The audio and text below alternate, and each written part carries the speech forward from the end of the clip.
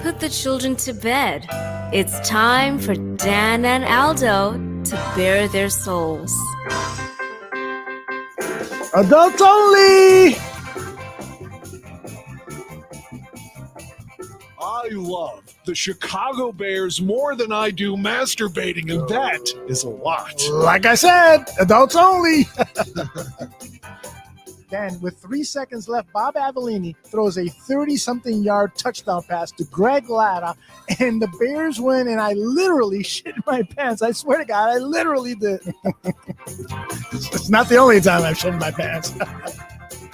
Eric Kramer, for me, I love the guy. He's a tragic figure. I mean, he embodies all that is.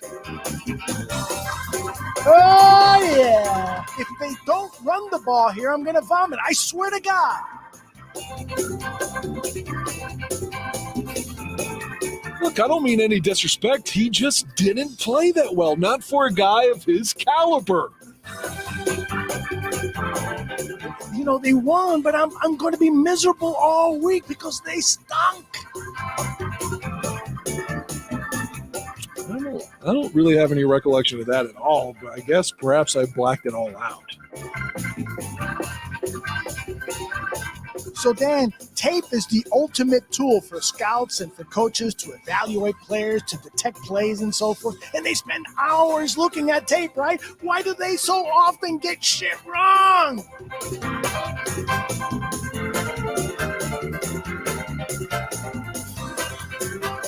Ladies and gentlemen, Dan and Aldo. What a voice she has. So sexy. I concur, for sure.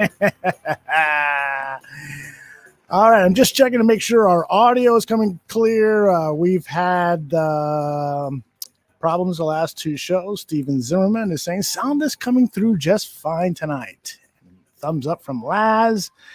So thank you, everybody, for tuning in live, all of you people in the chat room. This is Dan and Aldo Bare Their Souls. Dan Aguirre, how are you, brother?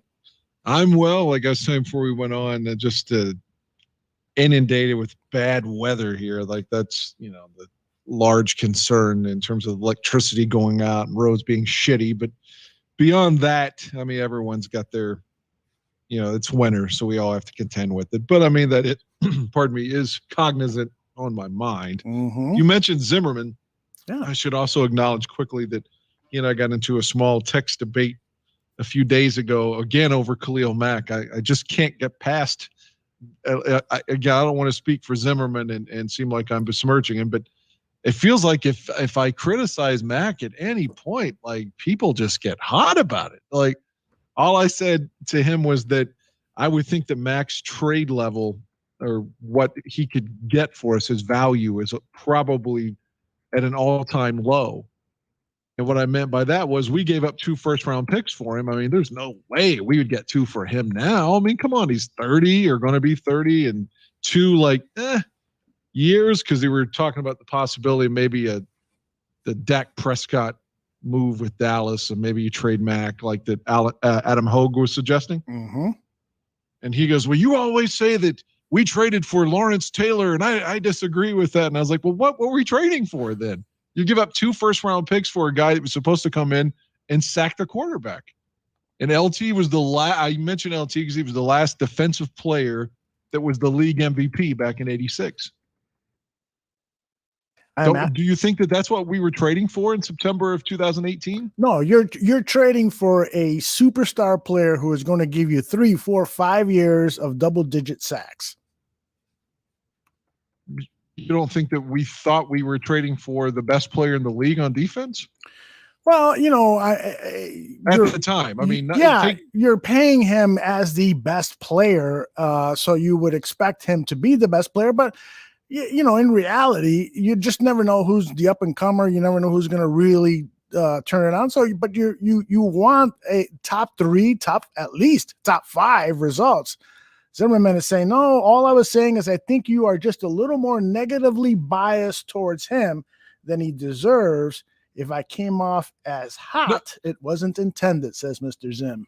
Well, I appreciate him always. And I guess let me rephrase the question to anybody that's listening to us. Before you do that, I Sure. want to just let people know that for the first time in the history of the Dan and Aldo Bear Their Soul show, my face is live on camera, which everyone now, holy cow, we went from 100 followers to about 20. People just turned it off.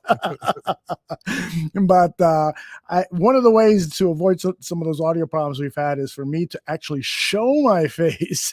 And Dan is looking at me like he wants to fuck me, man. Take it easy, bro.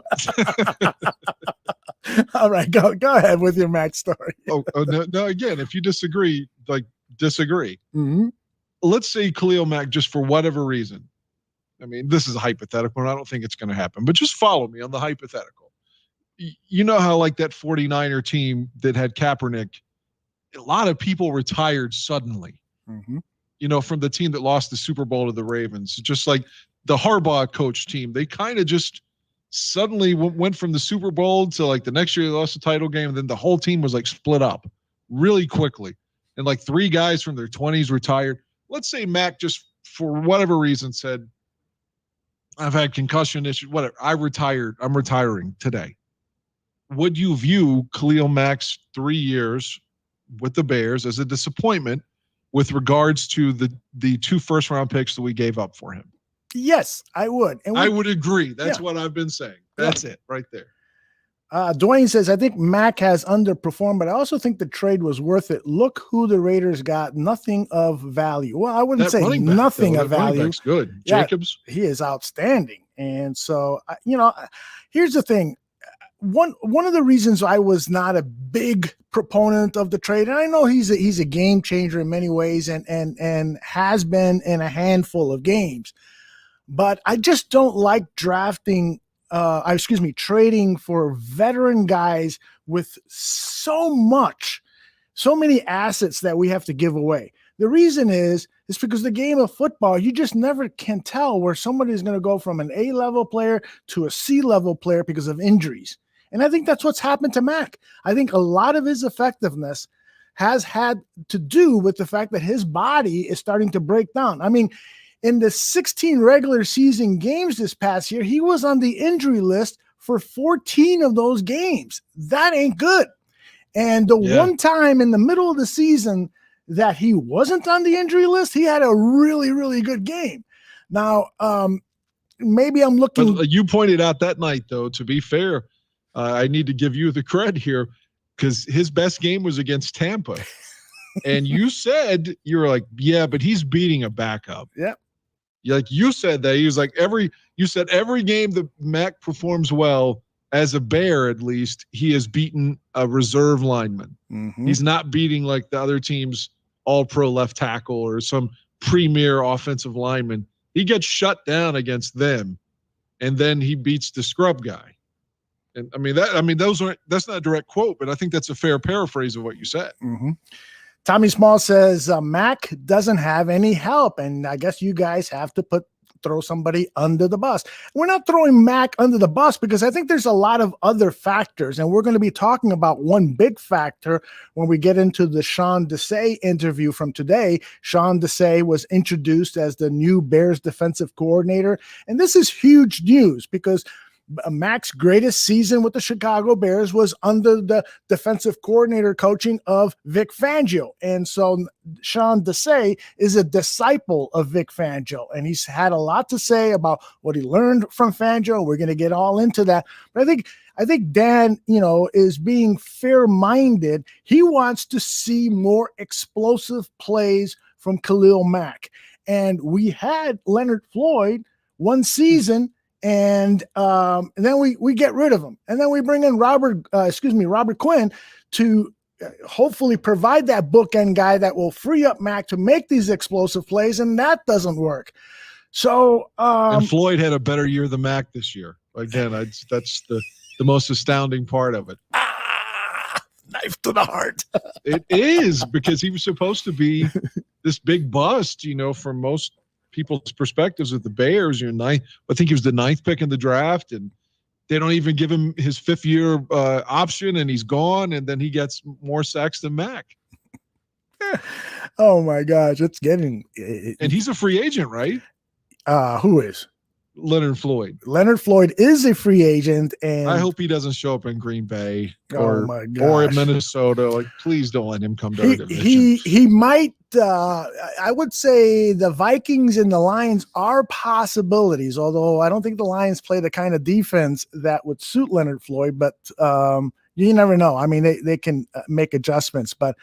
Yeah, I would hate to see Leonard Floyd in the NFC North for the next 3 years. Man, we're getting a lot of comments. It's hard for me to keep up with them, and I love to put them up on the screen. So those of you following on our YouTube channel or any of the channels that we send this show out, you can see what people are talking about, and hopefully you can join us live.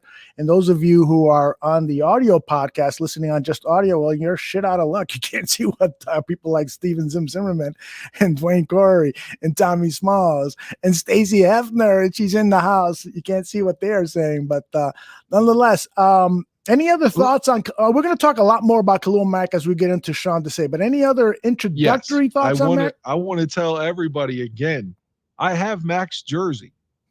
I'm rooting for Mack.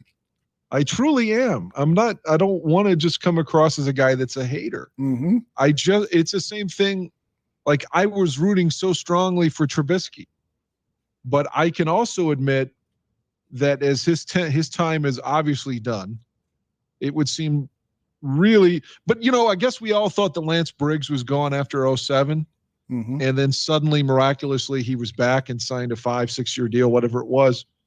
And that seemed like that wasn't going to happen. But I just don't think Trubisky's coming back. And I mentioned that because I'm fair-minded enough that I can say that Mitch's tenure was a disappointment overall for the second pick in the draft. I liked him as a person.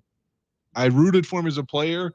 But I can say, at the end of the day, his 4 years, you'll look back and say, not necessarily a bust, but didn't fulfill his potential. And that's where I would put Mack right now with regards to what the Bears gave up. He wasn't our draft pick, but it's like it's almost the same thing because Mitch was the second pick in the draft and you gave up 2 number 1s to get Mack. So that almost makes him, by proxy, our draft pick. And I don't know if he's performed up to the level of giving up those number 1s. But then again, Pace has been so bad with his first round picks that maybe it doesn't even fucking matter. I mean, Kevin White, I was about to put McClellan on him, but that wasn't his fault. But yeah, obviously his first round picks haven't really played well thus far. Trubisky and Kevin White. Right. And who else? We got Floyd, although Floyd did well with the Rams. Yeah, really well. There's I would say 50% of the people in the chat room agree with you, 50% disagree. And I apologize if I'm mispronouncing your name, brother. It's Didache7. He says, get rid of Mack and see where this defense is. Laugh my ass off. You guys got to be joking. And I agree with you. You do take Mack off this defense, and the defense is going to be a hell of a lot worse. Why? Because defensive coordinators, whether Mack is playing at 100% or at 80%, they are going to be scheming to stop Mack. They are going to be the quarterback from the opposing team is always going to be pointing out, where is he? Where is he in the line and so forth. And so that is huge. There's no doubt about it. But the fact of the matter is that from a result standpoint, from a production standpoint, the numbers aren't there, which is why Vic Fangio was forced to retire, which is why Sean Desai is now the defensive coordinator of the Chicago Bears, and which is why Mike Pettine has been brought in to the Chicago Bears, because he knows how to apply pressure on opposing quarterbacks. He knows how to free up guys. This defense that Sean Desai is bringing back to the Chicago Bears, it's the Vic Fangio defense. It's based on getting pressure with just 4 guys. Let's remember that 2018 season, we were saying, well, how come Fangio doesn't blitz more? That's not the style of that defense. That defense is designed to get 4 guys to put pressure. The thing is which 4 guys? Is it going to be, these 3 and that guy over there? Or is it going to be these 4 guys right in the middle? Or is it? It's a very disguising type defense, and Sean Desai learned from the best, Vic Fangio, on how to run that defense, and Mike Pettine with his strengths at disguising defensive blitzes, as Aaron Rodgers said when in Pettine's first year, we played that soundbite on one of our shows. I forget, we have so many shows here, I forget which show it was, but we played that soundbite from Aaron Rodgers say, this guy is really good at disguising defenses and getting guys to blitz who have a chance to get to the quarterback, just not sending 4, 5, 6 guys in there and all of them are blocked. So that's key. And the other thing that's key has been mentioned a number of times here in the chat is, yes, he's been less than 100%, and that takes a toll on a guy. There's no doubt about it. But it doesn't matter. We still are a results oriented. There've been numerous games where he doesn't have a stat line. I mean, a lot of games where he has no tackles, no sacks, nothing. So, and the amount of money he's getting paid, what, $41 million a year or whatever it is, and the draft picks you gave up, you're paying for production. That's what the trade was for. And again, I'm rooting for him. I want him to perform well, and I hope what you just said about altering the defense will reinvigorate him, or perhaps it is simply that he's been banged up and has been a man and he's played every game. Like last year, he played all 16 games, correct? Mm-hmm, correct. So I'll give him that, man. At least he's there. Like, exactly. He's fucking there. That's huge. But yeah, like, you just hope that something, like, I'm worried that he's our Julius Peppers now. Peppers did well in Carolina, did well in Green Bay, but with the Bears, he was kind of just, And I just hope that that's not Mack. Like, I want him to be great. So it's, again, I don't want to sound like I'm being duplicitous. I'm saying I'm rooting for the guy the same way I did Trubisky. I want him to be great. And I want him to be like the first year we had him, we were saying, is it going to be Aaron Donald or Khalil Mack? Who's going to be the defensive player of the year? And it felt like both of them had a legitimate shot. And like, he doesn't anymore, like not the last 2 years, but I wish the press would have asked Desai what I kept thinking, like the question I wanted asked. Mm-hmm. Now, to be fair, I think he talked 25 minutes or so. I didn't watch, but maybe 15 minutes of it. I just got busy at work and couldn't finish it. So maybe that was asked at the end, but I have a feeling it wasn't, because no one wants to call out Pagano specifically and seem like you're kicking him. I wish the question would have been like, what do you think the difference between the two schemes was? You were here, so between Vic Fangio and Chuck Pagano, if you had to specifically say where things went awry, like what was the difference? Like, what was last year's defense? Like, what was wrong with it in comparison? If Vic were still here, what would have been different? That's a great question to ask. There's no doubt about it. I don't think they would have asked it though, because no one wants to be mean to Pagano. Yeah, and I got that sense too with some of Sean Desai's comments. It's clear that Chuck Pagano was fired. He doesn't have a modern day plan, and what we have learned with the firing, let's call it what it is. People say he's retired, but they fired him. Is that the Bears made a huge effing mistake. When Vic Fangio left, they should have kept Ed Donatelli and kept that Vic Fangio defense here in Chicago. They should have kept most of Vic Fangio's staff and continued that scheme for the Chicago Bears. Now, Pagano did bring in his scheme, but it was a lot of it had to do also with Fangio's defense, but he couldn't do that. And what have we learned as Bears fans? When Mel Tucker came in, he was told, you got to run Lovie Smith's defense. Well, what did Mel Tucker do, who is now a fairly well-respected coach in the NFL? He couldn't run somebody else's defense, and he didn't have the players. They were dreadful when Mel was here. They were dreadful. They were 32nd and 31st. It was the worst two Bears defenses probably ever. Yep. Like, legitimately, for the team defense, I think they were the worst two teams in the history of the fucking franchise. Mm-hmm. But yeah, he went to the SEC afterwards, right? Yep, he went to the ACC, and now I think he's got an NFL job somewhere, doesn't he? He's a defensive corner for an NFL team, I'm pretty sure. So I thought he went to like Alabama or somewhere. Didn't he go down south? He went down to Bama, I believe, and isn't Mel running the Georgia's defense right now? Aaron Current says, he asked, and I think you may be right. You may be right, Aaron. But nonetheless, the guy, his reputation has been restored. And I thought when he was running that Bears defense, and that Bears defense gave up plus 50 points in back-to-back weeks against the Patriots and the Packers, I thought this guy has to be the worst defensive coordinator in Bears history. But it was much more complicated than that. He didn't have the players. He had a lot of broken down players, and clearly he was being asked to run a defense that it wasn't his defense. And that's the big lesson. When you bring in a new coaching staff or new coordinators for your team, let them run what they want to run. And hopefully they're going to run a system that complements the players on the team. But don't tell them, run the defense that we had with the other coordinator that we just let go, that we just fired, or just left us somewhere else. That's just ridiculous. And it seemed like, again, I don't want to accuse anybody of not trying, but I'm going to go shy of that. But let's just say, other than Peanut Tillman, it felt like the Lovey guys really weren't eager to ball out for Mel Tucker. Mm-hmm. I felt like you got that from Charles Tillman, but Lance Briggs, again, I'm not calling him fat because I'm certainly not anywhere He was out near. of shape. He was out of shape.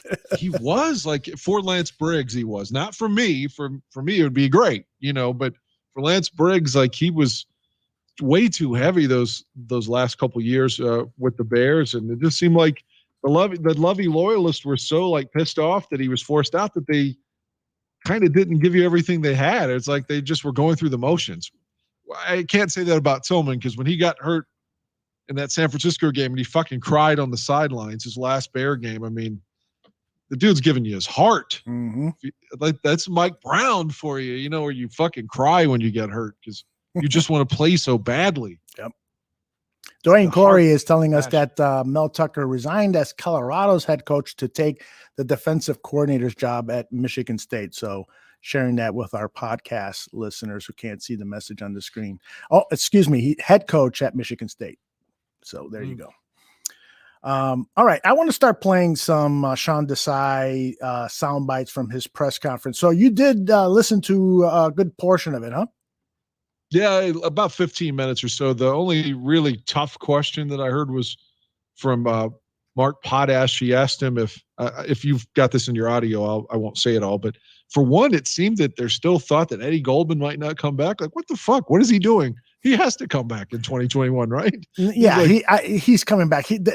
I don't have that in my sound bites, but it was peculiar that he did not have a definitive answer on that. He was asked that question about Eddie Goldman's return, and he says, I haven't been updated on it. You would think that would be one of the first things you would ask, or you were told, hey, by the way, Eddie's coming back, so you don't have to worry about that when you're making your plans. So, or unless he was told, ixnay on the Eddie Goldman talk because we don't know what the fuck's going on and stuff. So that's a possibility too. But it just infuriates me. We fans, I think, deserve to know stuff like that. And a good communications director would have told Sean Desai, by the way, they're going to ask you about Eddie Goldman. So make sure you tell him he's definitely scheduled to be back, which would have been the appropriate answer. Anything can happen, but he's scheduled to be back. What else about the press conference kind of stood out for you? Well, Potash's follow-up to that, he has had a two-parter, was right. The only thing that was somewhat critical of, I don't think he mentioned Pagano's name, but he said something to the effect of what was the deficiency of the defense from last season versus how do you look to repair that, whatever that deficiency was. And he said something like, well, I'm not a car guy, but I'll give you an analogy. I think we're doing a tune-up to our vehicle. Mm-hmm. They used a car tune-up, saying that it. Yeah, I got that one. I do have that soundbite. Okay, yeah, that's the best question that I thought I heard. Yeah, that was a good one. Hey, Tooch is in the chat room. Aldo, he says, and I say, Tooch. By the way, before we bring in Sean Desai with some sound bites so we can analyze what he said, Dwayne Corey in the chat room says, how about them finding former wide receiver Vincent Jackson dead today? So I wanted to get your thoughts on that, because I know you sent me actually a tweet with the news, and that's how I found out about it. Yeah, I had just woken up and saw that, so I sent it to a few people. I didn't even read the story beyond the headline. I don't want to sound like I don't care. No, same here. Yeah, that's what I'm saying. Like, I think he was in San Diego first, right? Mm-hmm. And then in Tampa Bay. Mm-hmm. Did he go to Washington maybe at the end? I don't know where I don't I'm know getting that from. But either way, it's, the guy still got, I mean, if I'm 40, Vincent Jackson was probably what, like 43 or something? Mm-hmm. He was pretty young, especially to have died. So obviously that's terrible when someone dies so unexpectedly, that quick, just suddenly. It's not like he was sick or stricken with COVID, or you could see writing on the wall. I mean, just out of nowhere. So you wish his family well. Absolutely. And it's awful, but I mean, I don't even know what else to say in it, because was there foul play? I didn't see the. No, Dwayne says there was no signs of trauma, and he was only 38 years old. So I was older than Jackson. I didn't know that. Jeez, that really sucks. Well, yeah, condolences to family, friends, fans of Vincent Jackson. All right, let's get to Sean Desai. I've got about 10 sound bites here, so we'll play as many as we can stand. Let me say real quick, at least please. It wasn't Eddie Jackson, because remember, we traded for the kid from Tampa, the second-round pick. We gave up a second-round pick, and he died before he ever played with the Bears. Oh, yeah. Who was that? Gaines Adams, wasn't his name? Yes, that's correct, yeah. So at least it wasn't Eddie Jackson that died. I mean, I hate to make light of that. Well, I'm just saying from a football perspective, at least it wasn't Eddie Jackson. I mean, we complain about his season not being right, but at least he's back. Yes. Eddie Jackson is going to get fixed by Sean Desai. Let's hope so. All right. So first one I got here is what he learned, what the new defensive coordinator of the Chicago Bears learned from Vic Fangio. He's one of the smartest football minds I've been around.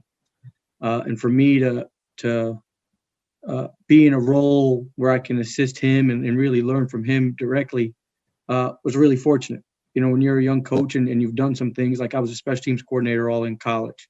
I've coached on offense. I've coached on defense. And when you're a position coach, your primary job is to coach your position and learn your position and be great at it.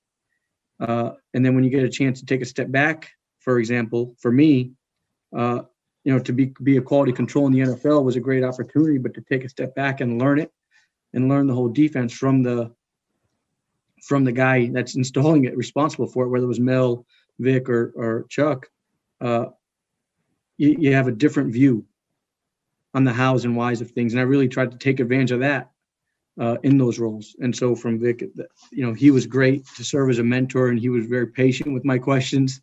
And taught me a lot about how and why the things he was wanting to do would happen and take place. And I was really lucky to have that. One of the things I love about these press conferences is that you really get to know the person who's answering these questions. This was a 21-minute press conference, and I started to get a really good appreciation for who Sean Desai is. And I read a couple of articles and stuff, and I'm impressed with him as a person. Now, he still has to prove himself as a defensive coordinator, but I'm impressed with him as a person. He seems like a guy with great values. He seems like a very dedicated guy. He was sharp and on his toes, answering questions. As Dan says, he wasn't challenged with a lot of difficult questions, but nonetheless, I walked away impressed. Your overall impression, Dan, were you impressed, or you're the jury's still out? No, the jury's still out, but he said all the right things. Mm-hmm. To use a cliche, he won the press conference.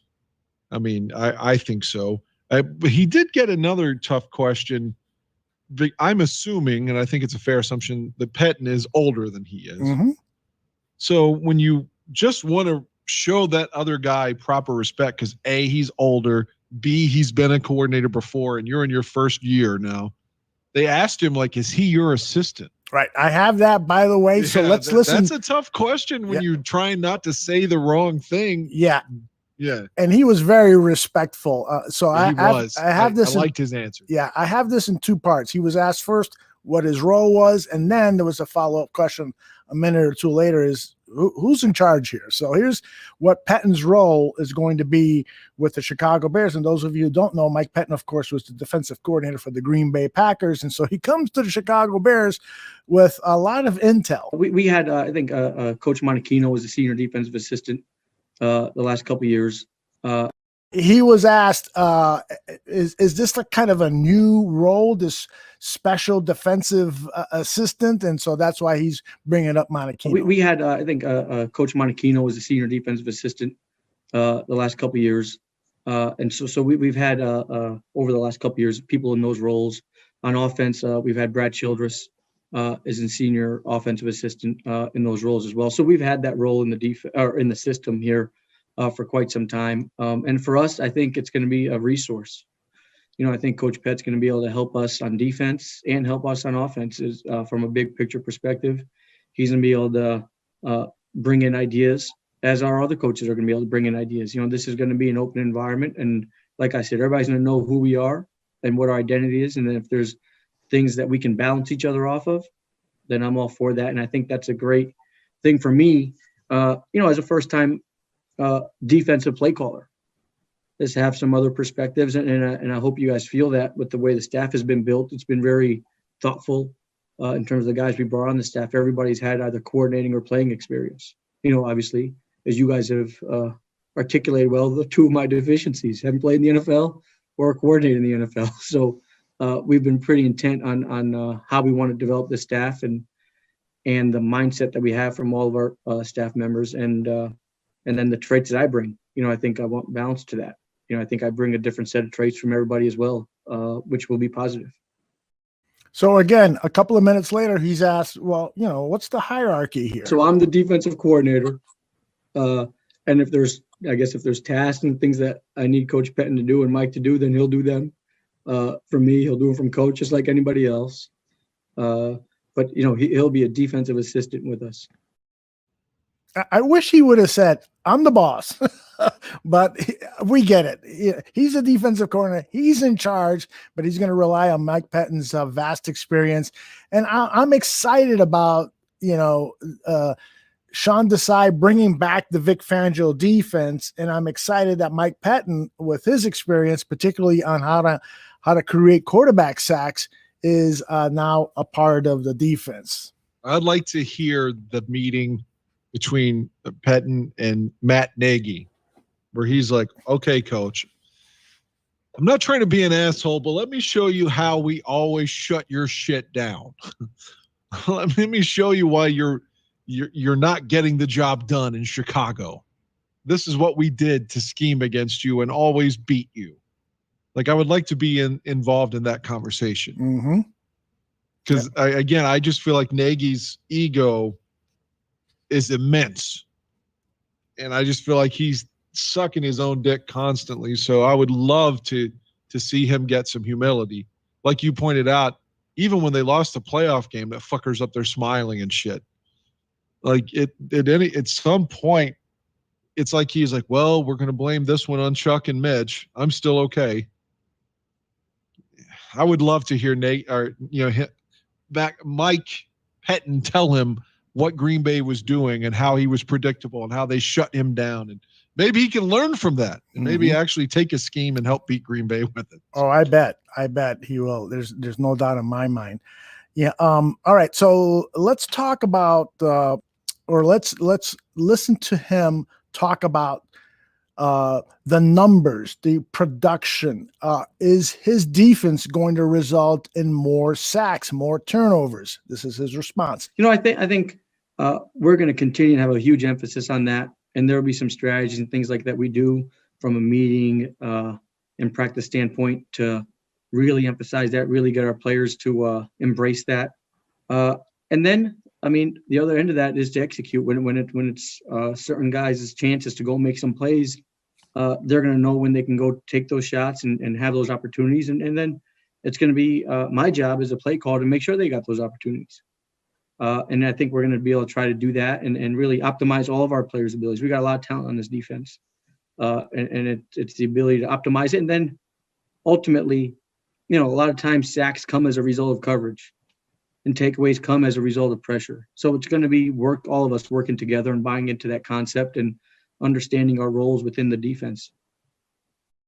I want to shout, please, the follow-up question. Like, Sir Sean, sir, are you saying you want to optimize the player? Are you saying that potentially, like the last couple of years, that maybe Robert Quinn or Khalil Mack, we weren't actually playing up to what made the, you know what I mean? I was just going to say the same thing. So you're reading my mind. Yeah. So how are we going to exploit their, especially Mack, his skill? Like, what can you do that your predecessor couldn't do? Because as we recall, 2 years ago in the very similar press conference, Chuck, other than the press was right in front of them because it's pre-COVID, that Chuck Pagano made a joke like, oh, in my defense, 52 doesn't go drop back and pass defense. Mm-hmm. So we were all like, yes, that's great, because that's what we all kind of were pissed about Vic on, was that we didn't think that Mack was blitzing enough or, going to the quarterback enough. And then his production dropped even farther. So, but that's a key word. He said it twice too. Mm-hmm. So how are you going to how can you be different than the previous guy to exploit his talent, to put him in a better position? What can you do differently? I would have loved to have heard a follow-up, something like that. It doesn't have to be as wordy as I made it, but No, I know you wouldn't be there on that Zoom call with the 20-minute question. No, of course not. But I was just expanding it to you, what I was, sure, the genesis of what I was thinking. But I would have been much more concise if I were actually talking to the man. But that's what I would have asked after that if I'd have gotten a chance to talk. Yeah, and here's the tricky thing that happens at these press conferences is that they're not coordinated. It's not like, okay, somebody asks a question and then I'm called on to ask the next question and I have my question prepared. And so what typically happens is, I don't care what this guy from the Chicago Sun-Times asks. Patrick Finley, I don't care what you ask. I'm going to ask my own question. And that's what kind of bugs me is, why not do a follow-up to what was just asked? Say, hey, I got a follow-up to what he just asked, and then I'll ask my own question and try to sneak two in because that's allowed. And so, I'm always critical of the media because I worked for a blink of an eye in the Chicago media, and so I know everything. But I'm with you. There should be more follow-up questions, and we don't see that because this is a Zoom call. And so the Bears press person is just saying, okay, your turn to ask a question, your turn to ask a question. And it's not a one-on-one or even a smaller group of reporters, and they're not face-to-face, and they don't have that opportunity to jump in and ask a follow-up question. I asked people in the chat room if they are concerned that this is Sean Desai's first season calling plays. we know we've had that issue with Matt Nagy where we felt like, man, maybe this guy is not a good play caller. He only did it for 6 games with the Kansas City Chiefs. Now we got a defensive coordinator calling plays who hasn't done it at all. What's your concern level there? It was strong. It was high, but I do think the Pettine hire negates some of my anxiety with that, because you're bringing in a guy that I think he was in Cleveland before Green Bay. Is that right? Yes. I know that Green Bay wasn't thrilled with him, or he would still be there. But from an outsider's perspective, they seemed to do fairly fucking well on defense while he was there. And from my perspective, at least in the games against the Bears, but maybe that's an indictment on the Bears, but they were in the playoffs every year, in the championship game seemingly every year. So it's not like their defense was terrible. Mm-hmm. So anyway, you got a guy that's been there and that can provide some leadership. So if for some reason our DC's not pulling his weight, you got another guy that's that can do that job and has proven that he can do it before. It's like you have a great backup quarterback now. So if the starter fails, although we thought that last season, didn't we? We did. It's like if Mitch doesn't play well, we've got Foles. But okay, but Foles came in and won the Atlanta game, and that's maybe Mike Pettine is he's Nick Foles against the Falcons, maybe like our secret weapon, I guess, to help bring him along and be the coach, so to speak, on the other side. So I think that's a great hire. Yeah. I wonder, do you think if the Bears had it their way, if they could have reversed the timeline here, that they would, if they knew Green Bay was going to get rid of him after losing the championship game, would they have held out and hired him as the DC? That's a great question, because I've pondered that myself.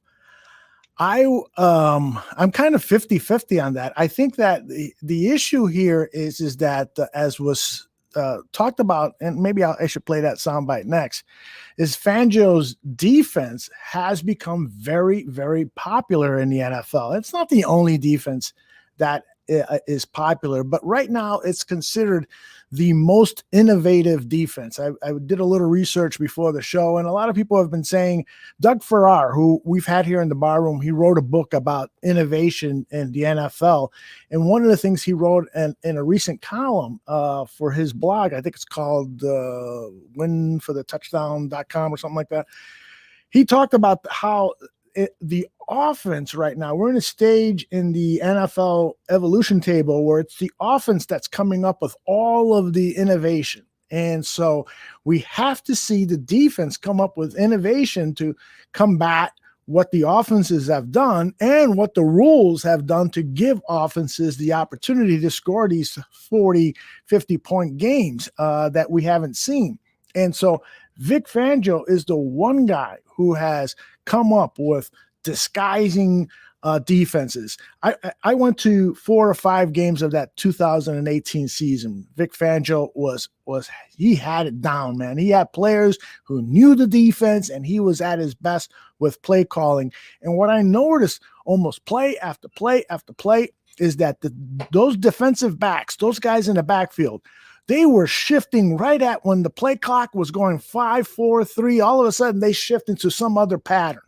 They would shift from a zone to a man, from a man to a zone. They did all sorts of quirky stuff to confuse the quarterback. And that's become really popular since Fangio perfected it in 2018, and other teams now, it was the biggest factor for the LA Rams that particular season. They went on a losing streak after the Bears beat them on that primetime game, because Goff's never been the same since. And Goff, you're absolutely right. You're absolutely right.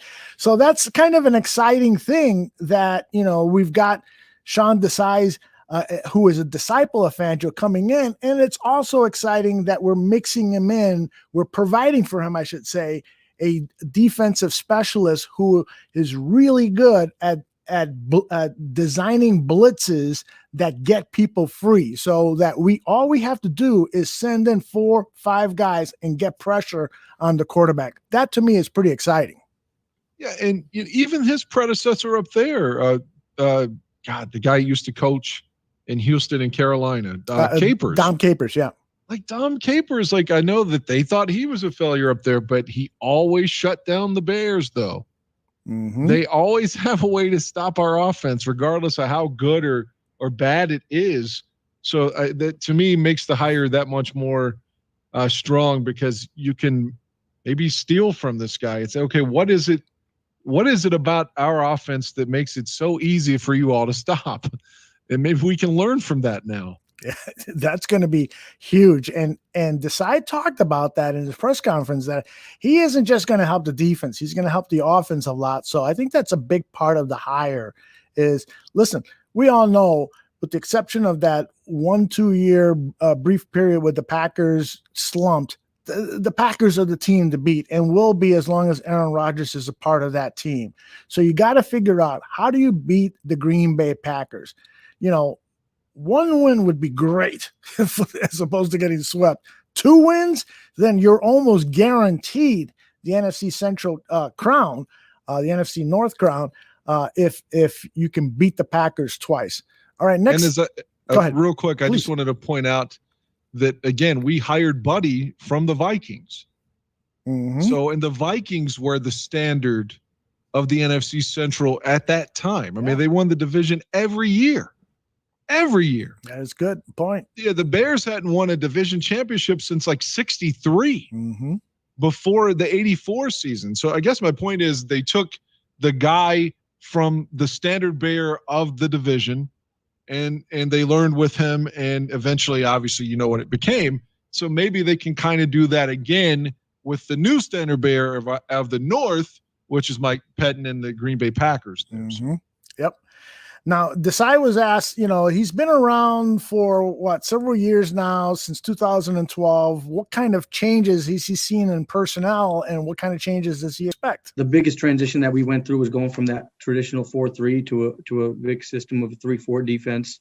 And it took us a couple of years to get the personnel the way we wanted it. And I think we're at it and close to it. And then there'll be some adjustments, and there's always changes year in and year out in this league. And we're going to continue to harp on the type of brand of player that we want. And we're going to be physical. We're going to be tough.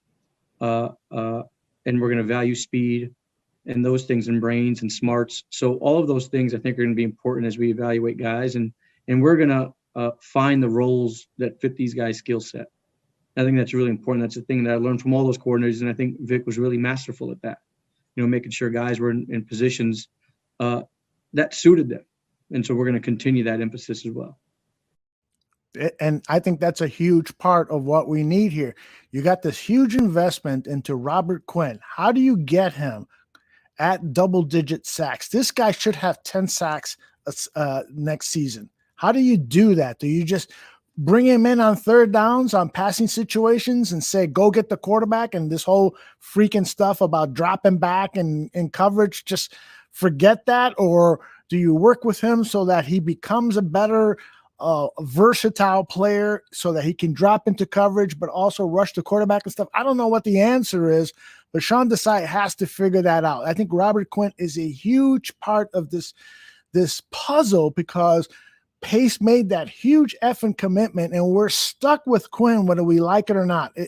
This season, with the salary cap being the way that it is, it's going to be almost impossible to transfer from Robert Quinn to somebody else. You can draft somebody and give somebody his a lot of Quinn snaps, but you just can't abandon the guy, because the salary cap, you'd be paying a lot of money for a guy who is no longer on the team. And whereas the other option is try to work with him, try to figure out how you can make him the player that he once was. I agree. I don't want to get rid of Quinn. Like, if you heard him speak, I think he talked after the Jacksonville game. It was real late in the season. Yes, it was after. Yeah. And he was so honest about how much he was disappointed with his production. So again, you'd have to think that he's going to bust his ass. He's telling you, like, I fucking know. I get it. I sucked. So you have to think, you combine that with at least some sort of change in the scheme. I'm not buying in yet to say that he's going to do anything different. I'm just not. I'm going to wait and see and hope. Because, like, Chuck said all the right things too. Mm-hmm. And then they were still passive and soft. Real quick, he mentioned the switch from 4-3 to 3-4. What, being here where I am, back in the mid-90s when I didn't have Sunday Ticket yet, I watched like the Greg Lloyd, Kevin Green, Levon Kirkland era Steelers a lot. Mm-hmm.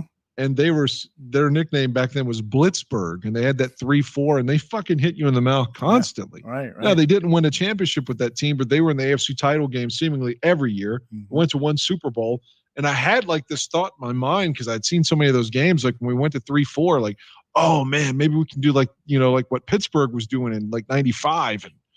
But it just seems like the whole time we've been running the 3-4, we've just been soft. But he mentioned that a couple of times today. I don't remember the exact verbiage, but he was saying that the Bears need to be aggressive and tough, and all these things that we hear are buzzwords, and like, yeah, let's do that. So I hope that we do that. Well, if we don't, we're effed. That's the. But I think Quinn, unless he's hurt or something bad happens in camp or whatever, I think Quinn, I don't know if he'll be back to where he was, but I think he'll be better than he was for us in 2020, because he knows. He told us. He knows he's got to work hard and get back to what his expectations were. I would love to hear Khalil Mack say that. I think he did. He had a year-end press conference that didn't get a lot of pub. You know, he's not the most outgoing speaker in press conferences and stuff, but hey, I know that nobody wants to excel more than Khalil Mack. Khalil Mack wants to be great, and it burns him that he's not delivering the kind of results that we are all expecting from him and he's expecting from himself. So, you know, hopefully the injuries won't be an issue, and hopefully Desai's going to figure out the scheme that is going to get this done. All right, I got Desai talking about that this team doesn't need an overhaul. He was asked, you know, you got to bring in a bunch of players and so forth. No, he had that analogy, which you mentioned earlier in the show. It's about tuning things up. And I'm not a big car guy, right? So my analogies may not be great, but this is like a tune-up. You know, we're going to refine some things, and we're going to make sure our players are playing to their strengths on a consistent basis, and they're going to buy into the system and the whys and the hows of why we're doing certain things. But we've got a good defense. You know, we've got really good players here, and we've got a really good defense. And I'm with you all in terms of the stats. Somebody asked earlier, there was some regression, and we're going to overcome that. But we're going to do it in a positive way, and we're going to do it where the players are going to be able to shine through that defense. So, you know, I think we'll build some depth, and we'll continue with our tough physical mindset of play and do that over a 16 to 20 week season. Adam Hogue, who we all love, he's probably one of the best. He definitely is one of the best coverers of media reporters on the Chicago Bears. He wrote a column for NBC Sports Chicago entitled Inside Sean Desai's Tune-Up of the Bears defense. I'm going to read a little bit from it, so bear with me here. He says the base of the defense is not going to be all that different from the Tampa 2 that the Bears used to run under Lovie Smith. Went up front with 4 and used team speed to cover on the back end. But it operates out of a 3-4 defense. The Fangio defense allows for a greater variety of coverages and more overlap. This results in lighter boxes and smaller runs allowed, but severely limits explosive plays by the offense. And if you listen to offensive coaches these days, that's a big thing that they talk about is getting offensive, explosive, big plays. The reason the Fangio defense is so successful is because it's most effective at limiting explosive plays. So he writes, what will be different under Desai? Number 1, more disguise and coverage. Number 2, adaptation to personnel. Those 2 things that Desai has talked about in the press conference. So, you know, in reading Adam Hogue and knowing what I know, I'm optimistic that this could be big. Am I changing your mind a little bit, Dan?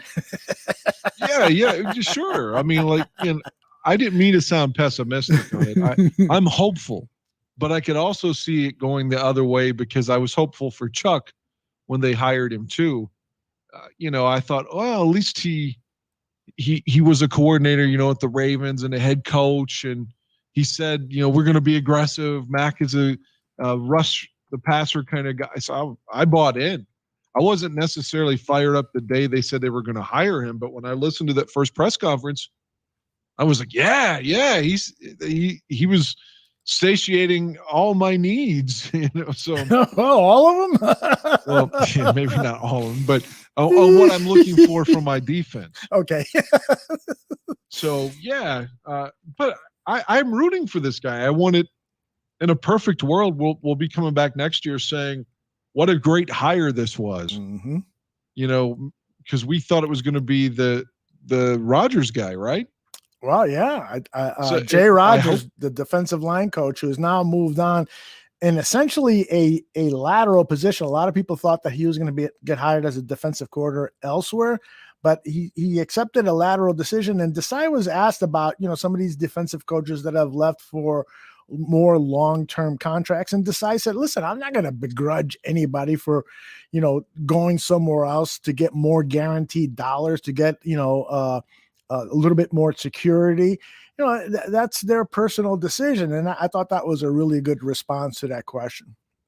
I just hope he's not one of these guys that the veterans kind of don't respect.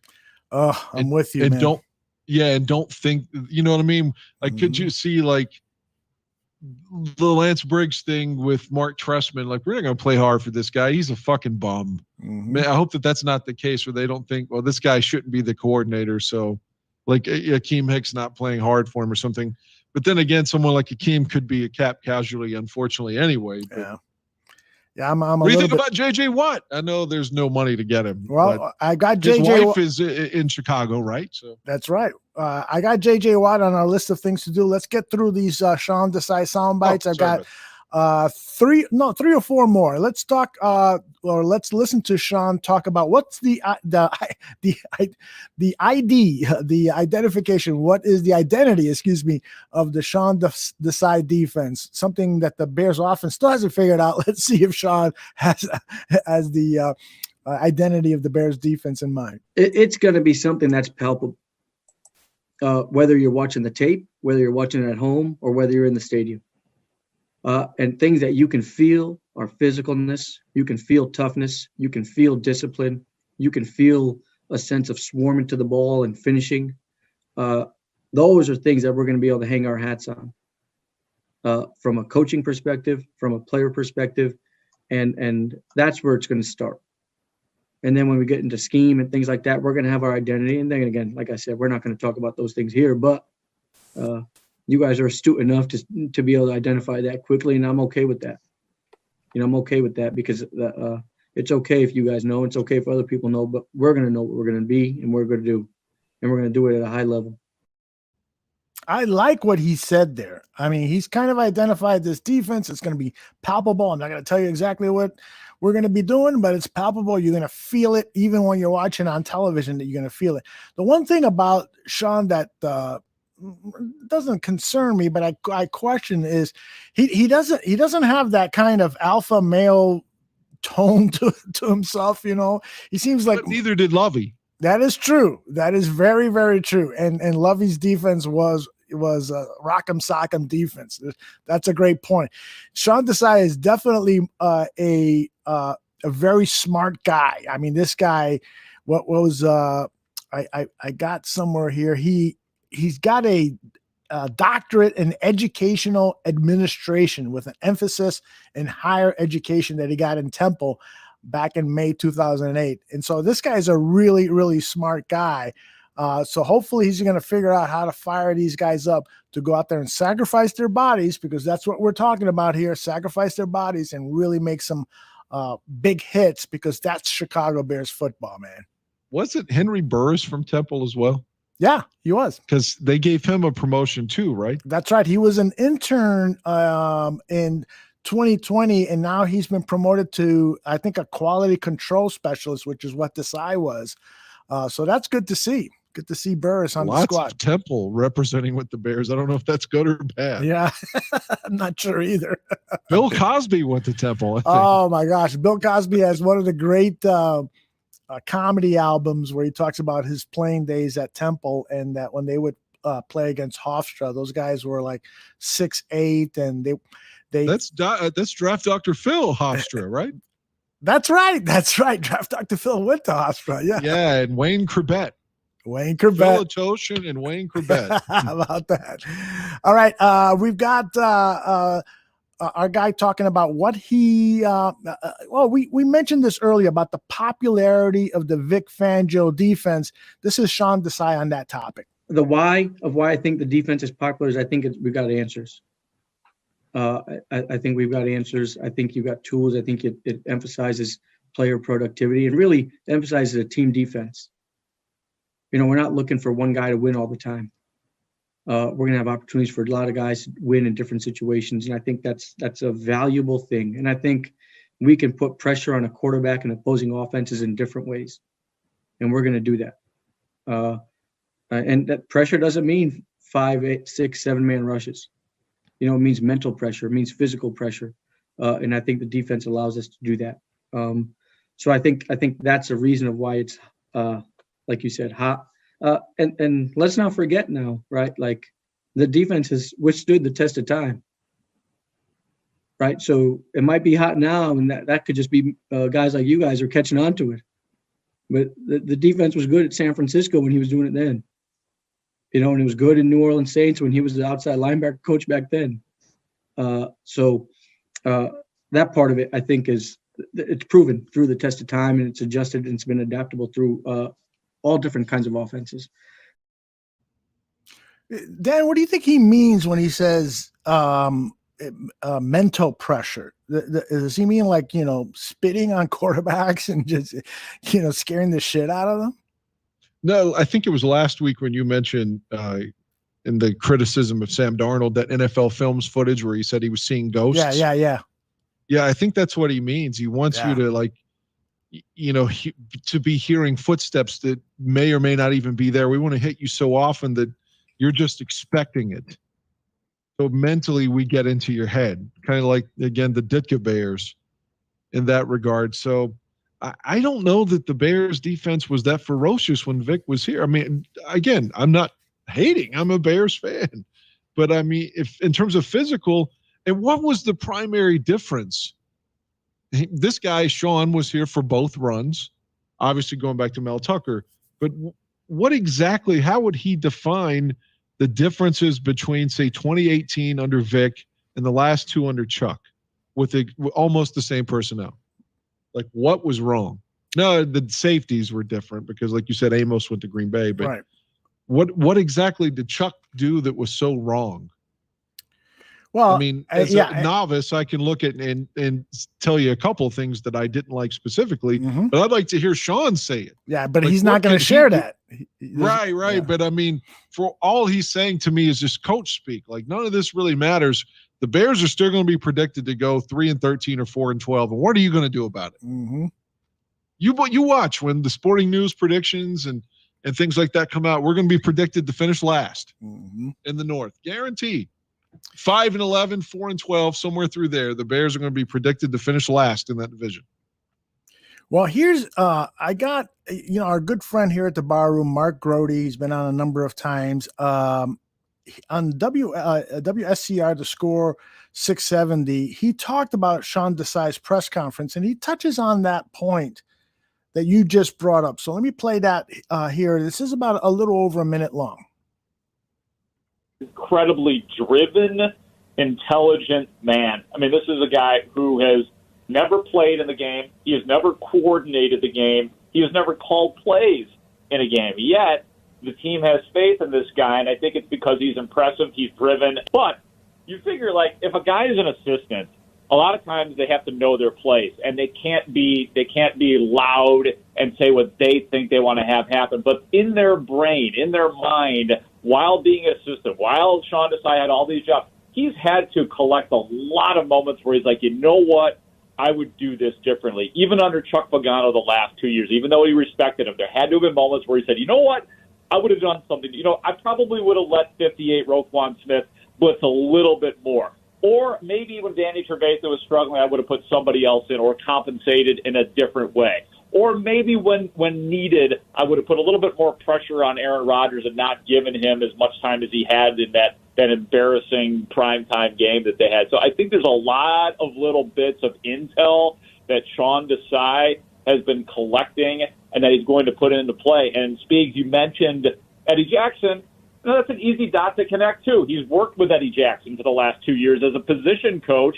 And, again, under Vic Fangio, he was a superstar. He was a straight-up superstar under Fangio. He made his name and made his money under him. So it's not going to definitely correlate to all of a sudden Eddie Jackson being a star again and at the level that he had been playing at. But it's fair to think that Desai has a pretty good formula or idea of how to get him back to where he was at a level 10. What do you think about Mark's words there? I hope that he's right.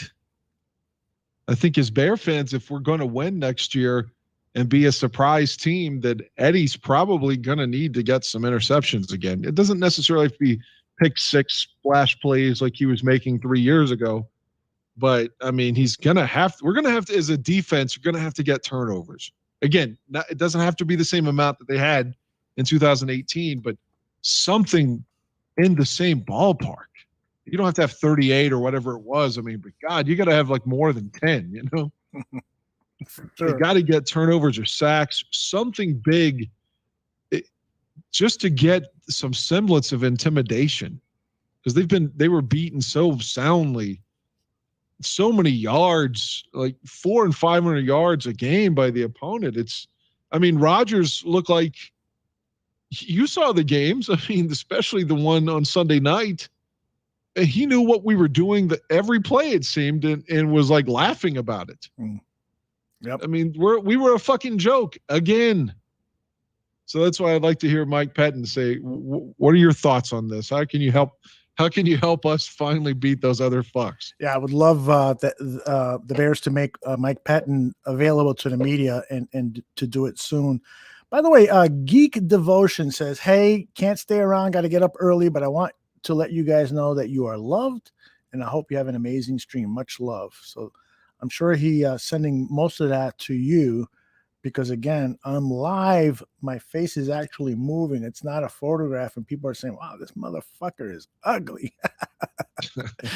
Whereas you've got this very I appreciate sexy his comments, and I'm sure they're equal to both of us. You've got this very sexy photograph of yourself. Now, you told me that when you took this photograph, you were actually doing like a Jack Nicholson kind of thing. Was that this? Oh, is that the one? Yeah, it was like a joke I was thinking of the Shining cover. Yeah.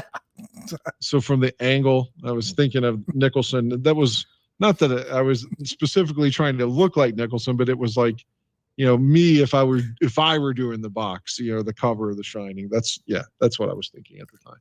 I got just two more Sean Desai sound bites, but James Foster just said something that just made my heart miss a beat. James Foster says, Bears 3-13 as of today in my book. Look at the schedule. Yes, James, I know. I've looked at that schedule. It's pretty fucking awful. But I'm not going to make any predictions because we still don't have a team. We're still under the 2020 football calendar. And so as of right now, Mitch Trubisky is the quarterback of the Chicago Bears, but he's not going to be in 2021. We're going to see who that quarterback is, and hopefully it's a young dynamite first-round draft pick quarterback with Nick Foles. I think this is what's going to happen. Nick Foles is going to be the starting quarterback game 1, but by game 3-4, it's going to be somebody like Mac Jones. But I'm jumping ahead of. Well, that means the Bears are losing then. Oh, no. Unless it's a situation like the Dolphins where they were winning with Fitzpatrick and said, "Oh, we're just going to put Tua in anyway." Yeah, I think it's going to be something like that, and I think that, personally thinking, I think Mac Jones is a much better quarterback than Tua Tagovailoa. I think I finally pronounced that name correctly. All right, I want to play. Did I play the one about Vic Fangio? Yeah, the popularity. But this is the final one, actually. This is Sean Desai talking about what he learned from Vic Fangio. Preparation that I was able to witness him do week in and week out, and the truth be told, I had a front row seat at him calling a game. We were both in the booth, and he sat next to me, or I sat next to him, I should say. He got to choose where he wanted to sit. I was just put next to him, but I sat next to him, and so you were able to. I was able to reflect every game, within a game and after a game, of why certain things happen, certain situations, why he called that. Now, does that mean I'm going to do it the same way? No. Would he want me to do it the same way? No. Right? I mean, this is going to be Sean Desai's defense. And the 2018 defense was the best defense in 2018, right? And our goal is going to be the best defense in 2021. And I think that's what our players are going to embrace and understand, and that's what we want to do. We don't want to look in the rearview mirror in terms of what could have and should have been. We want to look forward and really embrace that as a challenge to be the best defense in the league next year. And I think we're going to have the tools and the players and the teaching and the coaching to do that. That was a good closing soundbite from Sean Desai. I'm the eternal optimist when it comes to the Bears. It's why I've been following them since 1967, 68. I'm still a fan. Just won Super Bowl over all those years. So I'm the eternal optimist. And, they got to obviously get the quarterback situation figured out. And we'll talk about that as our next topic. But overall, I walked away from the Sean Desai introductory press conference feeling pretty good. if I'm Bears management, if I'm the head coaching staff, the general manager, and the communications department, because they play a role in this too, I'm feeling pretty good about how Sean performed today in front of the cameras. And you know, you look for little nuggets about what he is saying and stuff. And so I think that the biggest. I've got one for you then. Please, Dan. Let me ask you a question. Mm-hmm. And again, I'm being slightly facetious, but if we're looking for little nuggets, okay, all of this love, like how many times, this is a rhetorical question, how many times was Vic Fangio mentioned in this press conference? So essentially, what are we saying here? Chuck was fucking awful. Yeah. I mean, is that what we're saying? I mean, it feels like we're saying the defense was good in 2018. This guy learned under Vic. Yeah, the last 2 years were fucking terrible. That guy didn't know what he was doing. Mm-hmm. And he's part of the reason why we sucked the last 2 years. So we're going back to the way the other guy did it. Mm-hmm. Am I wrong? That's what it sounds like to me. That's what I kept thinking. I almost wanted to ask, like, did you learn anything under Chuck? Did Chuck show you anything positive? I think he did say something. Oh, he did say, I learned how to better relate to players, because that was Pagano's best attribute, is how he talked to players and had that kind of buddy approach to them. But you're absolutely right. I think you read that right.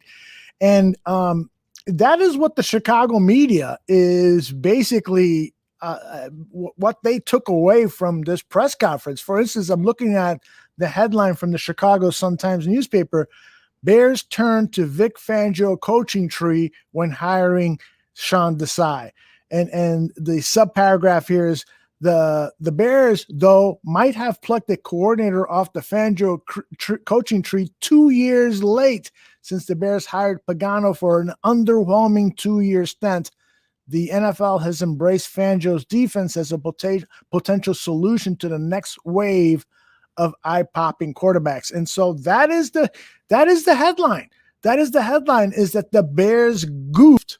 When Fangio went away, they should have retained his staff. They should have promoted Ed Donatel, the defensive back coach, and kept Brandon Staley, who is now the defensive coordinator the head coach with the Chargers. He left the Bears. He became the linebackers coach with the Rams, and now he's the head coach. So doesn't he seem like the kind of guy that could be fired in 2 years, though? Brandon Staley, yeah, but I kind of like him, though. I kind of like him, so I would be surprised that happens. If they lose, though, they're gonna be like, man, we need to hire a coach to help our quarterback win some games. Yeah, well, that's the key thing, and I haven't looked into who he has as his offensive staff, but because he's a defensive guy, so he's going to go in there and he's going to improve that Chargers defense. But you know, what ideas is he going to bring to the offense, and who's going to be his offensive coordinator and stuff? I don't know that, but nonetheless, you know, the point is that the Vic Fangio coaching tree is flourishing, and the Bears were 2 years too late and taking advantage of that when they had all these guys under contract here in Chicago. And now finally they've announced a defensive coordinator who is going to adapt these Fangio schemes and hopefully make them work for the Bears. So it's fair. Bears.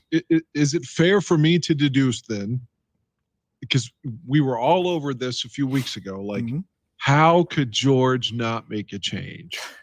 You know, you're right, man. So is it fair to deduce that they spoke, they had lots of copious conversations, and the gist was Chuck was such a failure that if you give us a semblance of the defense we had, we can win with Matt Nagy and Ryan Pace. Mm-hmm.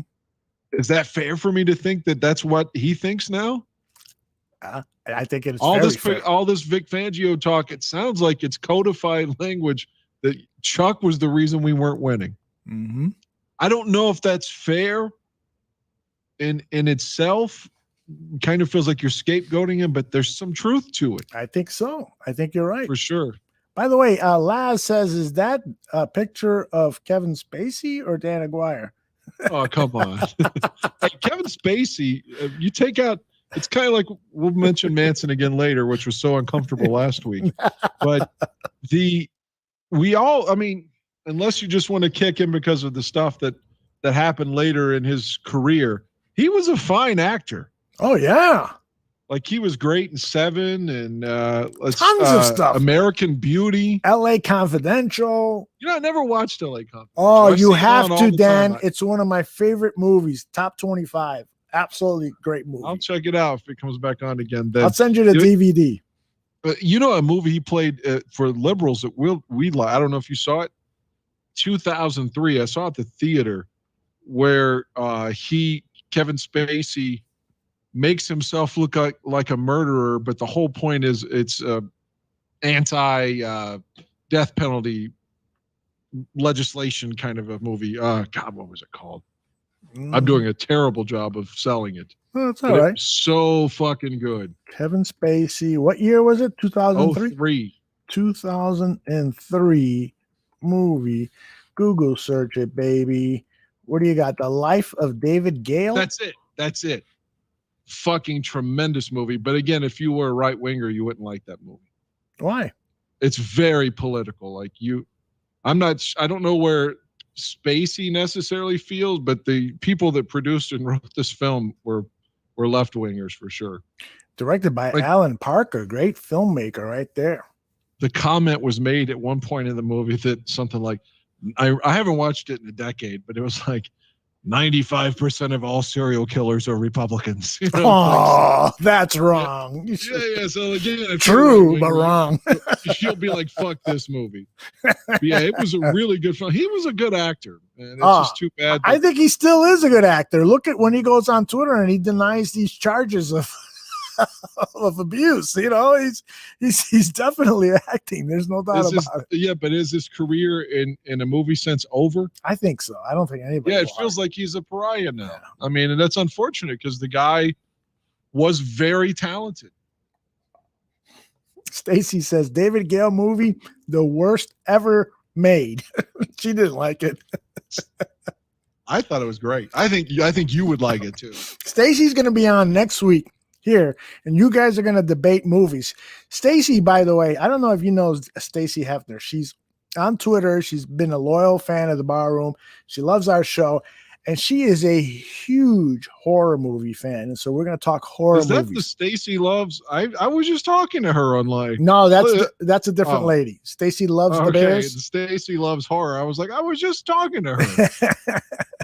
Christopher says, side note, how about them Blackhawks? Oh, yeah, their Blackhawks are great. Christopher, this is a Bears show. I don't know anything about hockey. I can't help you there. When you come to Chicago, if it's hockey season, I'm dragging you to a Blackhawks game if the gates are open because I want you to experience that. I'm going to be like a 5-year-old son to you. Like, what does that mean? What's the rule here? I don't understand. Like, when I was about 8 or 9, 10, somewhere through there, I really was trying to pick up on the game and just know the rules, and I don't understand icing or when they're off sides. I don't know what the fuck's happening. Then we are going to a Blackhawks game. It's me, you, beers, and chicks. We're gonna pick up a lot of chicks too. Well, let's just hope there's a fucking situation in the world that allows us to go to games. How about it? Hey, just put a bow on this Sean Desai thing. Is what I'm really looking forward to is the possibility that the Bears are going to get back to that 2018 defense, and that is getting sacks. They had 50 sacks this year. On our video feed, I'm actually playing some highlights of some of the sacks that they got. The first one was against the Packers backup quarterback because they knocked out Aaron Rodgers for a while. Russell Wilson, Jameis Winston, and so forth. This Bears defense was ferocious, and they were creating sacks because it was a coordinated approach towards their defense. Their defensive backs made it very difficult for the quarterback to find an open receiver. And now I'll play some highlights of some of the interceptions that the team got.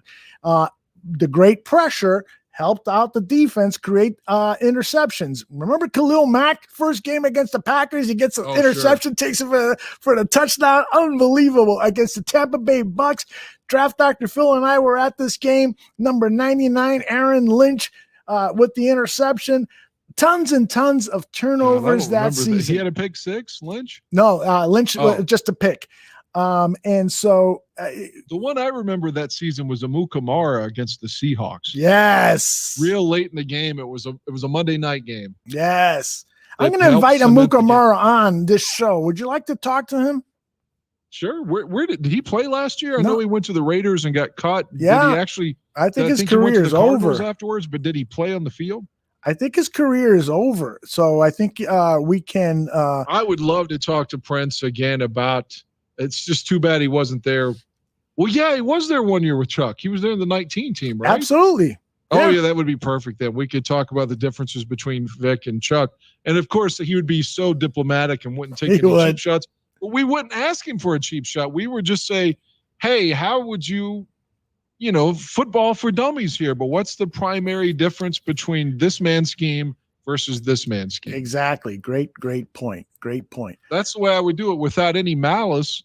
We don't want him to say that Chuck is, shitty, but like, why? I think if you asked him analytically why this defense wasn't as effective with Chuck, I think he would give you an analytical response. Mm-hmm. Yep, I'm totally with you. And my own opinion, if you're asking me the question, I think I mentioned it earlier in the show, is just the innovation in the game has passed Fangio up. That's the challenge with people who have been in the league for a long time is, are you going to stick to your guns or are you going to change with the game? And one of the things that Sean Desai said at today's press conference is that he stays on top of what is happening with, particularly with offenses, to see how they are evolving so that he can adjust in his thinking. And so that's really, really important that you have coaches that aren't just stuck in their ways. Rex Grossman is our quarterback. That was wrong. I'm sorry, Lovey. You have to adjust and you have to make the necessary changes in order to combat what you're faced with. Yeah, I'm worried that our coach now, the head coach, is the one who can't change. Yeah, because of his ego, as you've said. Right. His inability to. I still fear that week one he's going to come out trying to run this same shit. That we're not going to run the ball, except 2 or 3 plays a half, and we want to pass every play. We want to be in shotgun every play. I'm terrified that's what he's going to try to go. He's going to try to be Kansas City light again. Mm-hmm. That's what we always hear on politics from left-wingers is you can't be Republican light.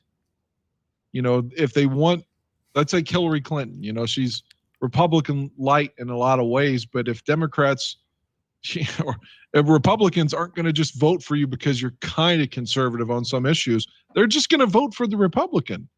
Yeah. Like Hillary said, her people, the day of the election, they were arguing how they weren't going to Pittsburgh to pick up more voters. They were going to Philly to try to convert some Republicans. And you're not going to do that. Nope.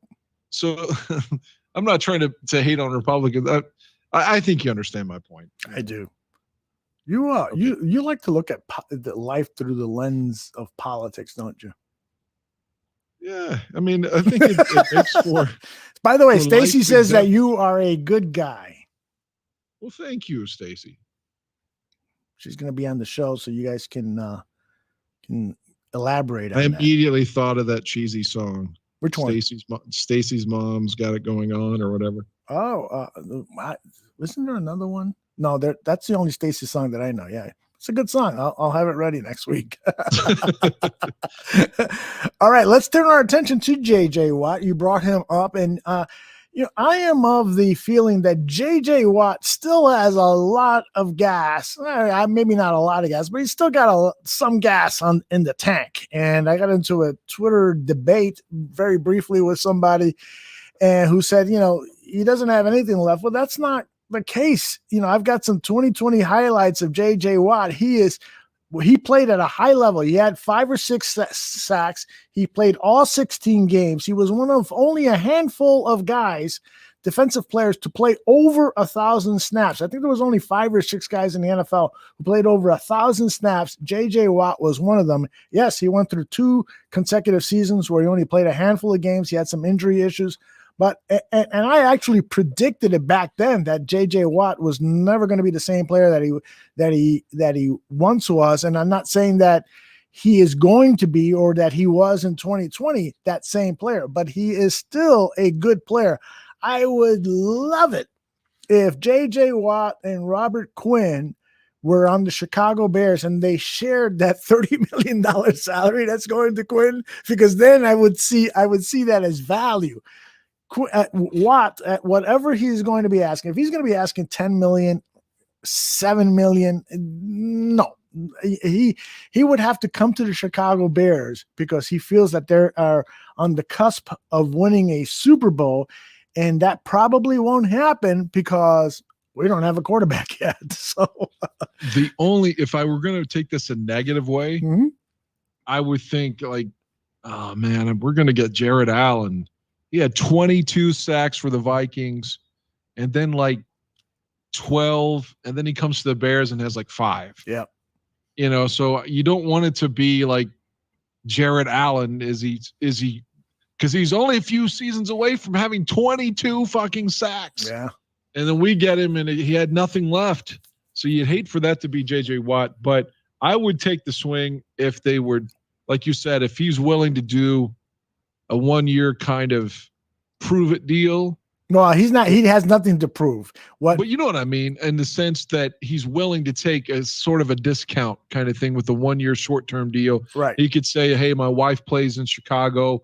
I kind of want to be here. You know, or something like that. He wants a ring. That's what he wants. That's what's going to dictate his decision. That not playing with his brothers in Pittsburgh, not because the weather is great in Miami, not because Chicago has Portillo's, a place he loves to eat. He wants a ring, and that is what is going to make his decision.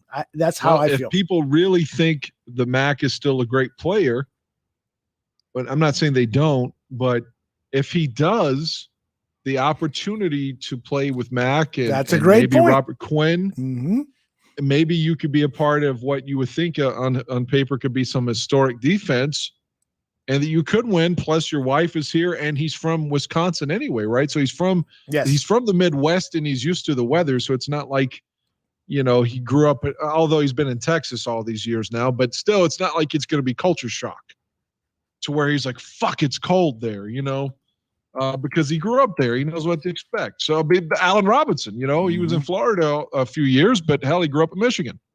So he knew, you know, what it was like here. Because for a lot of people, they don't want to be here in the cold. I can remember that famous highlight on Sunday Night Football in 2005, the game that Rex comes in when Orton finally got benched. And in the highlights before on Inside the NFL, Alex Brown and Lovey and Bernard Berrien were talking about how cold it was. And Berrien said he had never been this cold. And something like Alex Brown was like, fuck, I'm from Florida. I hate this. Are you kidding? No, I don't like this. Because they were like, well, you like it. You're on defense. This is bear weather, right? He's like, fuck, I'm from Florida. He's like, I don't like this shit because it was like 5 below on the wind chill. But I'm saying it wouldn't be an impact on Watt. No. I mean, I just don't think Watt could probably get a 2 or 3 year deal with like the Packers or somebody like that, where on paper he's going to have a better chance to win and they can offer him more money. Yep. I don't think he'll be a Bear. I would like it if he would take it. But if you get him, you may have to cut Hicks. Exactly. I was going to bring that up.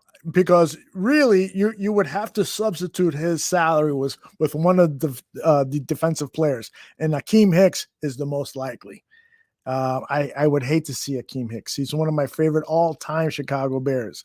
So you have to kind of weigh, you know, do you get more value out of that edge player, J.J. Watt, or that more interior player, Akeem Hicks? Now, I say interior player with Akeem Hicks, knowing that he also plays on that left defensive end position. So it's a complicated look at this thing, but you just can't say, yeah, just bring him in, play him what he wants. That's not the case. It's just not going to happen that way. So the Tony Moy and a couple of other people have said in the chat room, he probably will go to Green Bay because he's from Wisconsin, because they're a closer. Aaron Curran says they're closer to winning the Super Bowl than we are. And I think that's a great point. That's probably where he will end up. Or somebody else said he probably will go to Pittsburgh Steelers, where his brothers are. And if Big Ben comes back for another season, they have a chance at winning a Super Bowl. So Minnesota could be another. No, please. Because you'd have to think the Vikings will probably tell you that all we have to do is get our defense to playing back the way it was 2 years ago, and we're Super Bowl candidates. Because they were in the divisional round 2 years ago, and last year, what was their problem? Their defense fell off. They lost too many people. So I think if they think they could plug in a player like J.J. Watt, I'm sure they think they can win the NFC North. So how much would you be willing to give a J.J. Watt to bring him to Chicago? Would you be willing to sacrifice an Akeem Hicks? Would you be willing to, take a win it all? Let's say you're able to find a quarterback like a Derek Carr, and it's not going to cost you a lot. Let's say you can figure out a way to get him into the salary, but you got to make some sacrifices. So what I'm trying to ask here is, what kind of sacrifices are you going to make for a J.J. Watt? And do you think that he's that necessary for the Chicago Bears to get back to that 2018 level? In theory, it could only help Mack to have another guy that can put pressure on the quarterback. So that sounds good. And like, oh, you're reeling me in. But if I'm making the decision, it's not exactly like Watt has been, the J.J. Watt because of injuries. He's a super guy. Whenever Texas has, a hurricane, he's the first guy giving up his own money to help people that lost their home. Watson did the same thing. He was helping their cafeteria workers and things with the Texans. So you got to respect that. But in the same regard, Akeem Hicks is our guy. Akeem's been here since like 16. He's been through some bad shit, like 3-13. So, and I know he hurt his arm, and then last year he wasn't the same after the hamstring. But you have to think that Akeem's only 30, right? I mean, he's got something left. If I'm making the decision, I'm keeping Hicks over Watt. If it came down to this guy versus this guy. Like you have to cut 9-6 to get J.J. Watt, then I'm going to stay with Hicks. I mean, that maybe I'm biased and I need to pull my head out of my ass, but I just think Hicks probably has more left in the tank. Plus, he's our guy. Right. I know there's no loyalty in sports, but for fuck's sake, I'm a fan. I'm not the actual owner. So I would like to see Akeem win with us because he's been through the bad times. I'll tell you this. It's a long, long season, I'll tell you this. I'm Sean Desai. I'm picking up the phone tomorrow, and I'm calling Akeem and say, Akeem, I'm fighting for you to be here. I want you to be here, and you are in our plans for 2021 and hopefully beyond. But here's what I want you to do. I want you to get in the best shape of your career.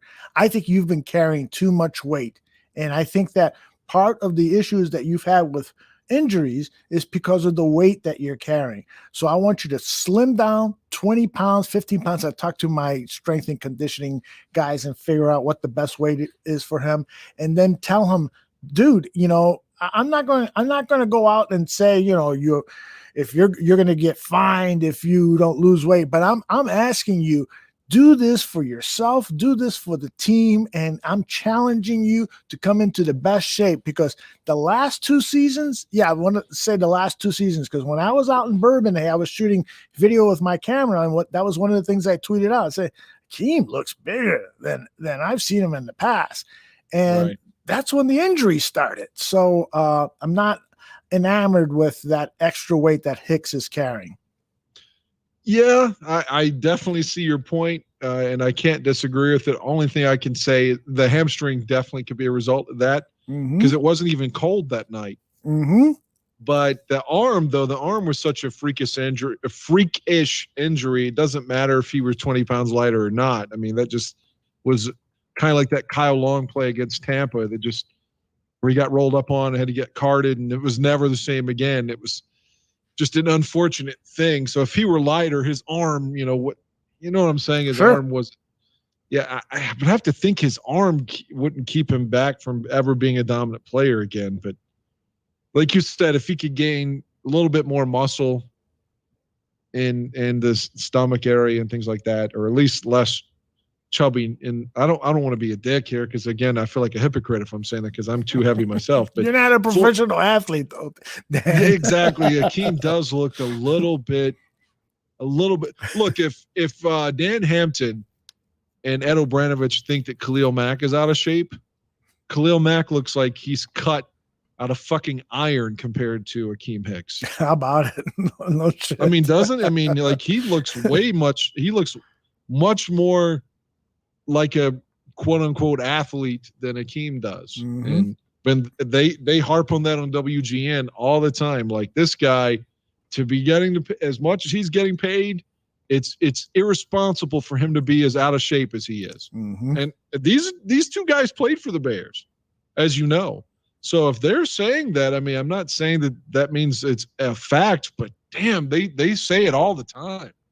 But yeah, but Hicks looks a lot worse than Mack. He does. Hey, Dan, I asked you to come prepared to talk a little bit about some of your favorite Bears defenses of the past. Are you ready to go with that segment? I can contemplate. I had forgotten about it, honestly. But fine. I can roll some off the top of my head. Sure. All right. Well, I want you to do that while I run to the washroom. So give me 90 seconds. That's all I need to empty my bladder. And so I'm going to turn it over to you. Let me find a nice picture of you. Hold on a second. You're going to give me a bed in the background?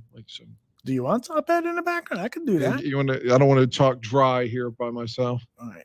Here's a picture of you and Marilyn Manson.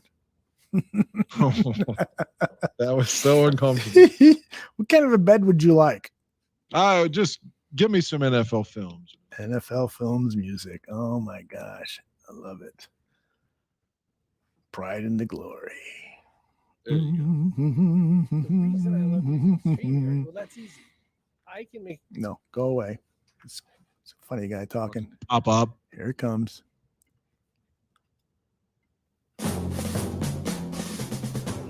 Take it away, brother. Chicago Bears, a team that's supposed to be a defensive juggernaut. My music's gone. Oh, it's there. Oh, there's a team that's built on tradition and pride and smacking you in the fucking mouth. They've gotten away from that the last couple of years.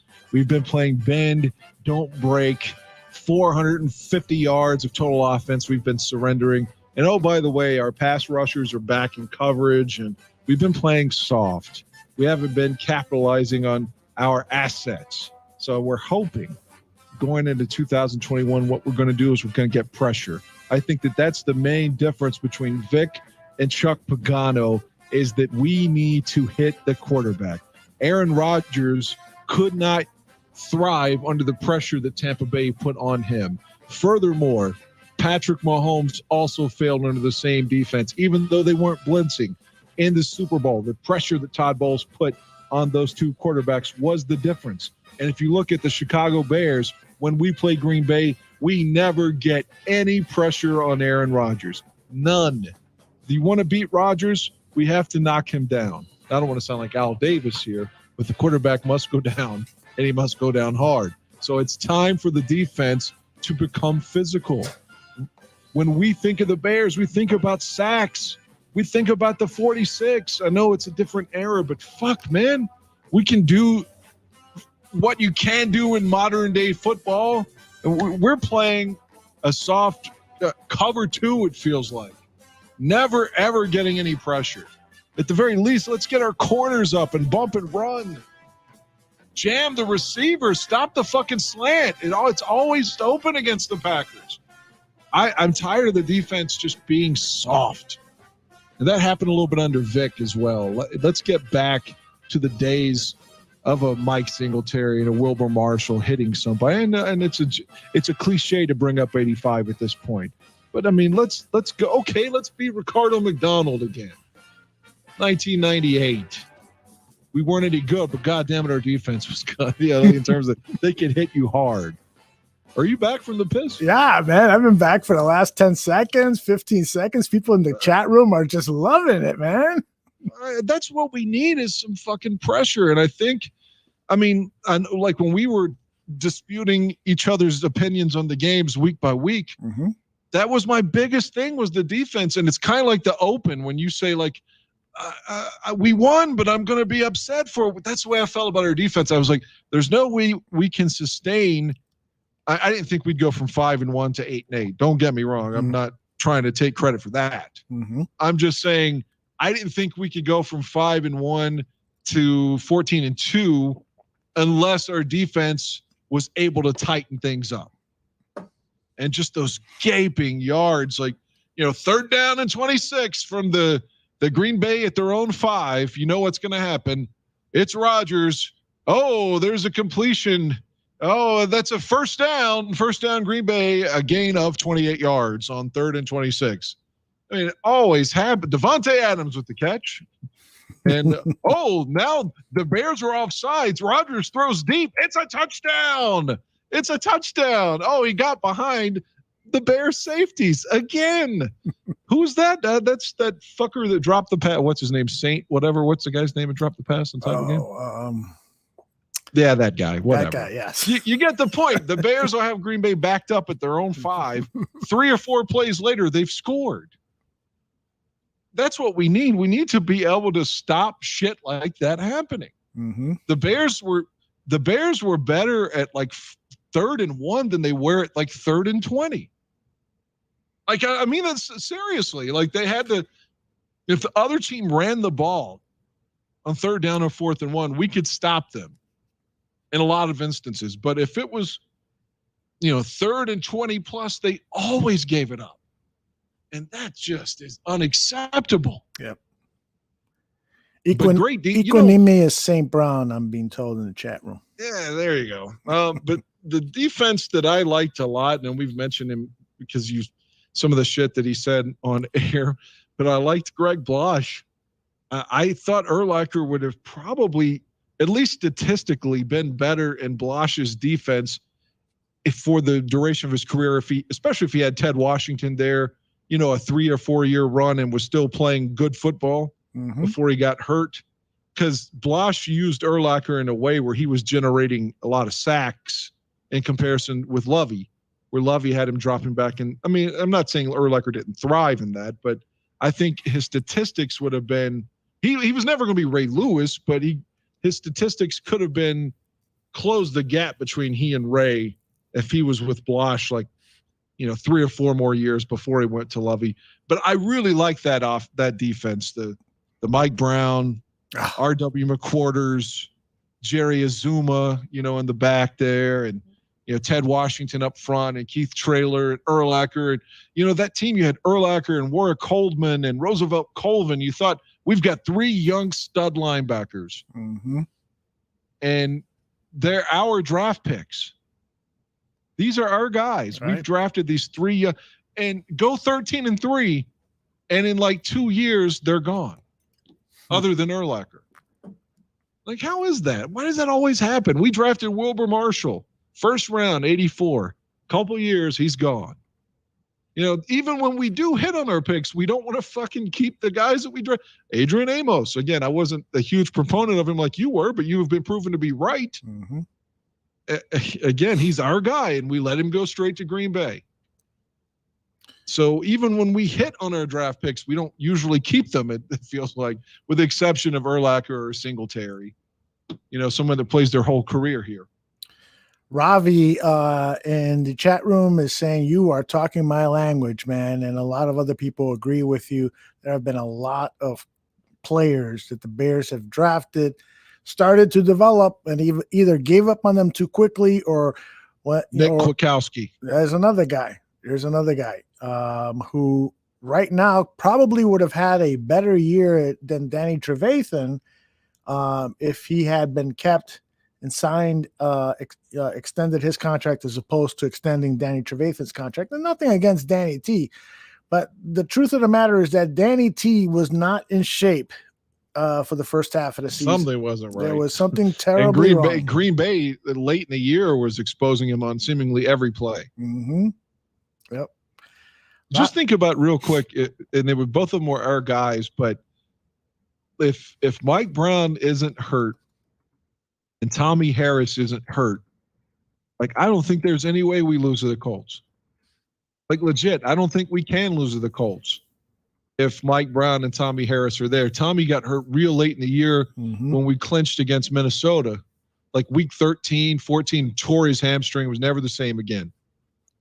And Mike Brown got hurt in the famous Arizona game and scored that night and still got hurt later in the game and was out the rest of the year. But if you have Mike Brown back there and Tommy Harris up front, like, man, we don't lose that Super Bowl. Yeah. Even if Rex is having a bad game. I'm with you. By the way, we've been corrected. It was Marquez Valdez Scantling. Yeah, MVS. Those guys always perform well against the Bears, it seems, doesn't it? Yeah. It doesn't matter who they have, but but against the Bears, they perform. And that brings up that whole point. We talked about it earlier. Are you concerned about Sean Desai's being a first-time play caller? And that's what that was all about. This was about Vic Fangio making multiple mistakes with his play calling. And Pagano or Vic? Excuse me, Chuck Pagano. And what bugged me, almost as much as the bad play calling by Pagano is Matt Nagy sticking up for him. Matt Nagy saying, sometimes you just got to make plays. And he was referring to Danny Trevathan has to guard a wide receiver who runs a 4-4. Get the fuck out of here. Get the fuck out of here. If you think we're going to buy that shit, then wrong. Just tell us the truth. Chuck called a bad play there. That was it. That was it. And Rodgers saw it immediately. Immediately. Fuck, I would have seen it. I saw it on Twitter. I was like, immediately, I posted a video of it and saying, how could this be? And then on the same play, they had Akeem Hicks dropping back into that middle linebacker position. And you had somebody was in for Roquan at that point. Who was the backup linebacker who was in for Josh Woods? Josh Woods. And so there's Akeem. Who the fuck is Josh Woods? No, Carmel. There's Akeem Hicks and Josh Woods like almost patting each other on the back. Like, yeah, let's sit this play out or something. And, just a mess. So that's the primary difference right there during this run. And this is breaking my heart to admit this. That play right there, you look at that play we're just talking about, that Rodgers immediately dissected, saw the mismatch, and scored. And I don't know, what was it, 70 yards? It was something like that. Yeah, right. I don't know if the circumstances were the same, that Jay Cutler or Mitchell Trubisky. I definitely don't think Mitchell Trubisky sees that and beats them. Mm-hmm. If Mitch sees it, he probably just is going to dump it off to, a flare pass to David Montgomery. He's not going to take a shot. He's so afraid of getting picked off. And as much as I like Jay, I don't know if Jay would have read the defense immediately, like the way Rodgers did. So my point is, that's the reason we can't beat Green Bay. Their guy, what makes him so good is that he can just look at us and he knows what we're doing. Mm-hmm. And our guy, even if we make that assessment, we never can make the throw. Like that was Mitch's biggest flaw. It seemed like he couldn't complete a pass over 20 yards. Yeah. At least with any consistency. And I don't know if it was the coaching or if it was Trubisky himself, because it looked like his first season, he was going to be okay in that regard, but it's like they coached it out of him. He was so afraid to get picked off. Who was the Green Bay Packer defensive back who said, our strategy was to make Mitchell Trubisky play quarterback? Do you remember who that was? That was Amos, wasn't it? No, but Amos, I'm sure. He had the interception that night. It was opening night. You're talking about the 2019 opener, right? Yeah, but it wasn't Amos that said that. It was his teammate Trevon Williams or somebody like that. Anyway, but that was the thing, is that, they challenge Mitch to make those long passes, those explosive plays, knowing that he wasn't going to, because, all you got to do is guard that first guy, his first read, and he wasn't going to be patient and go through the progression of trying to find that second or third read. And I'm sure people in the chat room are saying, yeah, but he didn't have the protection. That is true for a lot of plays, but on some plays where he did have the protection, he just wasn't going through the proper progressions. And Charles Woodson said something similar back in the day about Cutler. Mm-hmm. Like, it was just like, well, eventually we know he's going to throw it to us. And that's not a quote, but it's the gist of it. And look, I loved Cutler and Trubisky. So, but I think that's the biggest difference in this entire era is that their guy is just superior at reading the defenses, and he's got balls bigger than the fucking any of the Great Lakes, and will take a shot. And none of our guys. Well, Jay would take shots, but it's his shots weren't as successful. And it seemed like, at least I don't want to pile on, that Mitch, when it wasn't man to man, couldn't get the job done. Mm-hmm. It doesn't matter what you're in. Rodgers can dissect you. So that's the difference. I don't know if Green Bay's close to winning the Super Bowl any more than the Bears if Rodgers isn't Rodgers. It's a good question. I mean, what if Jordan Love has to start, from like week 3 on? What if Rodgers would suffer, an Achilles or something, where he's like, it's no bullshit, he's out the whole year. Just something bad. Right. Not like, well, he can be out 7-8 weeks, like a collarbone, and then get reactivated in week 16. But I mean, he's going to be done this year. He's got to have surgery. And Jordan Love, like Marino did when they had to bring up Scott Mitchell. Sure. Something like that. I mean, can Jordan Love lead that team? Maybe, who knows? But yeah, we don't know. He hasn't even suited up for a game, so we don't know what Jordan Love is. Rodgers makes everybody better. There's no doubt about it. I mean, look at. And I hate praising him. I hate it. Oh, me too. But you look at his roster, and he's the last 3-4 seasons. He's only been playing with one wide receiver, Devontae Adams, who is a top wide receiver in the NFL. There's no doubt about it. He's special. But outside of that, we're trying to remember Equanimous St. Brown's name, Marquez Valdez Scantling. Yeah, but he's had some good. He did have Greg Jennings. He had Donald Driver. He's had Jordy Nelson. Yes. He's had some good receivers. That is right. But I'm talking about over the last 3-4 seasons, while the stats are the same, the touchdown interception ratio is the same and so forth. Rodgers has been special. There's no doubt about it. And we can quibble about this and, holds the ball too long and does this and whatever. We can quibble about that, but there's no fucking doubt that, if he goes down, the Packers are going to be a lesser of a team. Now, we don't know what we have in Jordan Love. Is he anywhere near capable of playing at an NFL starter role? I didn't think so when I saw him down at the Senior Bowl. I thought he was just kind of average, although there was all this talk about him at the Senior Bowl. Wow, there's this big buzz about Jordan Love and stuff, but I didn't see it personally. But who knows? Who knows about it? But the fact of the matter is that if Aaron Rodgers was the quarterback of the Chicago Bears over the last 10, 15 years with the Bears defense, generally what it is in 2018, for instance, the Bears would have won the Super Bowl. There's no fucking doubt about it. No doubt. I can only think, and again, someone can correct me, but in the last 15 years, I can think of 2 passes that our quarterbacks went deep on Green Bay. Rex on opening day in 2006 in Green Bay had a bomb from midfield on the first drive of the season to Bernard Berrien for like 49, 50 yards, touchdown. And in the game that I threw my remote and I marsawed my remote, the Randall Cobb game in week 17 in 2013, winter in, the Chris Conte game.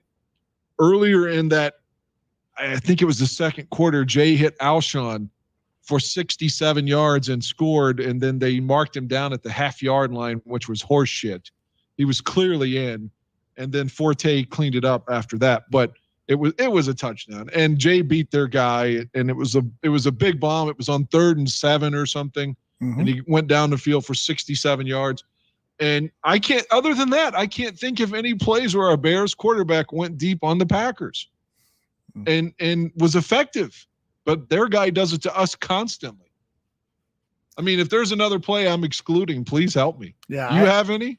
I can't think of any, to be honest with you. I really can't. There's the difference right there. It doesn't matter how good the defense is or how much it's struggling. when their guy can make all of these plays at any given moment, and our guys, for whatever reason, can't. I don't know if it's coaching or just the players or what, but it would just even Jim Miller had a 400-yard game once against Minnesota, and it's not like they were scrubs then. They were coming off their 15-1 year, and he still threw for 400 yards. We never have a game like that against the Packers. That's so true. When does our fucking nondescript guy come in and throw for 400 yards against the Packers?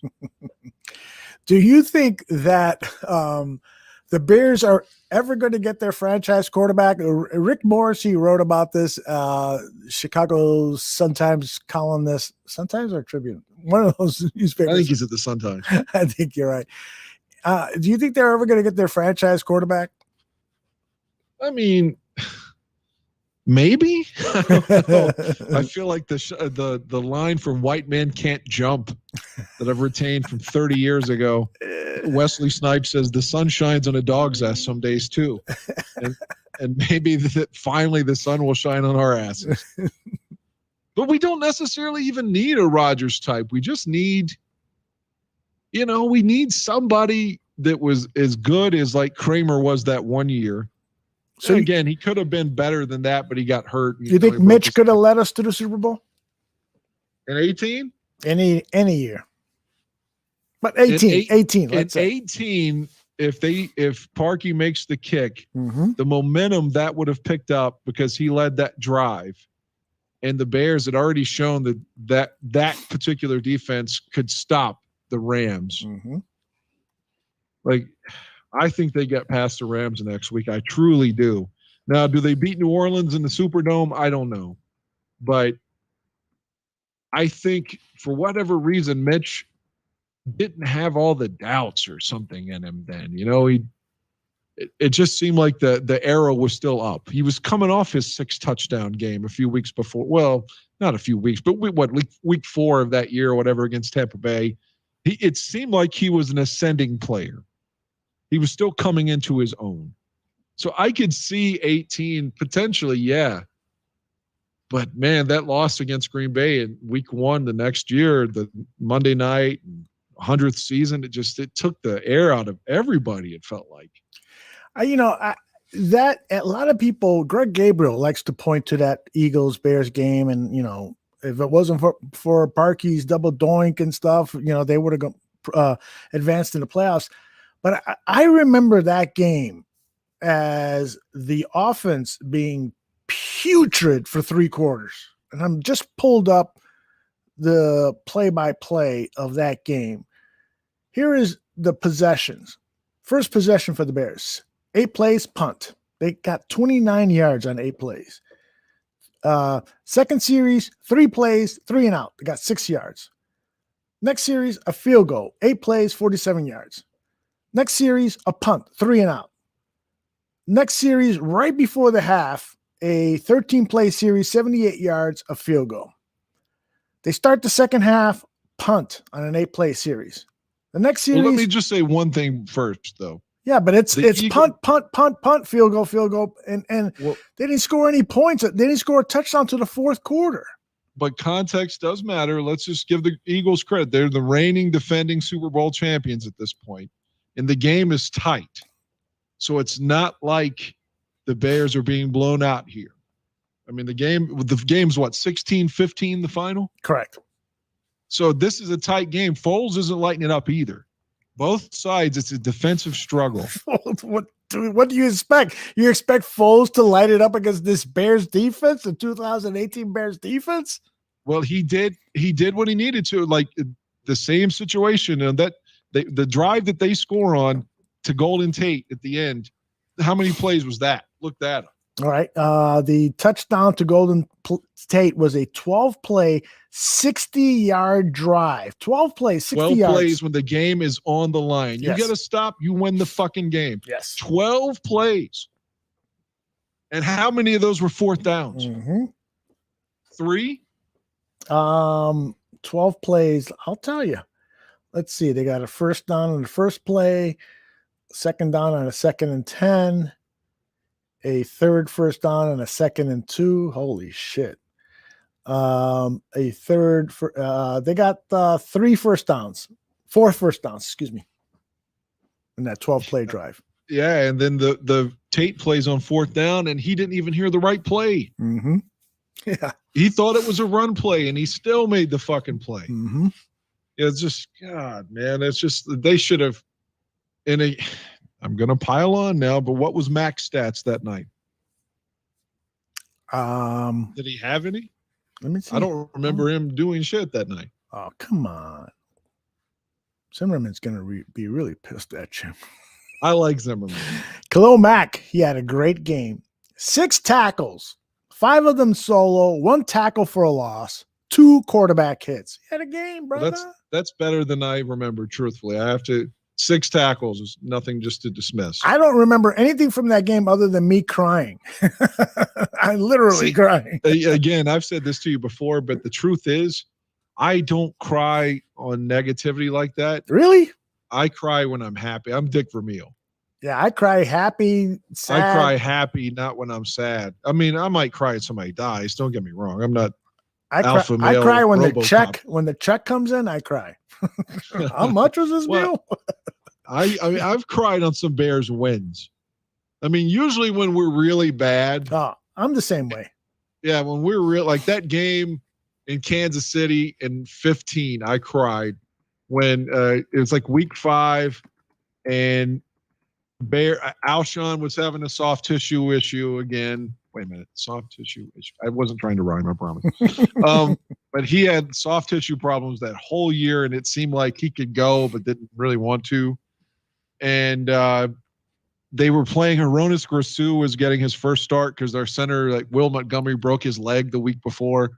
So Jay had, that was the first game that Cam Meredith played from the practice squad, and we had just turned him from a quarterback to a wide receiver. Mm-hmm.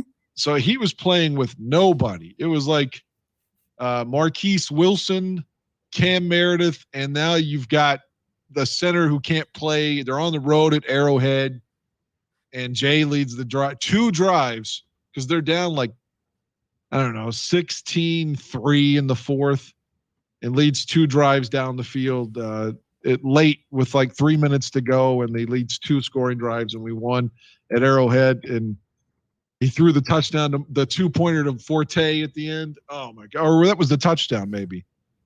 Because he dropped the ball. I remember Sam Rosen saying, he dropped the ball. Right. He picked it up and then threw a fucking touchdown. Oh man, I cried. Oh God damn it.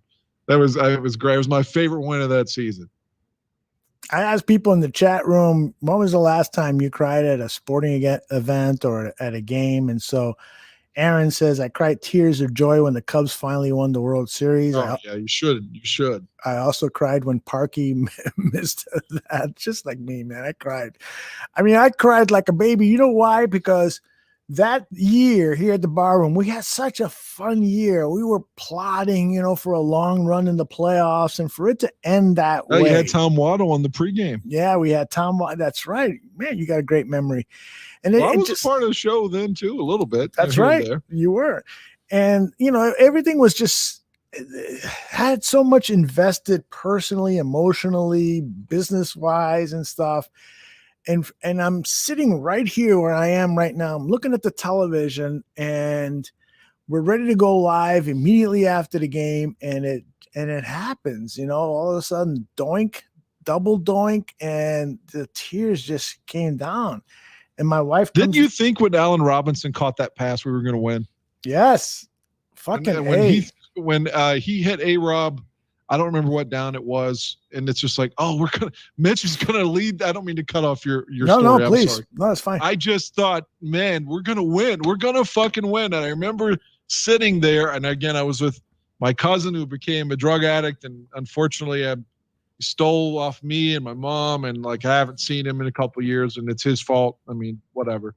But he was watching the game with me, and my friend Michael, the Chiefs fan, was watching the game with me, and I felt like Jim Kelly before the Norwood miss, because I remember what he always said. He's like, you don't even want to look. You're just like, okay, he's going to make it. He's going to make it. That's his job. He's going to make it.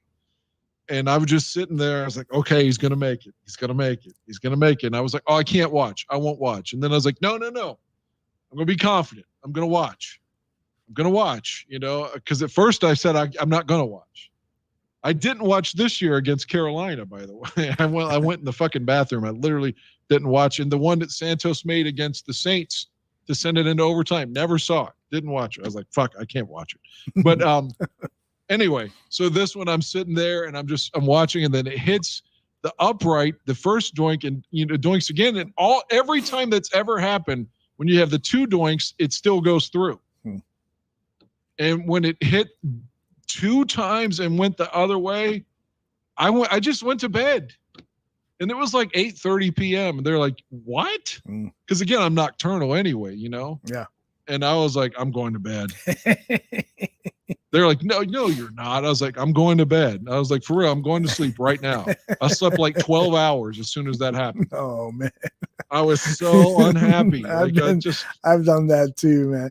Oh, my God. Like I said, I didn't cry, but it's just a fucking punch in the balls. Ugh. And just to know that piece of shit was still kicking in the playoffs for the Browns this year. Like, I don't want him kicking ever again. Mm-hmm. Like, I don't want him having a job ever again. I wouldn't give him death threats or anything crazy. I didn't wish him anything ill on his family, but God, man, like, that guy's in the playoffs now. Like, I didn't want to see it. By the way, Tony says he cried tears of happiness when Hester had that Super Bowl kick return touchdown.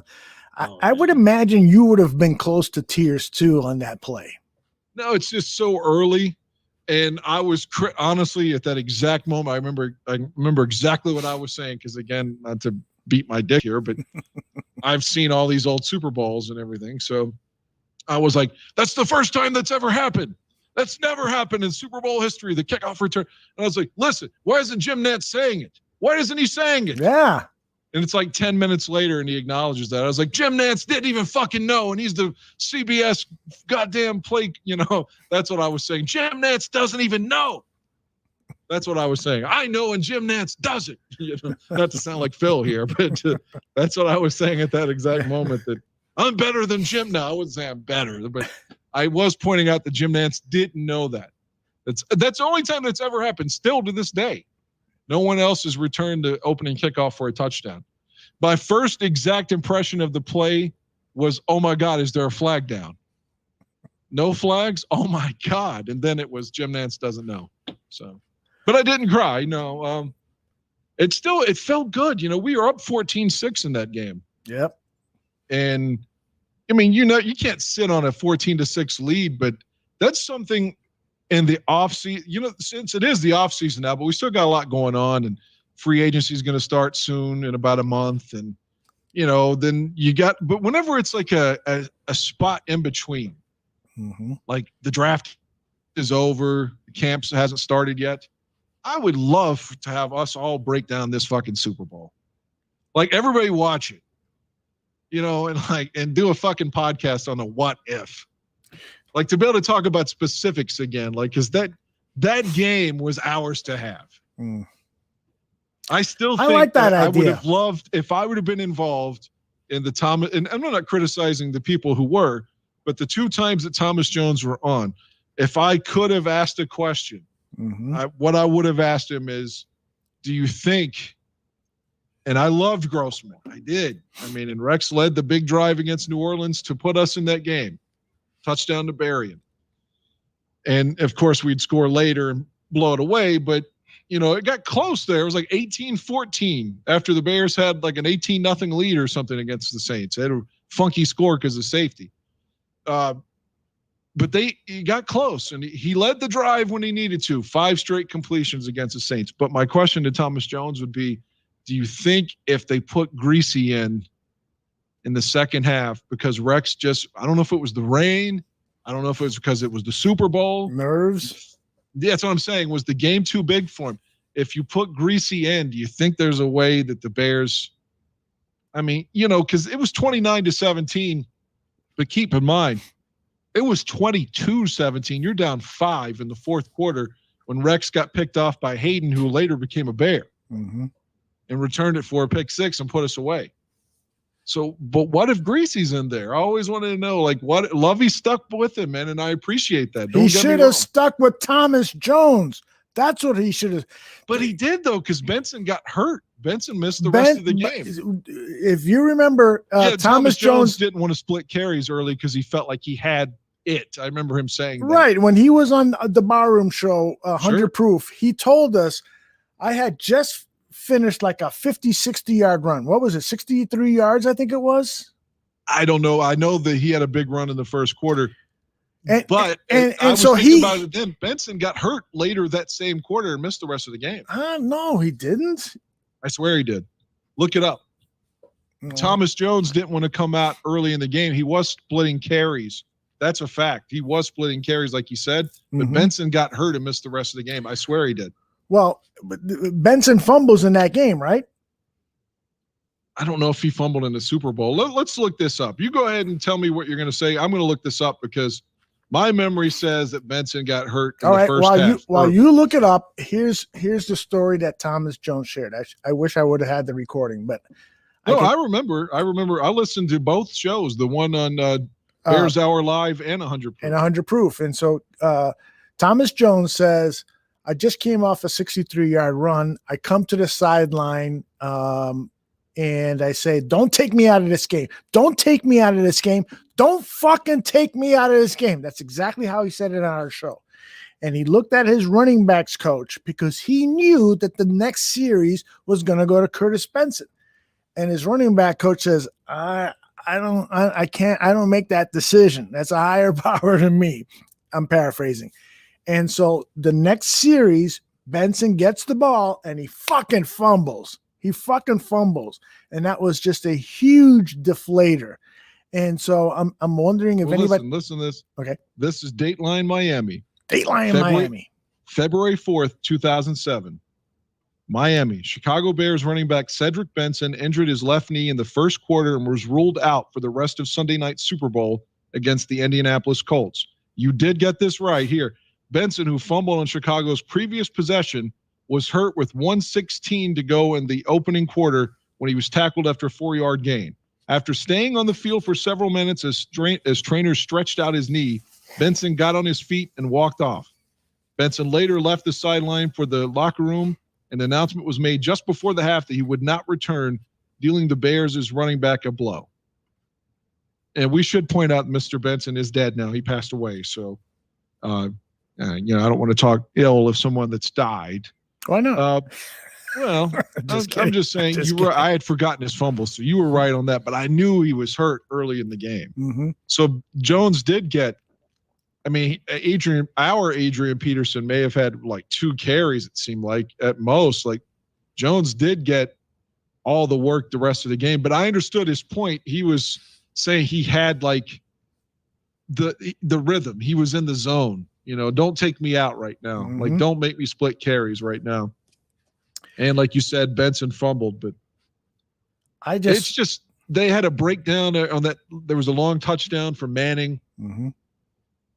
That got us to Reggie Wayne. Yeah, there was some terrible. I think it was Daniel Manning maybe that blew the coverage. I spoke with Alex Brown. It was Joe Mando, the Tooch, and myself. We went to some fantasy football thing where we basically rented one of the suites at Soldier Field to hold our fantasy football draft. And they had some celebrities there. One of them was Alex Brown. And so we had the opportunity to talk to Alex for about 15, 20 minutes. And that's what he said. He said, our defense was what let us down in that game. We did not play nearly as well as we should have. We should have been able to stop Peyton Manning. They had nothing on us. And I told him the story about Thomas Jones. He goes, that's Thomas, man. He wanted the ball. I love that guy and stuff. But the reality is it was us, the defense, that let us down in that game. And that was big of him to say that. And he was a guy that I loved too. Mm-hmm. And the way we like Akeem Hicks, I loved Alex Brown. He and Bernard Berry, and every year I was like, maybe I should get their jersey. And for some reason I didn't, but I loved both of those guys. I hated to see Berry leave. Mm-hmm. Yeah, man. Same here. But he was our guy, and he went to Minnesota. I hated seeing Paul Ettinger up there too. You bring up Berry and Brown. Those guys, and Marty Booker's another guy, guys that came to the Chicago Bears, and you didn't know. At that time, I didn't study the draft or where these guys came from. All of a sudden, they're on the roster. Like, oh, cool. And they play their asses off and play so bravely. Like Marty Booker, my goodness, 100 catches, 100+ catches, but he was getting pummeled over the middle of the field. I loved that guy. And Berrien, out of nowhere, this guy is streaking down. He's reminding me of Willie Gault. You know, I love those stories. I love those guys who just came out of nowhere to perform for the Chicago Bears, but unfortunately weren't rewarded with the ultimate prize, that championship trophy. Hey, by the way, speaking of championship trophies, I hate to change the subject real quick, just digressing for a second. Did you see that story about the daughter of the woman the daughter of the man who created the Super Bowl trophy? She was upset that Tom Brady in a drunken stupor was throwing the Super Bowl trophy, the Lombardi trophy, from one boat to another. Did you see that story? I knew about the story where he was drunk throwing it to Gronk, but I didn't know that the lady was upset. Oh yeah, she was like, that was so disrespectful. He should apologize to my father and all the other silversmiths, she called them, that worked on that trophy. It was just the wrong thing to do and so forth. I thought it was kind of an interesting thing. I don't know if she was maybe being too, pruny. That's not the word. Whatever it is, just being overly protective of her dad's work, or whether she was right. My first reaction when I saw the video of Brady tossing that trophy like that, I thought it was a bit disrespectful. He was drunk. He's Brady. Yeah, so he gets away with it, right? Real quick, to go back, I want to digress back to the Super Bowl. Please do. The reason we lost, and I always thought this, but I pulled up the stats. Dominic Rhodes, 21 carries, 113 yards, 1 touchdown. So we couldn't stop him running the ball. And his tag team partner, Joseph Adai, ran for 77 yards on 19 carries. So right there, that is 40 carries from 2 guys. And Adai had 10 catches for 66 yards. Those 2 guys deserve the MVP, either one of them, not Peyton Manning. Peyton Manning's rating of that game was an 81. So, I mean, but he was Peyton Manning, so he was going to win just because he's a good old boy, Peyton Manning. Nah, that's not why. Try to throw my dick in the trainer's face in Tennessee. Remember that story? Yes. Share that with people who don't know that story. God, he was at the University of Tennessee, and the trainer was like had to rub his thigh or his quad or something, and I guess his dick got hard, and he allegedly put his dick in the girl trainer's face and wanted a blowjob. Jesus, because he's Peyton Manning, baby. Oh man, that can't be true. Is it true? That was allegedly true. But anyway, that game is so frustrating because I don't know if we'll ever get back there. And it was there. It was there for the taking. No, we will get back there. The question is, will I be alive when they there get you go. back there? That's exactly what I was saying. Me too. You're I told a young you my man. dad and my sister both died at 41, and I'm fucking 40. Yeah. Somebody asked me last week how old you were, and I put up in the chat room, you're 40. So I'm glad I got that right. You're a young 40, though. You're in great shape.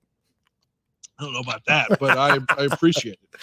I mean, health-wise, if you look at me and say, the guy needs to lose some weight, but I don't have diabetes or high blood pressure. Well, my blood pressure it's higher than it should be, but it's not high in terms of, get him on medicine. Do you drink? Not so much anymore. My biggest problem now is I drink soda because I don't like coffee. So you drink like regular Coca-Cola or Pepsi? Yeah, I drink 2 of those. I drink 2, like I'm drinking one right now, 20 or 16.9 ounce bottle. I drink 2 of these a day. Ooh, that's a lot, brother. Yeah, I drink 2 bottles of soda a day and 2 waters typically a day, which I know I need to drink more water than soda, but that's usually what I take to work with me, 2 bottles of water and 2 bottles of soda. But I'm gone 12 hours. Mm-hmm. So it's not like I'm drinking 2 bottles in like 3 hours or something, but that's my biggest problem. That and just, eating too much pasta or something, All right, I want to talk now about the latest quarterback rumors, and there really isn't anything out there that's new from since the last time we talked about it, other than. But everyone had these sources. No. Well, and I want to comment on that, and perhaps I did enough of that last week. We brought up, I think his name is Brandon Robinson from the Windy City Gridiron. Good writer, knows his stuff. But he posted on Twitter that he had an inside source that was telling him that this trade was imminent, the trade of Carson Wentz to the Chicago Bears, and that the Bears were going to pay. I think his tweets started with that they were going to pay a lot to pick up Wentz, and then as the days went on, that it was not going to be as much as initially thought. And then when it was one tweet, I actually went back today to see if I could find it because I wanted to specifically talk about this one tweet, is that he was almost begging for the trade to happen. And it just seemed to me like it was more of Brandon begging for it to happen to prove that he was right, as opposed to, I don't know what and so my point here is that that's not how real reporters act. And so Brandon, God bless you. You're a good writer. You know your football. There's no doubt about that. I read your tweets. You just don't know your inside information on trades. Exactly. I think that you were either fed some misinformation or you had some type of hallucination or something. Overzealous. Perhaps, and Draft Dr. Phil, I'm told, I don't follow Phil on Instagram, but I'm told that he had a similar tweet that the trade was imminent and that it was going to happen any day, and that was now over a week or two ago. I saw that, and I don't have Instagram, period. Mm-hmm. But I saw it too. It was shared with me, and I just thought it was it was a joke. Mm-hmm. Like at first, because Phil always shit on the Bears blog for having sources. So I thought it was like, oh, someone made this. Like Phil really didn't send this out. They're like, no, it's real. So well, I was shocked Phil has sources, I mean, he's friendly with John Jenkins of the Chicago Bears. They're from Connecticut and so forth. But I don't think that John Jenkins knows what the Bears. I don't think that anyone in the Bears front management is calling John Jenkins, hey, by the way, we're close to making a trade with Carson Wentz and so forth. And then that John Jenkins is calling Phil up, or Phil is calling him up, and Jenkins is offering that information. I just don't think that is correct. And so maybe I'm wrong, and I would apologize to anybody if they really do have these sources. I just think that in your zeal to report on something, that you're just kind of maybe embellishing things. And so I put this out on Twitter. If you have a real source, it's probably because you've been working in media covering NFL teams or covering a specific team for many years. That's how sources are developed. Or that you're either a former player or worked with an organization for a long time and have somebody feeding you information. That's another way. Or the third thing is that you do have a source, but now that you have shared what that source told you publicly, that source ain't going to share anything more with you because it was probably done in private. And so I'm not saying that anyone is lying. I'm just saying that it's highly unlikely that, and I've talked to Greg Gabriel about this, who has worked in the NFL for many, many years. It's highly unlikely that anybody in NFL front offices is going to be sharing stories with anybody, especially the Bears. The Bears under Ryan Pace are very, very secretive about what they do.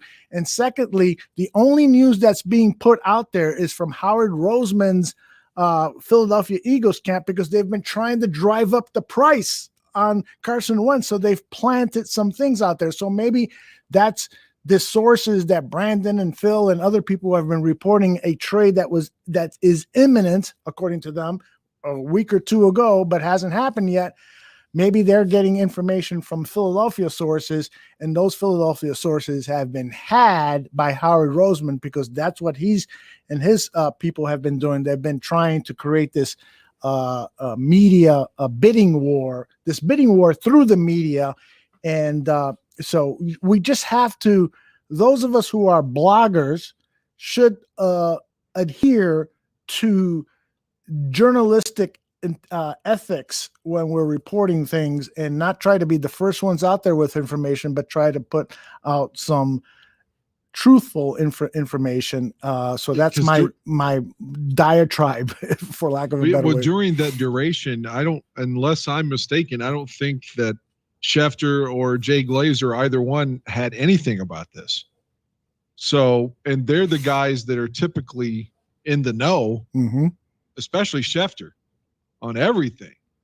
It seems like he knew if Pagano was gone before we did. I mean, like, and before the Bears announced it, that's what I'm saying. Right. By the way, Chris Gonzalez is saying that Phil does have many sources in all seriousness, and I'm not debating that at all. He's saying that his Facebook post was sarcasm and that he was joking at all this BS being thrown around. And that could be the case. That could very well be the case, that Phil was just trying to mock the people like Brandon and other people who were reporting this trade. I could see that. I could see I that. could definitely see that. Because like when I saw the thing, that's why I was like, man, Phil would kill the Bears blog for things like this. So I just was like, man, that doesn't sound like Phil at all. So the sarcasm, that definitely.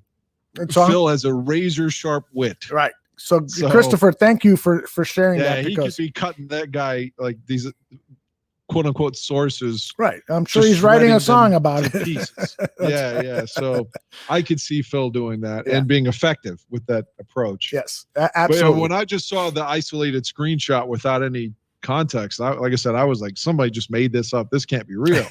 Yeah, it struck me that way too. Because Phil would never just say, I've got some sources or whatever.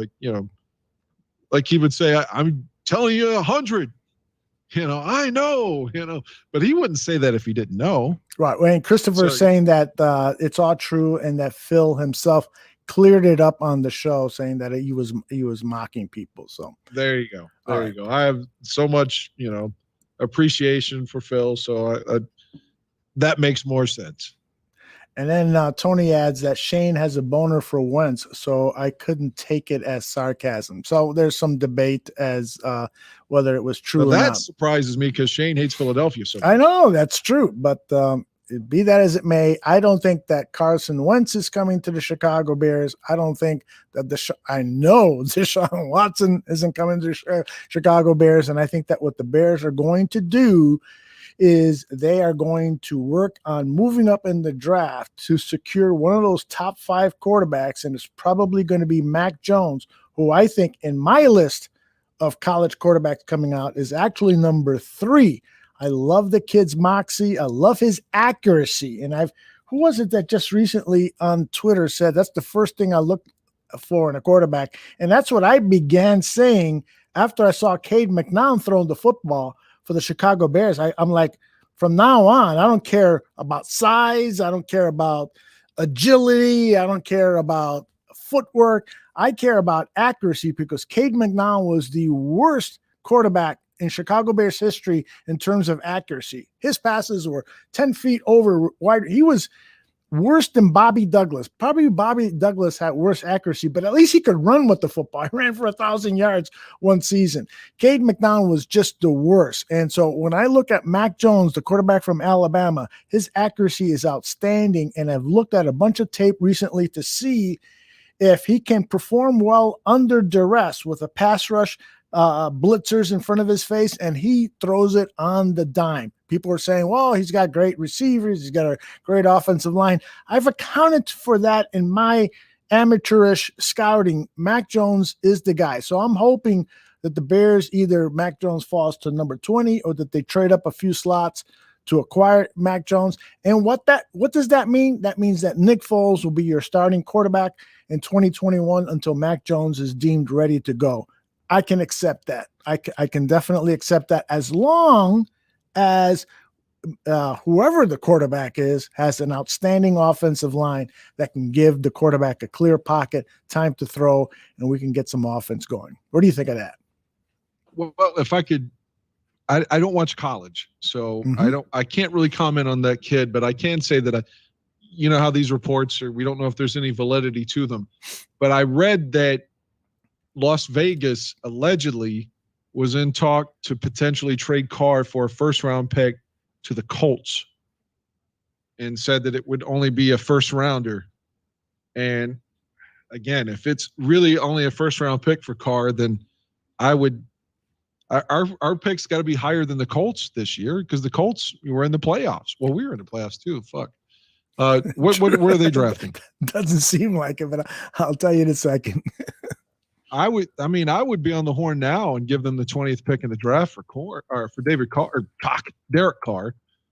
David's his brother, of course, but Right. Who was the first pick in the draft in 2002 and got his brains beaten and sacked like 79 times. They ruined him. That's why they ruined him by, quarterbacks, a lot of guys don't have that mental toughness. And when he was sacked that many times, it was over, man. It was over. It was like for Jay that guy. Cutler with the Bears. Yeah, really. There's a lot of truth to that. Jay Cutler, I'm not saying he would have taken us to the Super Bowl. He would have been a great quarterback. Well, he was one game away, so it's not like exactly. Great point. But he was ruined by the lack of an offensive line that he had. Who am I looking for in terms of draft order? The Colts actually draft 21st. The Bears draft 20th. Well, there you go. We got a better pick than they do. So, like, if you're going to give Derek Carr to them for a first rounder, why can't we do that? Mm-hmm. I would definitely make that trade. Other than unless, like you said, if they go with Foles, the only other veterans now are probably either Winston, who's allegedly going to re-sign in New Orleans, or pull off a Derek Carr trade, unless you're going to sign Fitzpatrick. Marcus Mariota? You have to trade for him too, but you should be able to trade like a third rounder for him. Yeah, but I think Foles is probably better than he is. I agree. The thing that Marcus gives you a big step up. I totally agree. Derek Carr can take this team if the team has a good defense and some wide receivers to throw to. Derek Carr can take this team to the Super Bowl. No doubt in my mind. So, yeah, you got to be watching that. And we know that Ryan Pace and Chris Ballard don't like each other, obviously. So maybe, gamesmanship, it looks like the Colts are going to pull off the trade. Well, maybe we can throw like a first and, fifth or something in there too, and maybe pull off the trade. Do you believe in jinxes? You believe the Bears are jinxed? Is that what you're asking? Yeah, like somebody just said, what if the Bears draft Mac Jones and he sucks? Because it's the Bears, right? It seems like they will never get a franchise quarterback. Never. Because it's the Bears. Well, for years, lots of years, the same thing was said about wide receivers.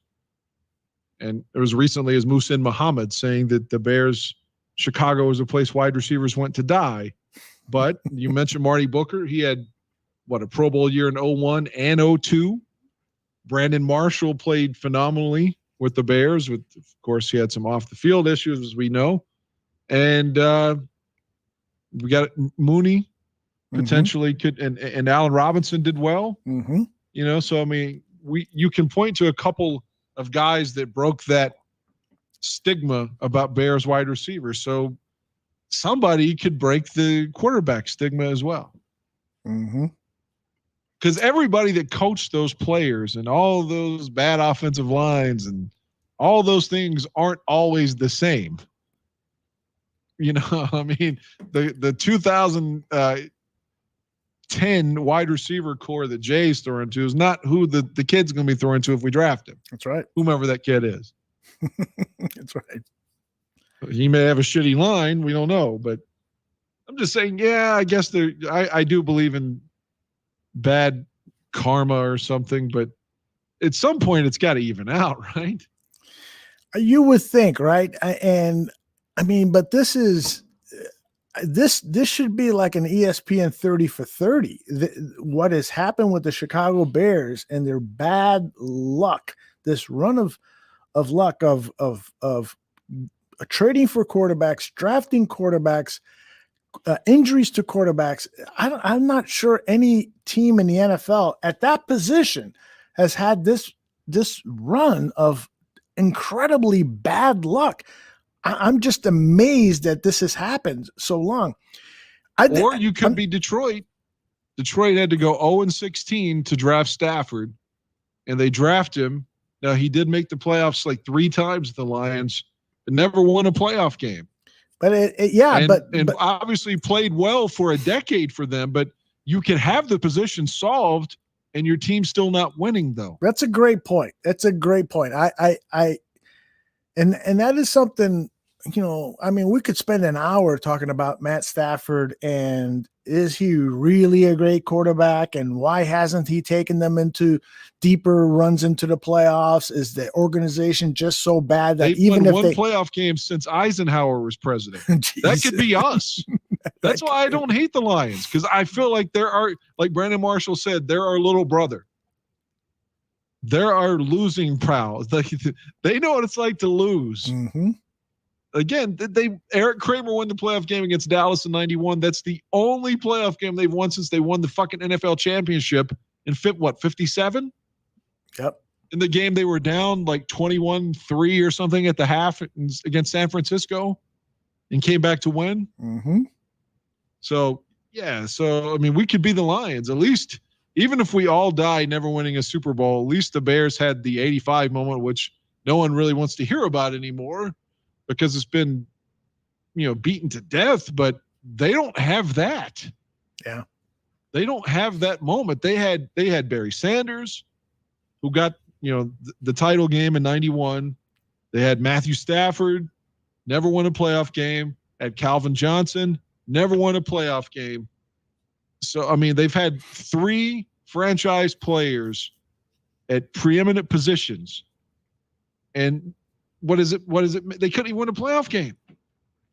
We should bring on a loyal Lions fan / blogger. To compare wounds. Yeah, compare wounds, and then maybe have a little man. fun with that person, and you know, rub it in that their team is. Yeah, I don't think we need to rub it in. I think like Detroit in some ways has been more successful. They went through a stretch where they had beaten us like fucking 8 or 9 in a row from like the Trestman era until Nagy.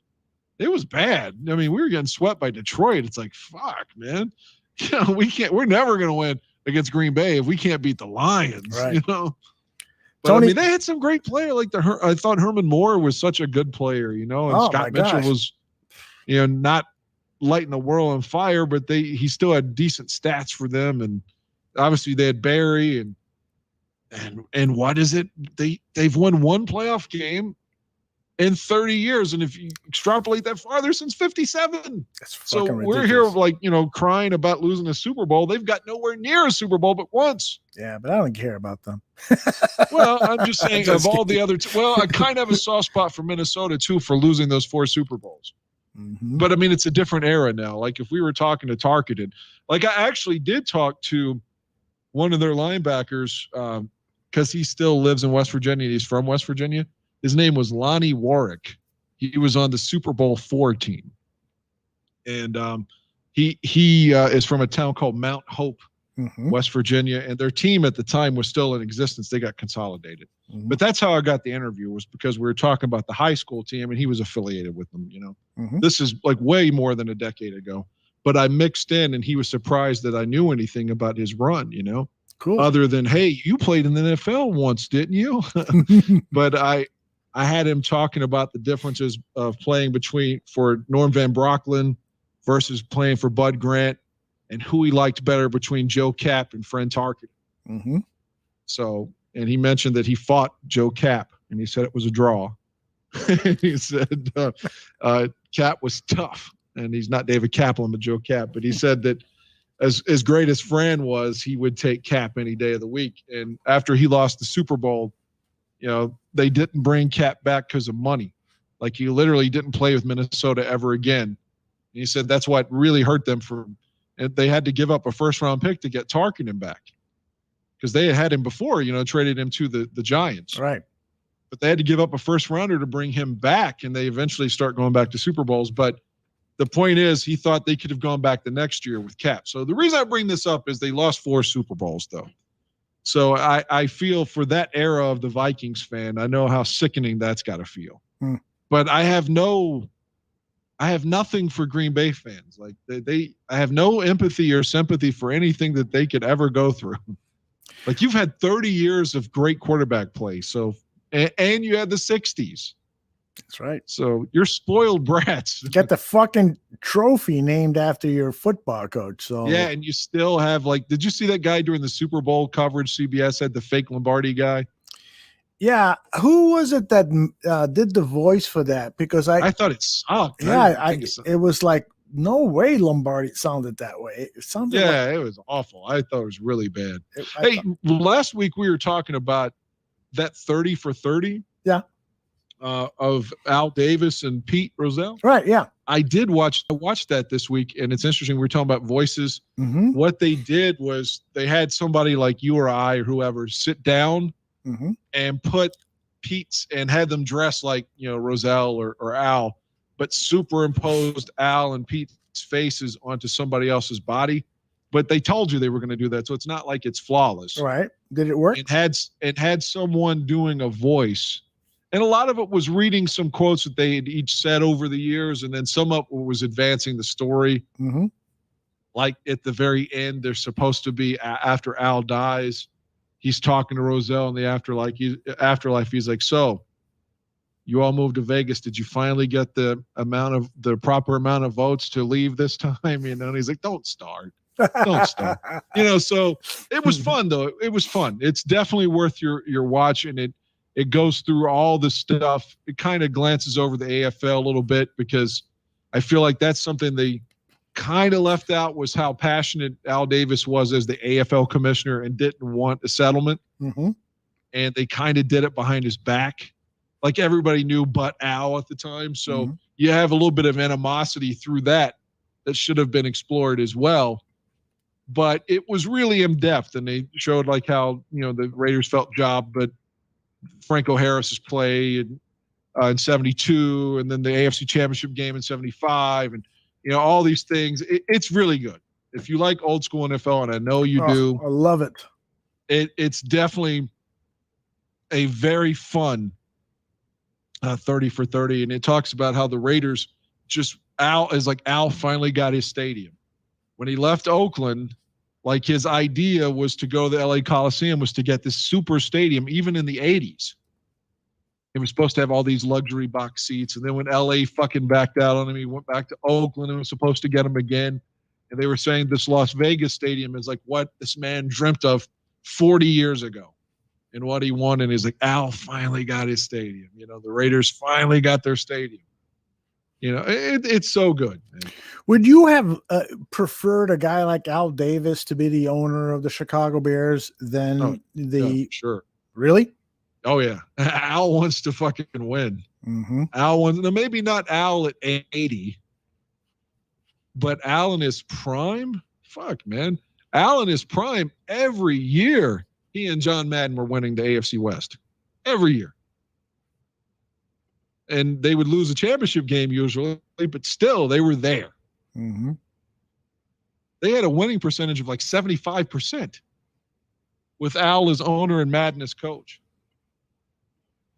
And then you bring in Tom Flores, who's now a Hall of Famer, to replace Madden when Madden gets burned out. Yep. Oh man, what a great run! Yeah, fuck yeah. How could you not like Al? Tony, unless you're a Pittsburgh or like a Denver or Kansas City fan. Tony in the chat room says, "Just win, baby," instead of "just collaborate, baby." Exactly. What was the other word? Collaborate, and what's the other? They used two of them. Yeah, collaborate. I forgot. Yeah, it was something. We're collaborating. All right, you want to shift gears? I want to talk about a couple of movies that I saw over the weekend. Sure. Let me. I'm trying to decide which one to talk about first. Let me talk about this one first. The New York Times did a documentary on Britney Spears. Are you a Britney Spears fan? No, but I know that even Justin Timberlake has come out and said that that Cry Me a River song was piling on. And yeah. He issued an apology to her and Janet Jackson, I assume because of the Super Bowl 38, but I don't know that for sure. Yeah, I got to admit that while I saw this movie, again, it's produced by the New York Times and it's on Hulu.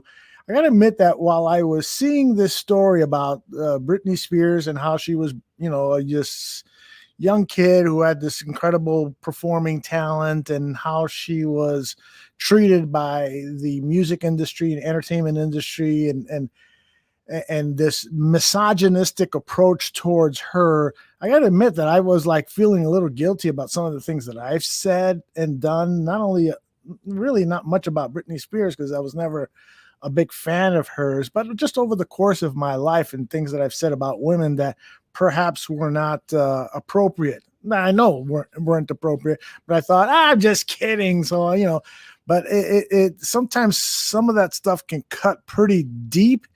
And what Britney Spears has gone through, I'm not even sure why I decided to watch this. I think it was more to have something to talk about with you here. Well, this era is mine. Okay, so you Britney can comment Spears on it and a lot I better are than almost me. the same age. Yeah. I think she's born in 81 and I'm born in 80. I could be wrong about that, but I was watching MTV like religiously because they still were videos, when her era was forced upon me. So yeah, I resented that kind of music, and I haven't seen the documentary, so I don't want to shame Britney Spears, and maybe she was forced into this. I don't know, but I do know her first single, that "Hit Me Baby One More Time," whatever, makes me want to say, "Kill me, cut me, baby, kill me one more time" if I have to fucking hear it. But she was dressed like, essentially, and I don't want to sound like a conservative here, but she was a minor. Yeah. And she was heavily sexualized, almost to the point of like she's about to go do a porn. Yeah. In the hallways in her little schoolgirl outfit. And again, whatever. I was like 16, 17 at the time. Whatever, she's hot. No, I don't care. But at the time, you can't have it both ways to like exploit your body to gain fame and wealth, and then suddenly I'm supposed to feel sorry for you later on. I don't understand. Yeah, but Like, she's I guess, too young there to really realize what is going on. Isn't that the parents' responsibility to say, no, you're not going to win? Yeah, I could see that for sure. And it's ironic that her dad, for some reason, was still trying to control her money, even though she's like 40 years old. Exactly. And has kids. And yeah, I don't know what all that's about, but I don't pretend to be knowledgeable on the subject. And obviously everybody knows about the 07 shit when she shaved her head and all that. Yeah, and that's all covered very well. Again, this is a New York Times documentary. It's about 70 minutes long, so it's a quick, breezy look at the issue primarily about the conservatorship of her wealth, because she is worth about $40-50 million because of that music video. Yeah, that started that's everything. Exactly. But she's worked her ass off to accumulate that wealth. She had Las Vegas shows. She did a lot of TV shows. She was on America's Got Talent and blah, blah, blah. But apparently what happened is that after she had her second child, she went through postpartum depression, and it was undetected, and people were just making fun of her for getting her head shaved and hair shaved and all this stuff. And it was just a really, really bad time. I'm going to play the trailer to the documentary. Is K-Fed in the documentary? He is. He's not. They don't interview him. He was contacted to see if he would be a part of the documentary, as was a number of the Spears family people, but all of them said no. But there were a number of really good interviews, including attorneys who explained how conservatorship works, and a couple of other people who were very close to Britney Spears during her ascension to pop stardom. So it's really a very well done. I'm glad that I saw it, despite the fact that I'm not a huge Britney Spears fan, but I'm intrigued with fame and how it impacts Perhaps I will watch this, by the way. I think you should.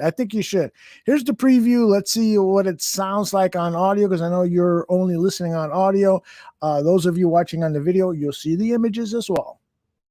What do we want? Free Britney! When do we want it? Now! What do we want? This is Free Britney 102, where we explore issues related to the Free Britney movement. The Free Britney movement is advocating for the end of Britney Spears' conservatorship. A functioning woman that's been working nonstop, it doesn't make any sense. Dear Brittany, my name is Elizabeth Denon, and I'm 29 years old. My name is James Miller, and I'm from Baton Rouge, Louisiana. My name is Jasmine. I'm 28, and I am a Scorpio from New Jersey. Dear Brittany. Dear Brittany. Dear Brittany. I'm so nervous. I'm like sweating. Your whole situation is consuming me now. I can't believe that it's just been this long, and I didn't know. When I first started, I didn't know what I was doing. But every day you learn more and you gain more wisdom from that. Why is she still in this? Why is her dad making all of her decisions? I have always viewed the situation as something that I don't think would have ever happened to a man in America.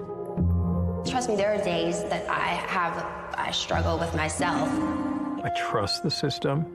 I believe the law is aimed at actually protecting the conservatee. There were things out there that have been said about me that aren't completely true. We stand up for you, Britney Spears, and we won't stop until you reach freedom.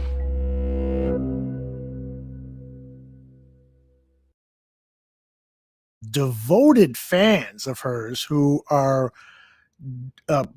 going all sorts of places to protest and try to get her out of this conservatorship, which apparently is very difficult from a legal perspective to get out of once you're in.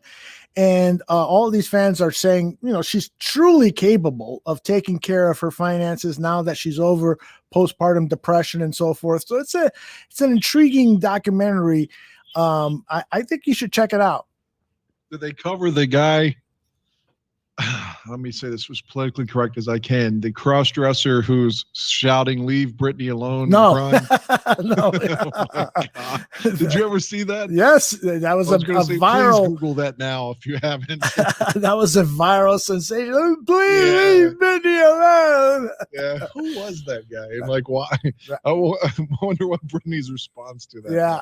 was. Well, you know, and it is sad because there was a sequence where they show how her relationship with the paparazzi, and it started off great. You know, when she's rising to fame, she greeted the paparazzi, she would talk to them, and they had a good camaraderie. But as time went on, I mean, the paparazzi was just up her ass, and it became, you know, almost criminal like what the paparazzi was doing to her, just taking away all her freedoms. It was just not cool. And you can really develop a sense of empathy for what she went through, and being so young and not knowing what she was getting herself into, and really being a kid who had all this talent. They show a video of her when she's 6, 7 years old, and she's performing and doing it really well. She's a kid with a lot of talent, and that was a passion of hers. But unfortunately, in America today and many other countries, you become famous like that, and it can just kill you, man. It can destroy you. Shifting gears into our uncomfortable topic of last week, I wanted to acknowledge that a Manson story came up that I believed the accuser. Well, let me set the stage. Last week, Dan and I had probably a 30-minute discussion about the allegations by Evan Rachel Wood, the movie star, who says that she was the victim of Marilyn Manson's brainwashing and sexual harassment, and that she suffered from Stockholm syndrome because of the way Marilyn Manson treated her. And she testified to the California legislature about that when she was trying to promote a law called the Phoenix Act, which would allow women to sue people who were deemed by their accuser of sexually harassing them. And so Dan and I didn't agree on that, and so now Dan has a different perspective after what happened. Dan, well, let me just say again, Evan Rachel Wood. I mean, okay, she's Patti Smith now, the victim of Stockholm syndrome, but I'm not making fun of it. I'm just saying. I think you are. I facetiously mocked the Stockholm syndrome part, and again, she's got caught saying contradictory things a lot. So I was dubious of her claims, specifically hers. Mm-hmm. And again, I wasn't even saying that she was wrong, but I could build a case where she was either lying now or was lying then on multiple things. But this other lady, don't have that, I can't point to something like, well, I've heard you talk about this before, and when you told the story, it was different. Mm-hmm. I don't have that experience with this lady. And she was very specific on it. I don't know how to say her name. She's played on Game of Thrones, which full disclosure, I've never watched one fucking episode of that. Shame on you.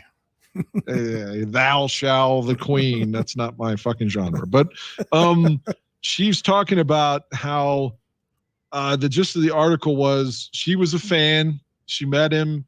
She was, starstruck, that kind of thing. And then he flew her to America because I think she's a British national to do a music video. And he tied her up and hog-tied her and things like that and was like torturing her, but it was for a music video, which again, that is part of his art, whether you like it or disagree with it, that is part of his visuals. But even she got to the point where she thought, well, this is kind of staged, right? I mean, Al, you're really fucking hurting me. This isn't like art. I mean, you're really fucking cutting me.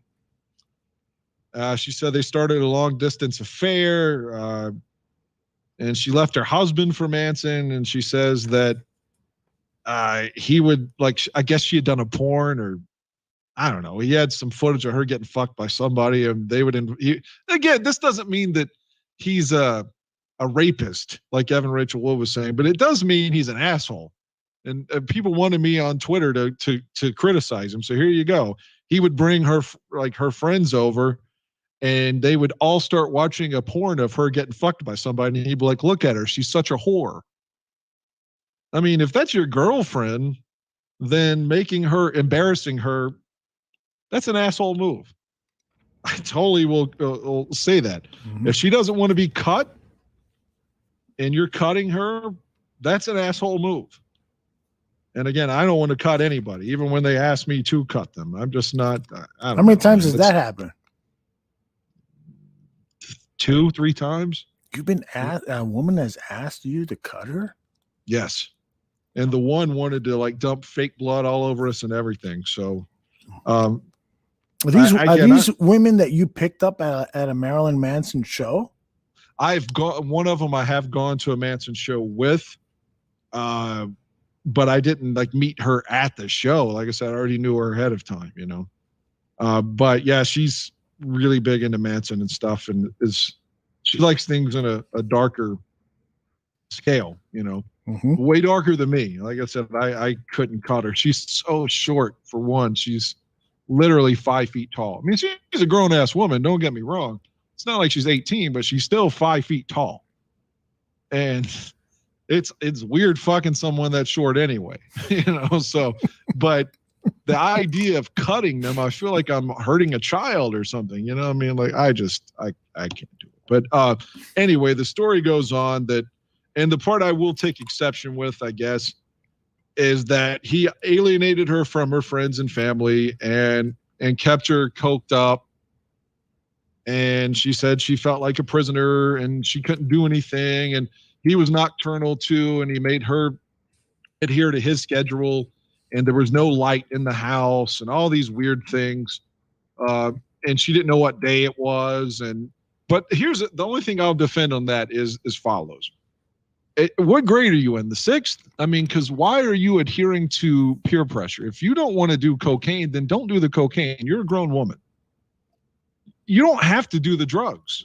If he says, well, you have to, then tell him to go fuck himself. I mean, you're a grown woman. You got your own money. You're an actress. You can go back to your home. You don't have to depend on him to pay for your flight.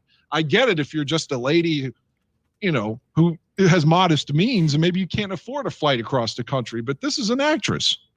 So again, if you don't want to do the drugs, don't do the drugs. I'm not defending him doing them either. I'm just saying, my whole life, people have tried to force me to get high with them, and I haven't because I don't want to. So anyway, but the story resonated. It seemed like she's telling the truth. She's, she brought over for a music video. She got cut up. He embarrassed her, all this stuff. And then he just fucking left her. Didn't care about her feelings. I could see all of that. So is he an asshole toward women? It sure fucking seems so. But I don't know if I believe that he raped any of them.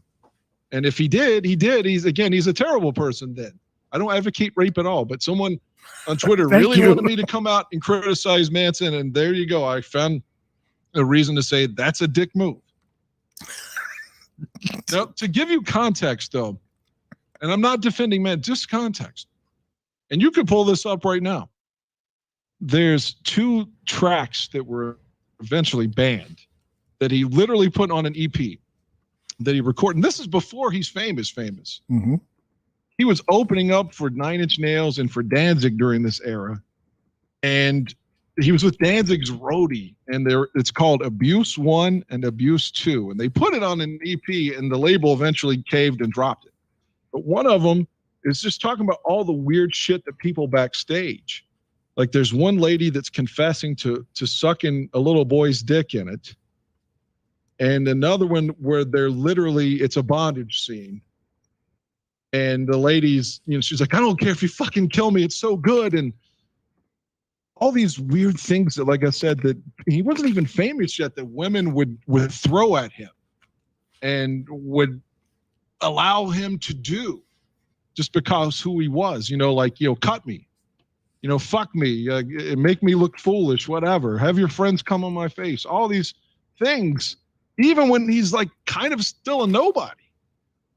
I'm not saying that makes any of this right. I'm just saying, but the full context is like he's been enjoying backstage charades, if you will, like this for fucking 30 years now. So women just kind of are willing to do those things. I'm not saying all of them were, because they're accusations that he did do bad things to them. I'm just saying a lot of times they were cool with these kind of things. So, all right. So I am loading up Marilyn Manson's Abuse 1 and Abuse 2. I want to play a little bit of it. See how they're much... only like a minute and a half each, both of them. And like I said, the label, they were on Smells Like Children, which is what made him famous in America, because it was the Sweet Dreams cover, the Eurythmics cover. Right. That Portrait was good, but a lot of people didn't know it yet. So that was his first album, Portrait of an American Family. But this is what got him fame on MTV. And then when the Christians start fucking with him, then everybody knows who he is, because he's starting to get death threats, and they're protesting all of his shows, and that makes him a fucking superstar. And then he's going to be blamed for Columbine, which is complete horseshit. So anyway, but this is the context. He's not even really famous yet, and this stuff, but the label ended up caving and pulling it off the album. All right, here's a bit of it. This is what she wants right here. This is what she wants. Danny, she just watched it. She just doesn't want her face hurt. You okay, aren't you? God, yes. You okay, aren't you? You like it, don't you? Don't you? Yes. You like it, don't you? Don't you? Yes. Don't you? You Yes. like it, don't you? I like it. Yes, you do. What's the finger? Oh. Okay. God.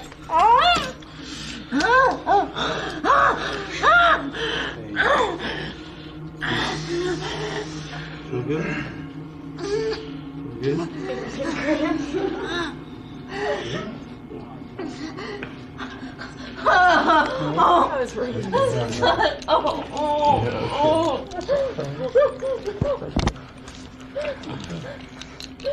Okay, we're not okay. Alright, I don't fucking value my life much anyway, so you can do whatever We're you not going to fucking kill you. want. Just relax and enjoy it. I am. Relax and enjoy the pain.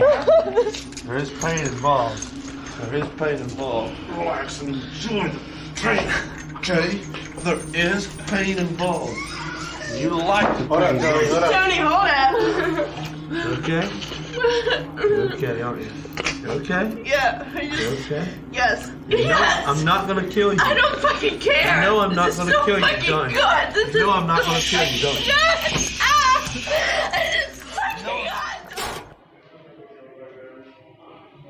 I was babysitting my little cousin, and Famous. My goodness, that was disturbing. Yeah, and the other one, like I said, even they were disturbed because was that Abuse 1 or 2? That was 1. Yeah, 2 is the lady talking about how she molested a boy, and she said that she liked the power of making his little dick hard. Yeah, I'm not kidding. He's like 7, and Jesus. Yeah, I mean, you can pull it up if you don't believe me. Because they're like, so you sucked his dick, and she's like, yeah. But so just like I said, the random stuff that would happen at these shows, man. Stacy says, this guy is around, call the police. What the fuck? Are you talking about Dan or Marilyn Manson? It's not me. I'm not abusing anyone. Oh my gosh. Now, how much of this stuff appeals to you, Dan? Let's be straight here. Because you're watching you watched the Serbian film, which has elements. I did watch a Serbian film. Yeah, and you really liked it. I don't blame you. There's, I think, some artistic merit to it, although it is very disturbing. I'm just shocked on the Serbian film. Yeah. Just shocked. That went as far as any film I've ever seen. Wait a minute. I gotta interrupt you. Stacy is saying you are treading into creepy crap, and Stacy loves some of the weirdest effing movies. She and I DM every once in a while with some of the movies that she likes, and she likes some really disturbing movies. Stacy, have you ever seen the Serbian film? We'll wait for a response. Go ahead, Dan. Well, I don't know what makes me creepy about it. If she likes horror movies too, I mean, then I think I'm almost sensing a hypocritical kind of thing coming to my way on this. Honestly, if you like disturbing shit too, but I'm creepy because I like it. I mean, I don't know that anyone who likes the Serbian film equals weirdo. That's what she said. Well, okay. I mean, fine. Like I said, I don't mean that like defensively. Like I'll own it then. Like I own the film. So if that makes me strange because I like it, then okay, I'll be strange. But I'm not into hurting women or certainly not raping women and not cutting women or being shitty to them to even embarrass them or something. So at least I like to think I'm not. So I mean. Do you have witness? Do you have people who can vouch for your character? For sure. Though I'd say the only woman that would say I embarrassed her or something would be my ex-wife. But I mean, she's got malice because we didn't work. So, I mean, an embarrassment would be like she'd be pissed because I, fucking wasn't social enough at a party or something. It's nothing. She said I wasn't gregarious enough and things like that. And I was rude because I didn't talk more or what. Those are the kind of things she bitched about. Right. So it was never like, oh, well, you fucking cut my back and played porn footage in front of my friends or, it was never shit like that. Right. You know? Well, Stacy is going to join us next week on this show, and you guys are going to debate the artistic merits of the Serbian film. I don't want to debate it. I mean, like, I know that's not for everybody. It wasn't even for me. The first time I saw it. I know. You called me up and you were really disturbed by it. Yeah, the newborn porn thing, which again isn't real porn, mind you. Right. It's just a film and it was a fake baby. They built it. It's on the bonus scenes. I was shocked. I was just like, what did I just fucking see? And then when I read about it, that it was all a metaphor for the politics of their country, then I viewed it in a different lens and then I watched it again. Right. And Stacy is posting, about how disgusting she feels the film is, but there is we talked about the filmmakers' approach to the film, that they were trying to make a statement about censorship in Serbia, and so it's a very allegorical film. And they said the country fucks you before you're born, while you're alive, and after you die. Which is why in the film, they're literally being fucked as the kid is born and after they die. And then Stacy says, great, fake, but gross. Don't get off on it. I mean, come on. I'm not getting off. You mean that pun sense? Be a great show next week, Stacy and Dan. Well, I mean, I'm not coming to that if that's what she's saying. I mean, that's not fair. No, I mean, and Stacy, he's not ejaculating and jerking off to this stuff. By the way, Aaron says, I know where Dan's coming from. I used to be a big follower of the Insane Clown Posse, the Juggalo, and there were some freaks at those shows too, LOL. It's art, everyone, I think not everyone, but a lot of people are looking for art that that pushes the boundary. Let's see how far we can take things and uncover some things about art, about ourselves, and so forth. And sometimes, we overstep that bound, whether it's art that's for political purposes or to explore sexuality or to explore race, you name it, any of the sensitive topics out there nowadays. There, a lot of filmmakers, a lot of artists, sculptors, and so forth, painters, they're really pushing it out there, and sometimes that line is crossed for some people, and sometimes it's not. Stacy, by the way, says thanks for that. Not saying that. I'm not sure what that means. Thanks for that. Not saying that. By the way, I dig certain juggalos. But okay, so see, I was never into Insane Clown Posse, but their point is taken. Like you said, they have a huge subculture of people that not only followed their live music but also their wrestling shows. Right. I was never into them per se, but I saw one of their shows or whatever. But with Manson, I think the appeal for me at the time, again, I was a huge Nirvana guy, and then Kurt Cobain killed himself, and again, right around the same time, my dad died, and then all these other people that were close to me died. So I'm kind of lost in the world. I don't know what I'm looking for. And, like I said, my mom's always at work, so I'm kind of up to my own vices to try to come up with something, And at that time, especially in school, I was always just fucking bothered by Christians. Christians were always fucking, I never believed in God. All right. And I'm the only person in my family that's not religious. And I don't think it should mean anything, because it's not like I was adversarial with anybody about it, but like they would come up to me and ask me things like, do you worship the devil or whatever? And I'd say, no, I don't believe in the devil. And they'd be like, literally, this is a absolute fair. This is the conversation that happened to me as an example. Mm-hmm. My friend Sylvester's wife, well, they weren't married yet. They met in school. They've been married like 30 fucking years. Monica asked me, do you worship the devil? I said, no, I don't believe in the devil. I never have, so I don't worship the devil. And she's like, you hear that? He says he doesn't believe in God or the devil. I told you he was a devil worshiper. What the fuck? So I was always being called, just because of the music I liked, a devil worshiper and things. And so, like I said, I saw Manson on like Donahue, and he was talking about, whenever the Christians would fuck with him, he'd be like, the irony is it's unchristian to be so hostile towards somebody for no reason, and so all this stuff started resonating with me. And then I listened to the music, and it's like, God damn, the music's good. And I understood like how he felt, man. I felt so alienated in a red state with all these fucking Christians and Republicans around. Everything that they don't like, they paint as anti-Christian or liberal or gay or whatever. They don't like anything they don't like, they just put a label on it. So I felt that's what really initially got me into liking Manson, and I love the music videos. So, I mean, that's what got me started on it. And I was just like the Bears. I was loyal. I kept going back, man. And it's so weird that at the school, not so much college, but high school, I was, like a devil worshiper because I liked music, like rock music. So you were accused of this throughout high school? Oh, yeah.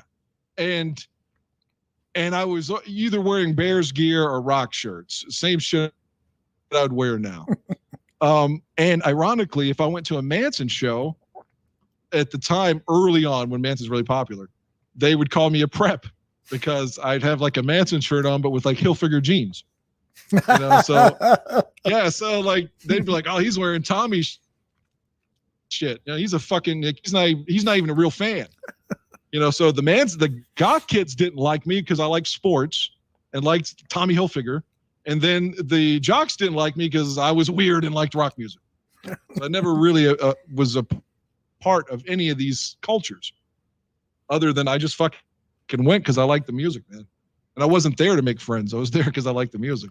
But that was sort of the appeal. You have this artist who the whole fucking country at the time is, saying these ridiculous things about him, and they just hate him because he's portraying, and it got farther more aggressive on his tactics on the show, but he was portraying Christians as fascists, and then he was starting. Then when we started getting death threats, he started ripping the Bible up, and it made them hate him even more. So literally, he was here in West Virginia in '97, and CNN came here. And you can pull it up on YouTube now.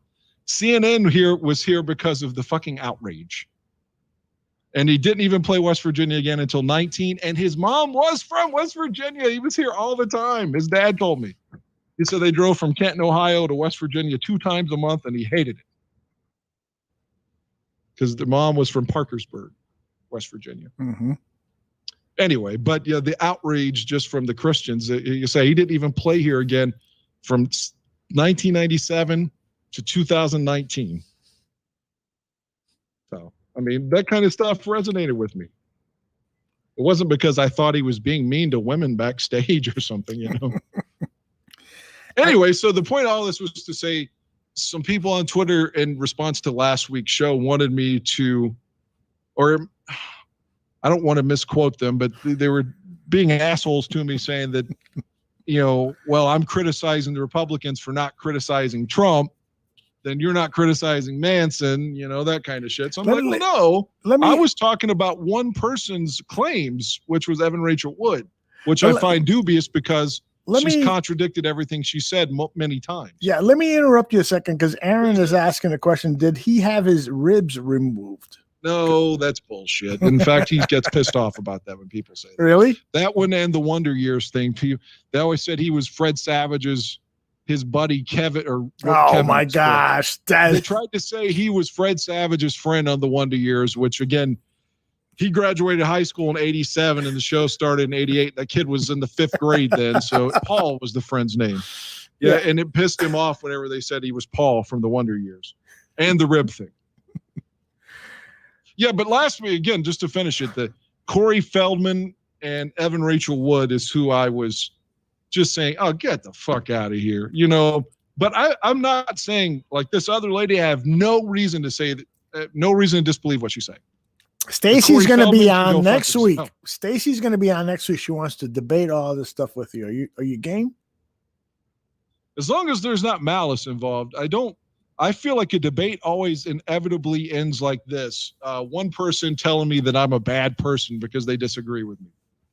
Yeah, it's always like you're immoral, or you're an atheist, or which I don't even like being called an atheist because if I knew, but you are, but I'm not. I would go with agnostic because if I tell you Aldo Gandia there's no God, then I'm doing to you what I don't want you to do to me. Right. I would never tell you I have no fucking idea, no clue whatsoever.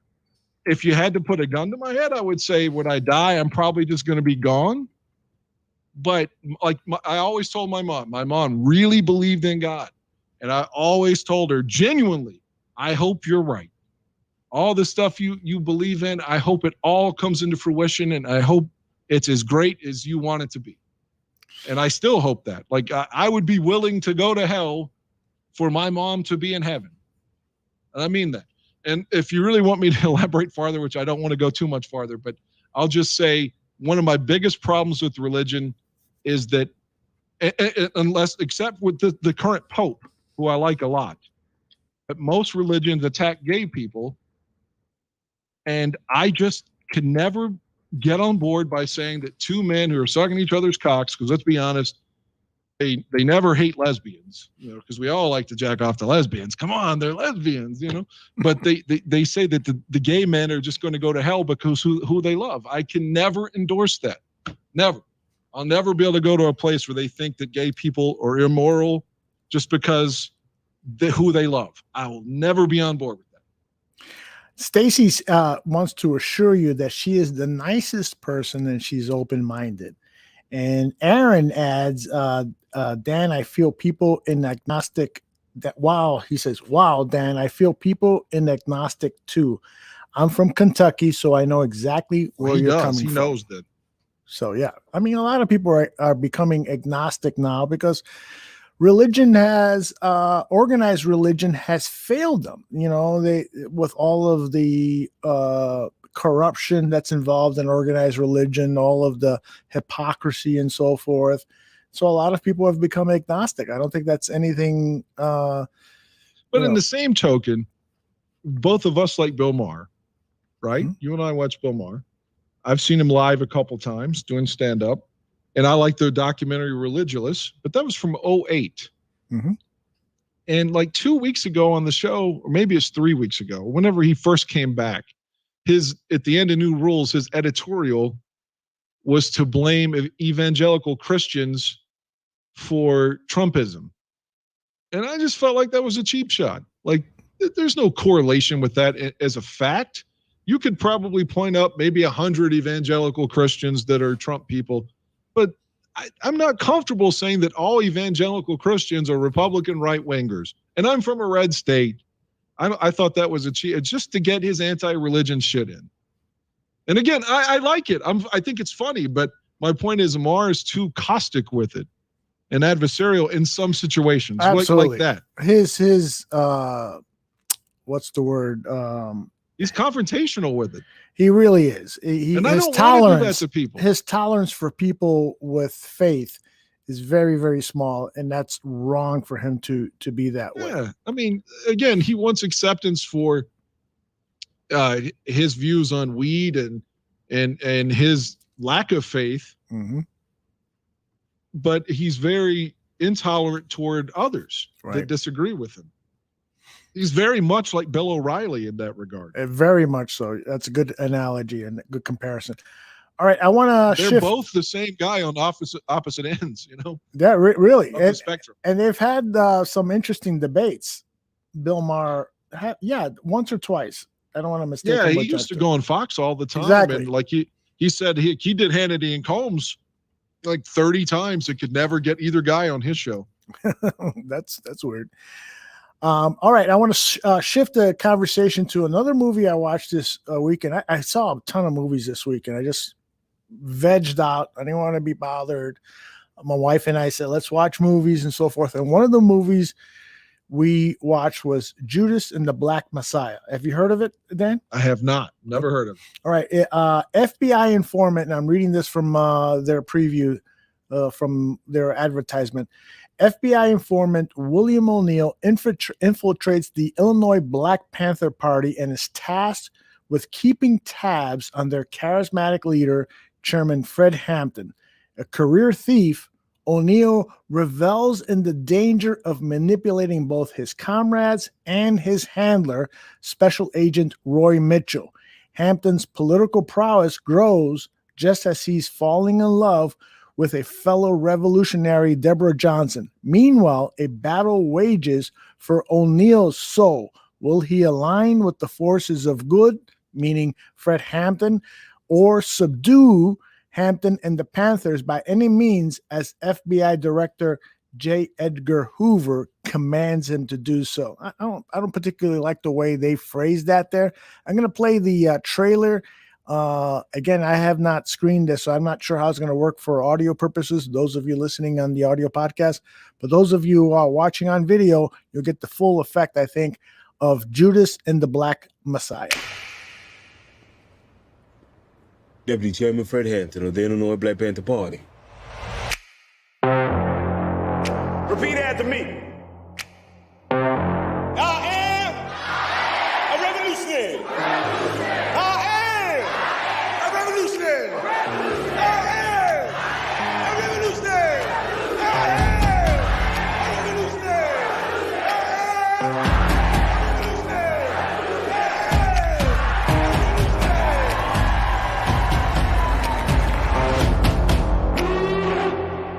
You're looking at 18 months for the stolen car, 5 years for impersonating a federal officer, or you can go home.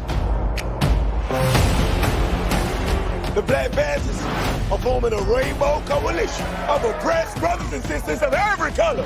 Their aim is to sow hatred and inspire terror. I will learn all that I can. These ain't no terrorists. You can murder a liberator, but you can't murder liberation. You can murder a revolutionary, but you can't murder revolution. And you can murder a freedom fighter, but you can't murder freedom.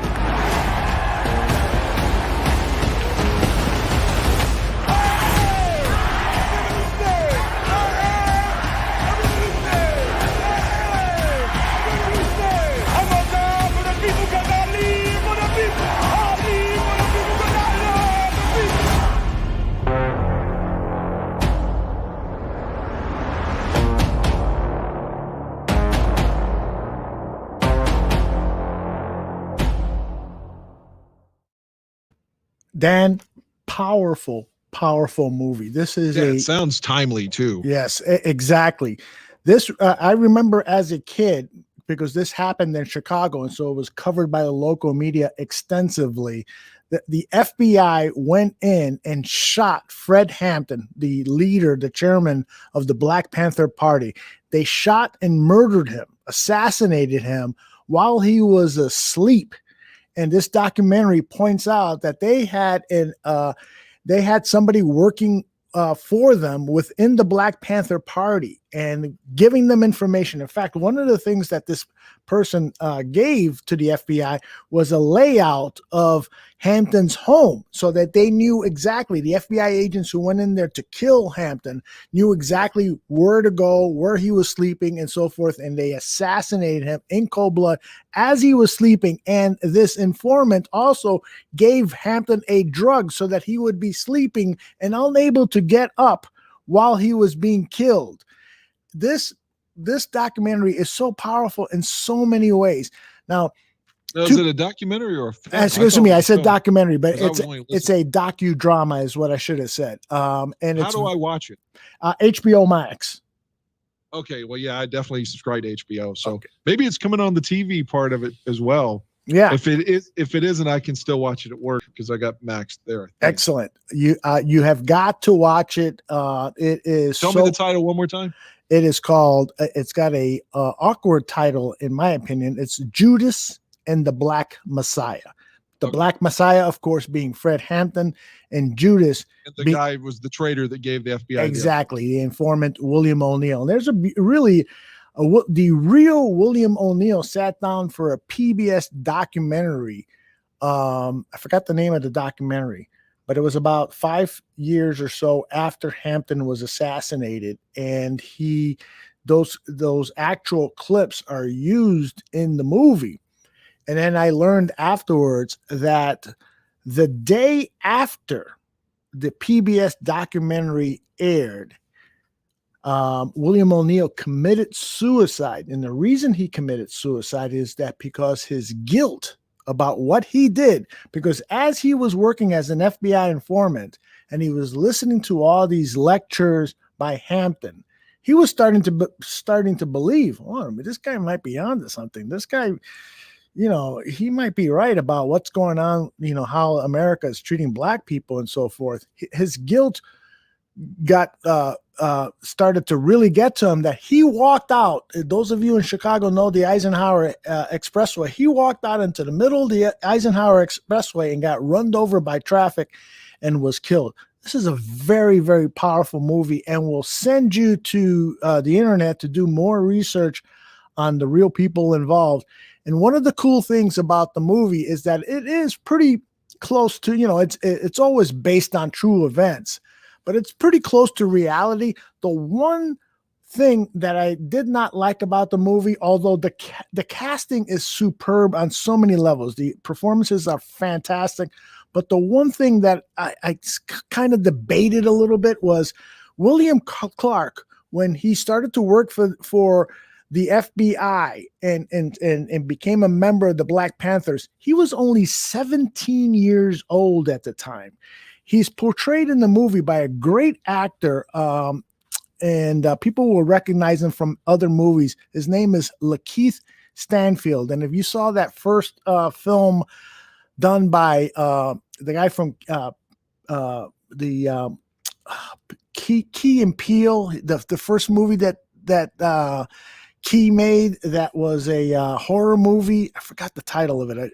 Anyway, nonetheless, my point is that the real William Keith was a 17-year-old who was very susceptible to being wooed by whatever the FBI was feeding him. And so that's why it was easy for him to get suckered by the FBI. In the movie, he's played by a 29-year-old, and you can kind of, if they would have cast the movie with a younger person, you would have been able to experience more of the reality of what was going on with that particular character. But nonetheless, I know that guy. I'm sorry. Yeah, great actor, right? Sandler movie called Uncut Gems. Yes, the Sandler movie, correct. and he was in Get Out as well. That's the one that I was thinking of. That's the one. Get Out. Yes. Yeah, I did not enjoy Get Out. But No, you didn't? I didn't even really like the Sandler film that much, actually. But you didn't like Get Out, huh? Too fucking heavy for me. Like, really? Yeah, I mean, I'm on their side. I swear to God, in terms of their everything, like you said, their propaganda, quote unquote propaganda from the '60s and stuff. I have a sympathetic viewpoint too, but I mean, when you're saying that, I know it's just a film, but they're like brainwashing black people to be like their fucking maids and butlers and shit. I mean, in the movie, it was just a little bit far, I thought, and they were using Brian Williams' daughter to sexually bring them to the house for them to like basically make them zombies, and just this big racist plot. I don't know. I just felt a little like it kind of jumped the shark, I guess is what I'm saying. Yeah, I didn't get that. I am a big fan of that filmmaker. He's made 2 films now. And I should call up his name, but he's made 2 films, and he's just a young filmmaker. By the way, I got a 3rd film that I saw this weekend. You might like this one. The Rental. Have you heard of The Rental? I don't know who's in The Rental. Alison Brie. Do you know Alison Brie? She's been in a lot of movies. She was in the HBO, or not HBO show. She was in a Netflix show called Glow, the Gorgeous Ladies of Wrestling. I definitely did not watch that. Oh. Why? I mean, I would, or I guess, but I haven't seen it. So Stacey saw it. She said she loved it.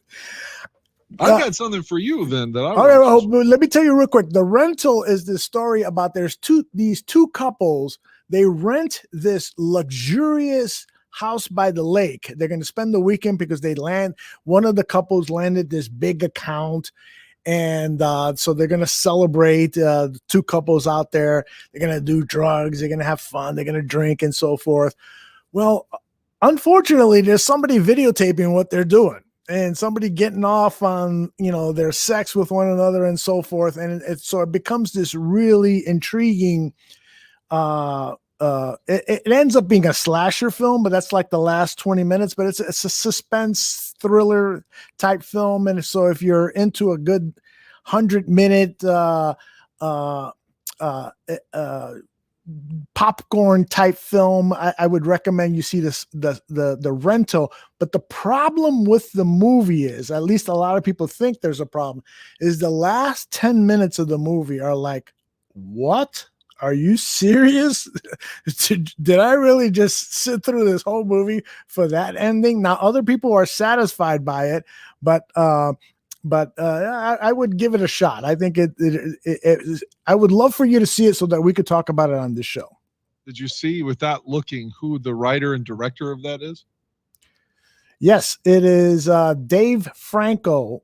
James Franco's brother. Yeah. James Franco's brother, who is a pretty good actor, and I think now a filmmaker we should keep an eye on, because I thought he did a really good job on this initial filmmaker, which his first film, which he co-wrote and directed. I got something for you then. Over the weekend, I finished, there's a 4-part documentary on HBO, and I just finished the last part this week, and I will bring it, made me think of it when we were talking politics briefly there. So it's called The Lady and the Dale. Oh, I've heard of it. Yeah, I've been planning on seeing that. It's a 4-part documentary, you said, right? Yeah. So if you want to watch, I'll try not to give you spoilers. Then I'll just try to give you the. Okay. Well, I'm going to give you one spoiler, but it's. I don't mind spoilers so much. Okay. So the gist of the story is this con man who's arrested over and over and over for, I mean, just like fraud and, the litany of false pretense, all these charges. Just eventually starts to have a sex change in the 70s, which is, trans isn't exactly a thing that a lot of people did in 1971, So, but very quickly, because is exploiting the the oil crisis of the early 70s, and coming up with this car called the Dale. They even show footage of it. It was on The Price is Right, for fuck's sake. And it was supposed to be a 3-wheel car that was going to take like 50 miles to a gallon in the early 70s. So long story short, in that, all these people start paying money down to get a Dale before it comes off the line. Well, you know, their money's not actually going to the car, right? And if it's going to this female, or is it a male, whatever. And I say that because nobody knew. They just knew that at the time, that nobody knew if the motive was to hide, because he was still wanted for crimes from when he was actually living as a male. So nobody knew at the time that was this guy just hiding his sexuality as a way to hide, or was he seriously trans and felt that he was a woman, you know, going through the actual change. So the context of that is the local news people get when that this is bullshit, that they're not really making a car, or if they are, they don't have the right people making the car, and all these people are spending their money. Long story short, guy does all these local pieces, like I guess it's ABC 7 out of LA or whatever, and is doing all these hatchet pieces on the lady because she's lying. She's fucking lying. And as it fucking turns out, that was Tucker Carlson's dad. Are you serious? It's fucking Tucker's dad. And so at the end of it, at the very end, you find out that the rest of her life, she did live as a woman. Wow. It's like she did want to be a woman. She was taking the hormones. At one point, she had to quit because she didn't have the money anymore. But she wasn't doing it just for... Now, I don't want to take up for Tucker's dad, but he didn't know that, though. This person had so many crimes against him. Sure. You could see that maybe this was just a way of hiding his identity. But as it did turn out, this person did attempt to be a woman the rest of her life and fought in court to be identified as a woman and won in the 70s. And so, which is pretty cool that the judge like ruled in her favor. And I was a huge fan of Unsolved Mysteries with Robert Stack when I was a kid. Sure. Great show. Like, she got caught on Unsolved Mysteries. Is that right? The fucking Holy story. cow. Like, yeah, because her trial ended in the late 70s and she skipped bail or skipped sentencing. And they caught her in 89 based on Unsolved Mysteries. This is on HBO, correct? Yeah, it's called The Lady and the Dale. Yeah. They're following up. They did the McMillions show documentary. Yeah, I remember the McDonald's thing. I didn't see that, but yeah, I remember it. It's very good. You should check it out. I found the trailer to The Lady and the Dale. Let me play that, and gives me an opportunity to empty my bladder. Here it comes. Okay. Henry Ford said, you catch things on the rising tide, you're doomed to success. She wanted to be known as a trailblazer. As any good criminal, she was thinking several moves ahead. America in the early 70s, anybody could be anything they wanted to be. I've got a mother of 5 who's invented the car. Is she famous? No, but she's going to be. I'm going to knock the hell out of Detroit. She thought that she would be the next Henry Ford. It's a situation of David fighting Goliath. She was afraid of spies from the big three. There was a briefcase full of cash, and next to it, the .357 Magnum revolver. It was a house of cards. Law enforcement agencies start taking a closer look, and the press turned on her and said, this is a scam. When they couldn't decide if the car was real or not, they started focusing on Liz. She was on trial as a trans person.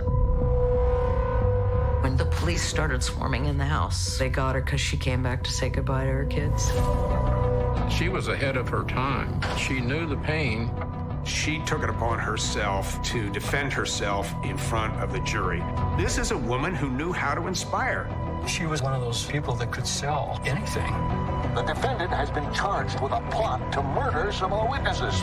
It was just crazy. Someone started shooting. This person was totally unknown until she showed up in Los Angeles promoting a three-wheel car. Who the hell was she? People need a hero. That's what America's all about.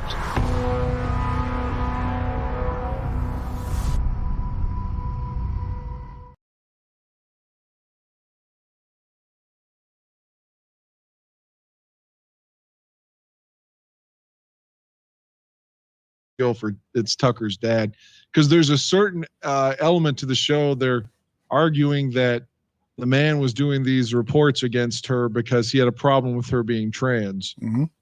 And they're really making her out to be like this trans trailblazer. And I don't know if that's fair, because the things that they were doing the reporting on, she was guilty of. It's not like they were, just smearing her as a criminal because she was. But although, to be fair, they had Tucker's dad found a tennis player that was playing tennis and winning all these tournaments, but found out that it was a man and blew her cover. But again, I mean, God, if the pretext is you're playing women and you're presenting yourself as a woman and you're killing them, like, maybe it's because you were a man. I don't know. Maybe that's a fair story too. I don't know. It's not for me to judge, but they really they kind of go after Tucker's dad because who he is in that one. But the story, it's good. It's good. It's fun. And if, again, she talks about wanting to lead the world and change the world. She got all these narcissistic qualities, and wanting to be president. She loves Alex Jones. She sounds like Donald Trump when you're listening to her talks. Stacy wants to know, how is being a trans person a problem?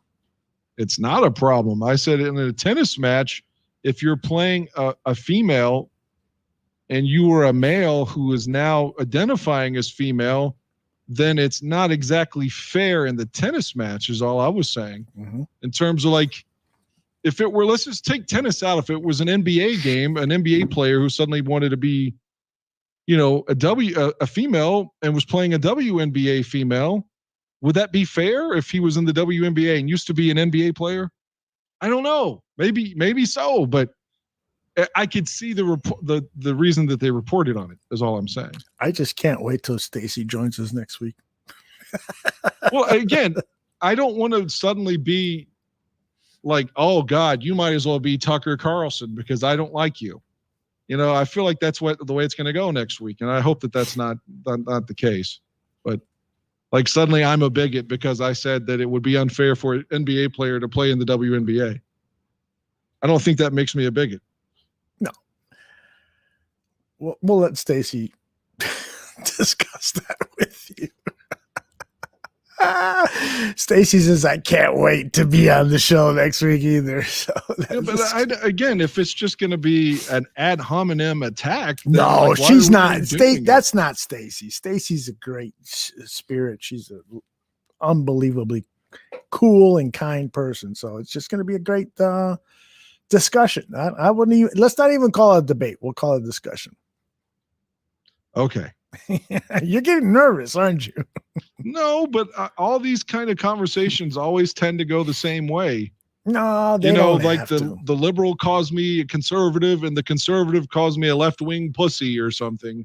That's the way it always ends up going, Yeah, I really, really don't think like Tooch in the height of on like November was trying to call me. If again, he and I are fine. I respect Santucci very much, but that day we were going back and forth, and he was basically the way I don't want to misquote him, but he was saying because I voted for W over Al Gore that I was pro-war. Like I suddenly was for war and fascism. And like, wow, that's a big leap. I just didn't like Clinton's second term, and I didn't like Al Gore. But okay, here's the thing. I should have voted for Ralph Nader in hindsight, but I voted for W that time. So, and I shouldn't have, but I did, and I admitted that. But he was like, I didn't vote for W, or you must be pro-war. So suddenly I'm pro-war and pro-death. And pro-fascism, even though Trump is the fascist. But okay. All right. In the last 15 minutes of the show here, it's 3:44 running time. Last 20 minutes or so, we're going to talk a little bit about what happened with the impeachment trial. And so I know a lot of people are going to say goodbye. Well, I'm sending you for your own, for whenever. It's an 8-minute piece that CNN did when Manson was here in West Virginia in 97. Okay. With the Christian protesters, and You're they sending, talk about his. You're sending that to me? Text it to you. I mean, not to watch it now, but just in general. It's 8 minutes, and again, they talk about the Rolling Stone article that had just come out then, and it's fun. I mean, it takes you back in time. If you got 8 minutes should we I'll take a look at it and maybe we'll play it on next week's show. How's that? That's fine. Like, I recorded this when it aired. So, but Stacy says, by the way, I'm sorry to interrupt you. Stacy says that she voted for W too. Okay. Well, I hope that, like I said, it's just funny that means I'm like some hard right winger now, you know, because I voted for W in that regard. And then, you're a weirdo when it comes to voting. Excuse me. You vote for Bernie Sanders and then you vote for. I love Bernie. Yeah, you love Bernie, and then you love George W. Bush. I mean, I said it was a mistake. I said in hindsight I should have voted for Ralph Nader. No, I didn't like Al Gore. I still don't. And I thought Clinton's term was terrible. His second term was I hated Bill Clinton. Bill Clinton was introduced corporate as a politician, but he ran as FDR and was Bush 41. No, but he did not run as FDR. I was there. I was actually working at. I remember. I was watching the debates with my mom and dad. I was heavily involved. I was watching Iran-Contra as a kid. So I mean, I was there. Like you think, oh, you're just too young. No, I wasn't emotionally invested the way I am now, but I was watching. I remember Stockdale not being able to hear the question during the vice presidential debate, asking to please repeat the question because my hearing aid's not turned on. And it was Dan Quayle and Stockdale and Al Gore. So I mean, I was watching. I was watching too. I was actually covering the presidential race. I covered two of Bill Clinton's press conferences here in Chicago, and one of them was when he had 100 CEOs from corporate from Fortune 500 companies. 100 CEOs on the stage of the Auditorium Theater here in Chicago. There's no way he was running as FDR. 100 CEOs. He was trying to pass universal health care is what I was talking about. Okay. All right. So and Hillary did go for years the face of that. Yeah. All right. So let's talk about the trial. I know Donald Trump. The Mitch McConnell thing makes me throw my head through. Let's set it up first so that people know exactly what we're talking about. There are some people who like I was talking to. Hey, yeah, what'd you think about the impeachment trial? What impeachment trial? Apparently, a lot of Americans don't know that the former president of the United States was impeached, and he went through. Every Republican I talked to said they didn't even watch it. Exactly. There's a lot of people. They just wanted to fucking like Trump no matter what. Right. I think Tony in the chat room says Trump made my broke ass so much money these past 4 years. So I'm sure he was totally in favor of the acquittal that Donald Trump had. But I wanted to get your thoughts on it. What'd you think about the trial? What'd you think about the acquittal? And any other thoughts you want to share about it? Those 13 minutes on opening day, after they got through the bullshit of it being constitutional or not on Tuesday, the House managers showed that unedited, all the language, all the violence, a summary of the day that time-stamped everything, you know, with regards to Trump's tweets, his speech, things that were said versus, you know, like it was showing the crowd suddenly wanting to hang Mike Pence and time stamping it versus when he sent the tweet, things like that. And was just so, I mean, I was watching it the day of anyway, but I don't know how anybody could watch that video and then suddenly just be okay with it. I mean, like I said, if that were fucking Robert Kennedy or Bernie Sanders or Barack Obama, I would be thoroughly against them if they were advocating this shit, and especially being the catalyst for it. And it's not just me saying that. Oh yeah, it's the Republican Senate Minority Leader Mitch fucking McConnell who said it, which again is disingenuous because he votes to acquit and then goes on a tirade saying that Trump won't necessarily get away with this because there's civil court and there's criminal court, and he's morally responsible and should be liable for all of this. Right. And he goes on this speech that sounds like he's one of the Democrats. Right. It sounds like he's one of the fucking the House managers. And yet he votes to impeach. And again, the irony of that, he says, well, it's a constitutional matter. I don't think we should be able to impeach a former president. Wow. Isn't that interesting? He was technically impeached while he was president, and the trial could have happened while he was still president. But it was Mitch McConnell who wouldn't call the Senate back because at that time McConnell was the Senate Majority Leader. That's right. So McConnell, he himself, precludes the trial from happening while Trump is still president. Mm-hmm. And then at the trial says everything the Democrats just said was true. He's a piece of shit. But I can't vote to convict him because we didn't have the trial when he was president. Oh, by the way, it's your fault they didn't have the trial when he was president. I don't even know what to say to that. Like I said, the hypocrisy he had with the Supreme Court justice, with Garland, and then now, like, you know, when he put that fucking Amy Coney Barrett on there, like the hypocrisy with that again just goes unchecked, unscrutinized by anybody on the right. You know, if Fox News isn't being critical of that, but if that was the other way, if that had been Obama doing that, oh my God, the same thing with January 6th. If that had been like Antifa or Black Lives Matter protesters doing that, they'd have been shot dead and they would have been in favor of it. But that was one of the things the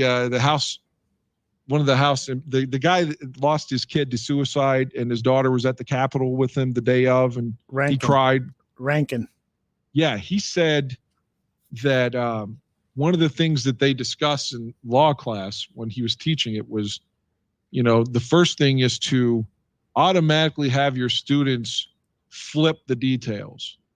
Like, how would you pretend, like if in this instance, you would say, okay, pretend it's a Democrat in this situation and Trump is a Democrat. Mm-hmm. Now make the case. And you have to pretend he's a Democrat. You always flip it and make them see it from both sides. Right. And if that's the case, there's no way the Republicans would have given the Democrat a break on this. And nor would I, nor would you. Nobody would, and they shouldn't get it. I am shocked. I'm shocked, but I'm not shocked. When I saw the video that they gave and that they presented, I was like, man, that's so damning. And then the fact that he encouraged these people to harm Mike Pence. And that's not hyperbole. Not at all. That's not hyperbole. And for them to show that the people started saying, like, hang Mike Pence based upon his tweet. And then even you've got that Congresswoman from Washington and McCarthy both saying that he wasn't upset about it. And McCarthy, to put it in Mike North's vernacular, is a Trump ball washer. Marilyn said the bear ball washer. And they were saying that, oh, well, Kevin, maybe you just don't want it as much as they do. You know, talking about the protesters, or not even protesters, the insurgency from the insurrection. He was defending them even at that moment when McCarthy's like begging him to call them off. And that was documented by two Republicans, that he was happy about what was happening. He was fucking happy and was cheerleading this shit and thought they were great people. He loves them. Remember, he said he loved them. Mm-hmm. He loved them. And McConnell admitted that the Democrat presentation was on point. If you didn't know who McConnell was or who he represented, you would think he was a part of the prosecution here. You would think he was a part of the left wing coming after him. And he's the Republican. So now I don't know where this leaves them, because you've empowered the MAGA movement to continue. And now they're going to fucking try to primary everyone that voted to convict him. And give give Mitt Romney credit. Jesus Christ, he's voted to convict him both times. And you say, oh, well, he's bitter, he's this. I mean, fuck, man. I mean, how can you discredit Mitt when he lost one election? Trump lost the popular vote on both of them. So he lost both times. The only candidate in the history of our country to lose the popular vote on 2 elections. The only guy to be impeached 2 different times. So, but yeah, they all hate Mitt Romney now. So I don't know how they recover from this. And you figure, like that asshole Lindsey Graham is saying that, that one of the Trumps is going to run and win in North Carolina now. And on January 6th, he was, giving a speech about how this had to end. And, Trump is at fault for this. And now he's back to sucking his dick.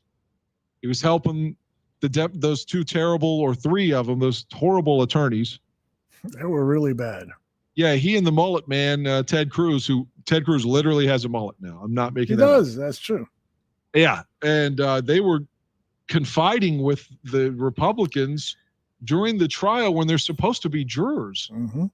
Could you and that fucking Holly, could you imagine if you were called for jury duty and you just sat there with your feet propped up? You would go to jail for contempt of court. And they let Josh Hawley just sit there with his feet propped up, doing his bills, looking at his phone, just fucking not paying attention. And he's supposed to be a sworn juror in a serious matter. But they already had their decision made beforehand how they were going to go. As a joke, there are people in the jury who were a part of instigating the insurrection. I mean, right. Ted Cruz is videotaped a day or 2 before, telling people, go down there, show there. Josh Hawley raising his fist, and on and on. If that had been a black person, they'd have said that's a black power sign. Of course. Yeah. It was just totally wrong. Here's what, I've thought a lot about, what I should say during this segment of the show, but I found this TikTok video. It was actually posted on Twitter, and I wish that I knew the name of this gentleman who offers this rant about the GOP. I wanted to play it because I thought he did a really good job here of explaining just what happened during this impeachment trial. Republican Party shouldn't exist. Hot take, I know. Listen, let's say I'm about to race you. 100-meter dash in front of everybody. You finna get smoked. I have a lot of people that are very dedicated to me and really want me to win. And I'm so confident that 6 months before our race, I'm saying the only way you're gonna win is if you cheat. I keep repeating that, and my fans begin to say the same thing too. The day comes and we race. We lace up in front of everybody on national television. We run and you beat me. I immediately begin saying, it's because you cheated, like I said months ago. I say that over and over again to get the people who love me really riled up. The official referees, including some I appointed, look at our race footage 62 times. None of them find any evidence that you cheated. Despite this, I continue to say that you cheated and schedule a rally. It was originally going to be at a lot by your house, but I intervene with the permit and make sure it's at your house. Enraged by my continuous lying, they storm your house, 5 people die, and they were looking for you and your family to kill. Should I go to prison? Well, that doesn't fucking matter because I'm friends with 43 out of the 100 people deciding whether or not I go to prison. And they decided I did nothing wrong because I said peacefully one time, we Republicans love the Constitution. Until we fucking don't. I think he said it all right there. I mean, right. It's so on point. I just don't know. I don't know how the Republicans defend this. I mean, I don't mean like elected officials. I mean the people that I know, because they have it's always a what about, whataboutism. Well, what about Antifa? What about Black Lives Matter? What about blah, blah, blah? It's never like, well, what about fucking this?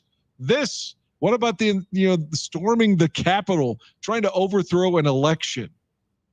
The violent, again, they all were just so pissed off at Colin Kaepernick. They hated the peaceful kneel.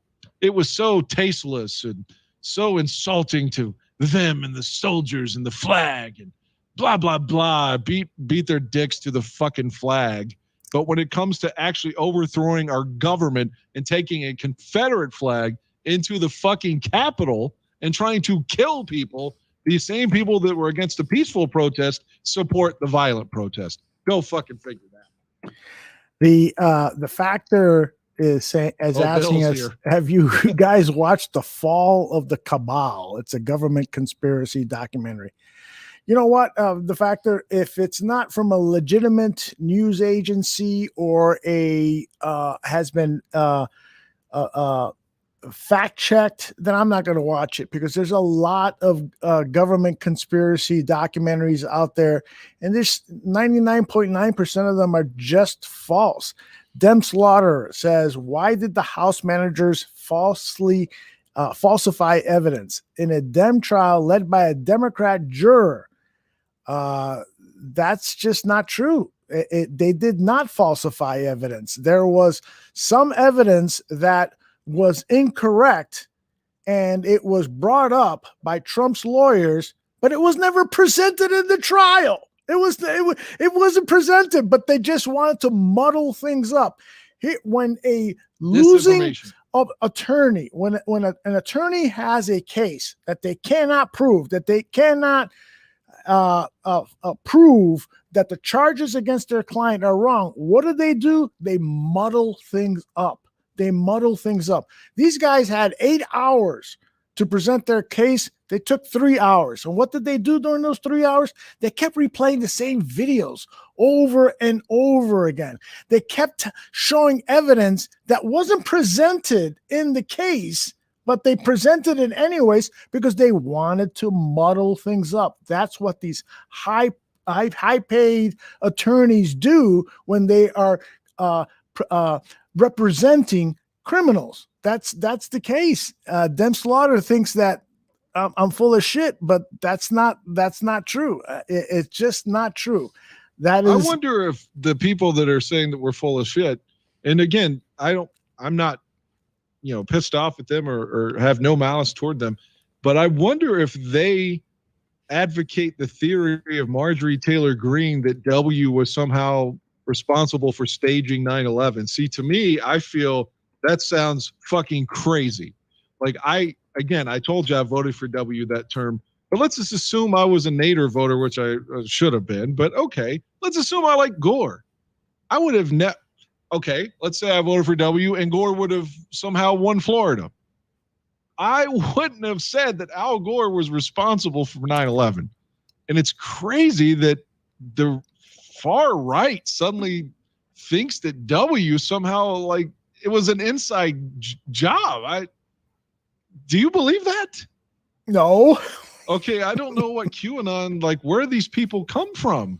Like, I know there's all the, like, Michael Moore, I had all those, and then there's a video called Loose Change. I mean, I've watched them, and I do think it's kind of odd there was never any video footage of the Pentagon, but do I think that George W. Bush was specifically responsible for everybody dying like there? No. So it's not me attacking Republicans. I'm defending one right there. Let me tell you something. If George Bush or Dick Cheney created 9/11, then they did a horrible job of it. Because here is George Bush reading a school book to kids. He has an advisor whisper into his ears, America is under attack. And George Bush sits there for 7.5 minutes. He doesn't look like courageous. He doesn't look like, fuck, I'm going to get up here and take care of our country. He looks there like a dope. He looks there like an effing dope. He didn't know what to do. He was totally shocked by the whole thing.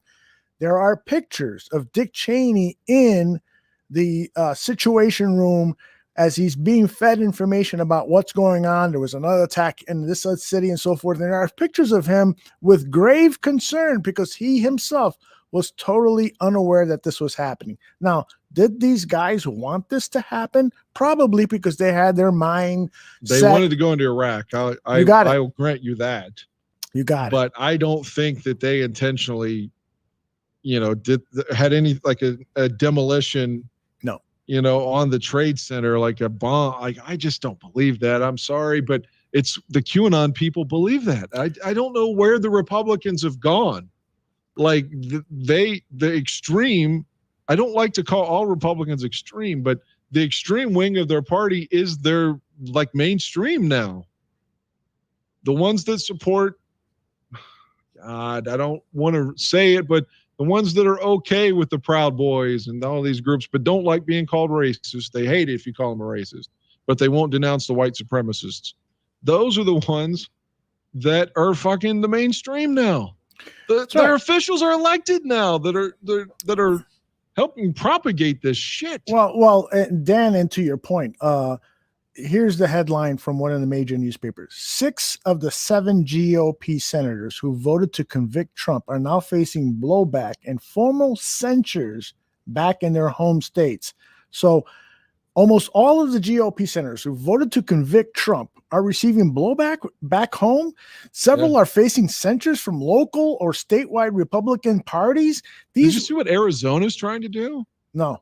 Arizona's trying to make it, I don't know the circumstances. I saw in the Times the other day, they were trying to pass a state law that essentially said, if we don't like the results, we can just change them. If the vote happens and we don't like them, of course, it's the Republican state legislature who's trying to say if they don't like the results, they can just do what the fuck they want. That's a very dangerous precedent. And this is happening right here in America. Mm-hmm. Very dangerous precedent. Yeah, and if you bring up like the history of fascism, like again, they look at you like how dare you? But I mean, that's the propagandists from Germany. I mean, this is equivalent in a lot of ways, and it's not hyperbole to bring that up because I mean, you didn't just start out like with the camps, the concentration camp. It just didn't happen one day. I mean, like it built up to this atrocity. It wasn't a flick of a switch. Like, well, today we're gonna fucking kill people. You know, Mm-hmm. You're talking about a slow meteoric rise, and basically starting with the Treaty of Versailles at the end of World War I. But I don't want to get into that. I'm just saying the point is these situations matter. And what's happening to this party is it is fascism. It's fucking fascist. And that's scary, man. That's fucking scary. And I'm empathetic for anyone who says, hey, Trump made me money. I like Trump and so forth. And I understand that, you know, times are tough. And so when you get a president in office who helps the industry that you work in and you're making a good living, it's very, very easy then to support that president, even though there's evidence that that person did wrong. And the evidence is clear. And the one piece of evidence that no one can refute is that once Donald Trump knew that the Capitol was under attack and that his vice president, his very own vice president, was being ushered out by the Secret Service. To him the whole time. Oh yeah, I mean that's a whole separate issue. But who was being ushered out? He had an obligation to do something about it. And what did Donald Trump do? He did nothing. In fact, he sent out a tweet that put his life in even more danger. Mike Pence being the person that I'm talking about. So the evidence is irrefutable. And that's why 7 Republicans, the most of any other party of a president that's been impeached, the most from an opposite party that has voted for conviction on an impeachment trial, it's the most in history. And so unfortunately, it's just too bipartisan. And then you get, like Dan says, you get Mitch McConnell, the leader of the Senate, saying, yeah, he did it, but we shouldn't have tried him because he was already out of office. Which trial couldn't happen because McConnell wouldn't bring the senators back while he was in office. Which is fucking totally bogus. You cannot give any president, whether it's Obama, it's Bush, it's Kennedy, whatever president in history, you can't give them 30, 40 days of just, hey, do whatever the fuck you want. Yeah, whatever atrocity you want to commit. Whatever crime you want to commit. And, you know, you've got a free get out of jail card because we can't impeach you during this period. It doesn't work that way. To bring this kind of full circle of what I was talking about Tucker earlier, I remember, and was talking about Bill Maher earlier, I remember when, ironically, Tucker worked at MSNBC at the time and was covering Katrina and the floods and all that shit. He was down in the heart of all of that. And when he comes back, a month later or whatever, he's on Real Time. I'm sure it's on YouTube if you didn't see it or maybe you forgot it. But Spike Lee is also on there. And Spike did a fantastic documentary on HBO called When the Levees Broke. 4 hours. And but Spike said something, and Tucker's response, oh my God. Like today, it's what I'm saying, if you knew who he was going to be later. Spike was intimating that the government, bombed the levees to kill black people. And, Tucker's like, that is absolutely irresponsible and ridiculous that you would say that. He's like, you have influence with this community.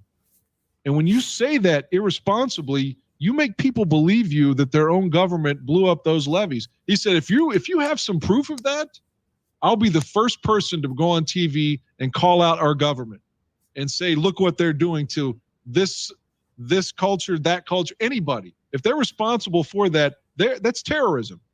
And I will gleefully go on TV with you and call them out. But unless you have proof of what you're saying, that's dangerous and irresponsible. And he kind of won the argument. Even Maher just sort of was like, yeah. But who's festering all of Trump's unsubstantiated horseshit in the last 4 months? Fox News, Tucker Carlson, Sean Hannity. Well, and again, he it goes beyond that now. It's dangerous to say things that you can't document. Right. But he was doing it on his show every night at 8 p.m. Yeah, because it's an opinion show, and legally it's actually been deemed by a federal judge. I saw that where the woman sued him, and his whole defense was that no one takes me seriously anyway. It's an entertainment show. An entertainment show. Won. Right. Yeah, he won a civil lawsuit for that. That's right. So it's just horseshit. It is horseshit. Now, first of all, I want to thank the Factor and Tony and where has Bill been all these years? Where is Bill now? Is he on our show? Dem Slaughter, although Dem Slaughter I think pulled the plug about a couple of minutes ago. But all of the conservatives who are still listening to two liberals rant about the unfairness of the impeachment trial and so forth, I want to thank you for just sticking it out and listening to us. And if you want to come on here and debate one of us or just discuss or whatever the word is, and just want to share your political views, which we usually share, talk about in the last half hour, 15 minutes of the show, we'd love to have you on. And we're not going to gang up on you. I think hopefully by now that while we may be firm in our beliefs, our liberal beliefs on certain things, we are fair-minded, and we want to thank you for being fair-minded and sticking around to the end of the show to listen to our thoughts. I give my word. If someone disagrees with me, because the thing I hate the most is when someone gets personal with me just because they disagree with me. I will not do that to a Republican, a right-winger, whatever you want to call them. I'm not going to say you're automatically a piece of shit or a bad guy because you thought Trump shouldn't have been you agreed with the acquittal. I'm not going to say you're a horrible human being and you're a fascist or whatever. I'm not. I mean, like I said, if we disagree in real life, I just try to avoid people that I disagree with because I don't want to get to that point where you are mudslinging. If you know that you're never going to agree with each other, then I would rather be defined by the things we do have in common versus the differences that we have. So I'm just pledging to try to be a gentleman as much as I can, even if we disagree, because we don't have to argue. We can have a good, solid conversation that has respect, even if we disagree. It doesn't have to be a fucking Fox News show or a CNN show, whatever. We don't have to be yelling and have to turn the mics off, That is one of the beauties of America, is that we have the ability to discuss these things, debate these things. That is what makes America great. Because, hey, I'll tell you one thing. I am liberal. I'm a Bernie Sanders type liberal, but I respect so much of what the Republican Party and the conservative conservatism brings to America and that balancing act, I believe that people should be self-sufficient. I believe that people should take care of themselves, but I also believe in liberal principles that say if that people have been unfairly treated after a time, there should be government programs to help those people get on even footing. And so I let's debate it, let's discuss it, and let's all walk away with the same belief that we want to just make America great again. Yeah, I mean, all jokes aside, if people could view it as, like you said, where you framed it, at the end of the day, if you could say, well, both sides, it's like, let's make it a Bears thing. Both sides want the Bears to win, and the Bears in this equation is America. We both want what's best for the team or the country. We just have different strategies on how to get there. So that doesn't mean that we're bad people or you're bad people. You know, when I was talking about Republicans, when I say that earlier, I'm talking about elected officials.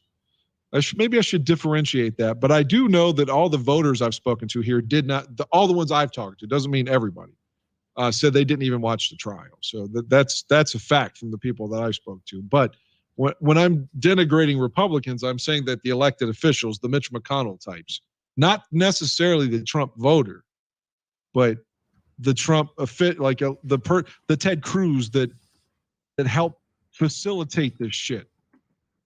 You know, and still, we don't know what happened to the Marjorie Taylor Greene story the day before, where she allegedly gave tours to the radicals. Where did that story go? I don't know. That's who I'm criticizing, though, when I'm talking about Republicans. It's not like the voter per se. I don't know how you could watch that video for 13 minutes and then say that he's not, shouldn't be held accountable, but maybe you could explain it to me. I can't. I'll tell you one thing. Tony is saying keeping Ryan Pace as general manager is the biggest political decision that he's been fighting. And I'm with him there. Hey, I like to keep these political segments to about 20 minutes or so, and we've gone a little bit over that. And I love talking politics. Anyway, so. And you need to go home. I need to go home. Everybody needs to go home. But I just wanted to tell people we've gone now 4 hours and 16 minutes. I've had a ton of fun. I hope Dan has. I hope Stacy has. Retro has. Tony has. Everybody that's in the chat room. Aaron, my man Aaron of the Barfly Tailgate Show, they'll be back this Sunday morning to talk about Bears football, and I think they got a special guest this Sunday on the Barfly Tailgate Show. Maybe it's me. Maybe I'll be on that show. Maybe they'll finally invite me on their show. Dan, would you like to be a guest on the Barfly Tailgate Show Sunday morning? I can't do Sunday morning. Hey, like I said at the house, told you, like after my divorce, I don't even have Wi-Fi at home because I'm never home except to sleep or clean for the most part, or to do dirty things with ladies or whatever. But how do you jerk off at home if you don't have Wi-Fi to get on free porn? Oh, I could, I've got a hotspot on my phone. Oh, okay. But yeah, but still, like I said, whenever I get into a rut, my sleep pattern gets broken. I'm down for like 6 weeks fucked up. So I cannot be awake when you all need me to be awake on Sunday morning. Or like that really is stressful for me when the Bears play at 1 p.m. Eastern. It'll fuck up my whole sleep pattern if I'm not careful. And when I'm nocturnal, I have to stay up all night. So for work. Mm-hmm. So that time of day just is not conducive to me. And I'm not trying to be a bitch. It's just, no. If my sleep pattern gets broken, it just fucks me up for weeks. Oh. So yeah, I can't commit to that time frame. I'm sorry. No, I know how you feel. This show fucks up my sleep pattern for the week, but I'm sorry. That's a different. I love doing this show. That's why I deal with the ramifications of it. By the way, Tony says looking at lost porn on WSB it's hard. not to rub your balls. I'm not sure what that means, but it sounds funny nonetheless. And Aaron says, I work nights too, Dan. LOL. I have to set an alarm every Sunday morning to be on the tailgate show. Oh.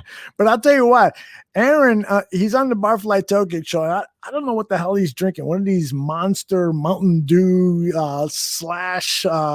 nitroglycerin. And he drinks. I see him because I direct that show, and I see him sipping on that drink, and all of a sudden he goes from being, yeah, I got fucked up last night. I'm so tired and stuff.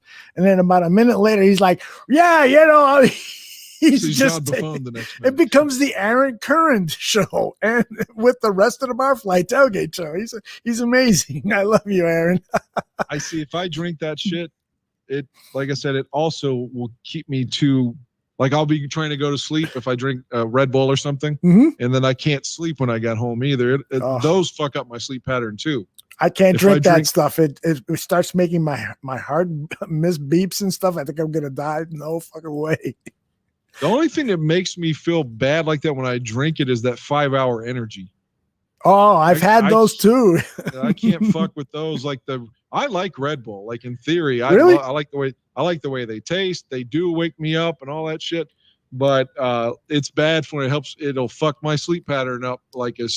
I can drink one, and then tomorrow I won't be able to sleep, and then I'm down for a fucking month. This is what I'm drinking right now. It's called Four Roses. It's from Kentucky. Aaron has blessed it because he's from Kentucky. And it's going to help me sleep right after we're done here. All right, Dan, say goodbye to Mitch McConnell, Kentucky. That's right. Who's the other senator in Kentucky outside of Mitch? Is it Rand Paul? God, I think it is. Isn't he? Might be. Oh my gosh. I knew that I didn't like the Pauls when Ron Paul was running and said that what am I trying to say?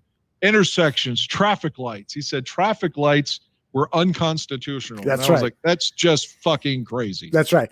In principle, I hate to get back into politics, but in principle, the whole idea of libertarianism sort of makes sense. It's sort of appealing. But then when you start digging into it, it's like when they start saying traffic lights are unconstitutional, it's like, who the fuck is going to direct traffic if the government isn't going to charge you taxes to have a traffic light and to have streets paved and to have all this stuff? It's like, no, it doesn't work that way. I'm sorry. How are you going to get out of Soldier Field without a traffic light? Oh my gosh. I would pay more in taxes if I could get out of Soldier Field a little faster than I do now. Exactly. I'm just saying, if you're like, the worst traffic I've personally been in is DC. Mm-hmm. I was going to a concert, was in front of the Pentagon. I moved 4 miles in 45 fucking minutes. And that's 6 lanes. Because I was going to Maryland. Now I go the back way through West Virginia to get to Baltimore and don't even go through DC. But anyway, point is, that's the worst traffic I've been in driving. I can't even imagine Chicago. So, and if there were no traffic lights, oh my God, like, that's fucking nuts. It's nuts. And let me tell you something. I spent 10 days in Cairo, Egypt. And when I was there, I said, I will never complain about Chicago traffic, New York traffic, any kind of American traffic, because they had traffic lights there, but nobody have made them. I mean, it was the scariest shit ever. It's like you had to have the biggest balls ever to cross the street because nobody paid attention to traffic. Even if there was a traffic cop there, he would say, stop. No, fuck you. I'm going through. And I for 10 days, I was like in a fucking panic because just getting out into traffic was the worst thing. Cairo, Egypt, I'm staying away, man. I had a great time. I will say this, like, to make the right wingers happy, even though they're not listening. No, I think it's equally crazy to say defund the police. Oh, stupidest idea ever. Police. Even if all these instances they were shitbag racist officers, that doesn't mean that all officers are racist and shitbags. That's not true. Even if the examples that we see on the news are all awful, and they are, that doesn't mean all policemen and policewomen are bad people, though. And you need them for your fucking community. There's no way around it. Right. Even if you think they should be demilitarized, that doesn't mean that, like, you shouldn't have police. Though. Exactly. Bill Maher did a great his final bit is called New Rules. He did a great bit on that on this Friday show, and he said Okay, so let's say you've got a domestic agreement and a disagreement, and so you send out a specially trained police officer there or a specially trained government worker to deal with that domestic disagreement. Don't you think it would be a good idea if that person had a gun just in case things get out of control? And don't you think it would be a good idea if that person had a badge to show authority? And don't you think that's a fucking cop? Right. And so, the point is, though, from liberals is that you need a certain portion of the police department should be specialized in training to deal with certain issues, and so you don't always need a certain cop to be able to perform all of these different things that cops are asked to perform. That's unfair to cops. There should be specialized aspects of police work, and I think that's what Defund the Police is trying to get across. Although, again, liberals have come up with the worst fucking title for what they want to accomplish. Black Lives Matters. It's Black Lives Matters 2. Defund the police. No, it's not defund the police. Specialize the police. It's on and on. I think there's some that literally want to defund them, which I just don't Yes, understand. that is true. What's the alternative then? You know what I mean? Anarchy. Yeah, I just can't agree with that at all. And like to finish it up, like I said a minute ago, even if all these atrocities are from horrible racist policemen, that doesn't mean that others who didn't commit these acts aren't good men and women. So you can't just broadly say that all police people are bad. It's just you can't do that. I have good friends in the Chicago Police Department. One of them is Burscott Ruiz. He's a commander in the Chicago Police Department, and I saw him. We were good buddies when he first got into the police force 30 years ago, and he's just a great guy. And I can go on and on with great. And you can't blame him for the DNC in '68. Is what you're saying? Exactly. We'll talk about that in a future show. I want to share some thoughts with you about that. All right, let's call. If you're going to tell me you were there, you need to tell me right now. No, I wasn't there because I was 9 years old when that happened. But still, if you were there with your dad or something, I was going to be like, "Wow, you have to tell me that tonight." I wish I was there. Here's quickly. The funny thing is that when I was 8, 9, 10 years old, I was the only one following politics at my home. My mom and dad, they didn't give a fuck about it. They were trying to figure out how to pay the bills. They were working 40, 50, 60 hours a week. And then a few hours that they had to themselves, they would go out to the clubs and have some fun and so forth. But I was like watching all this shit going on, the Democratic National Convention riots and the Watergate and so forth. And so they would come to me and ask me, what is all this about? And I would explain it to them. I was going to say, so were you from McCarthy then, or no, or Humphrey, or who? I was a Humphrey guy, but I didn't know any better back then. Humphrey seemed like a good man, though. He did, and I just hate his stadium. I hated that the Metrodome. The worst freaking stadium in professional sports. I think it was the Roller Dome. Yeah, absolutely terrible. All right, we'll talk to you next week. Tell Stacy to be nice to me now. Stacy will be nice to you. She promises, but she's also going to bring it. She says she's going to. That's going to be a fun show next week. Feels like it's that old movie, Bring It On. Bring It On. I love that movie. We'll be back here next Monday, and the Mike North Advantage on Wednesday. I'm not sure what else we got going on this week, but we've got a lot more stuff going on this week. Oh, Draft on Tap on Thursday, and of course the Barfly Tailgate Show on Sunday. So just follow us at Bears Barroom on Twitter or our Facebook page, and make sure you follow Dan. What's your Twitter account? Bears fan Dan. Wait, do I have an underscore? I do. Yes, you do. Bears fan _ Dan. Yeah. let me call it up here. I've had it since like 2011. At Bears fan _ Dan. Look at that good looking guy. All right, that's our show for tonight, and hopefully you will also hit like and subscribe and all that stuff on YouTube. And if you listen on iTunes, leave us a favorable review. We would appreciate it, and we'll talk to you next time. Bye-bye. Be well.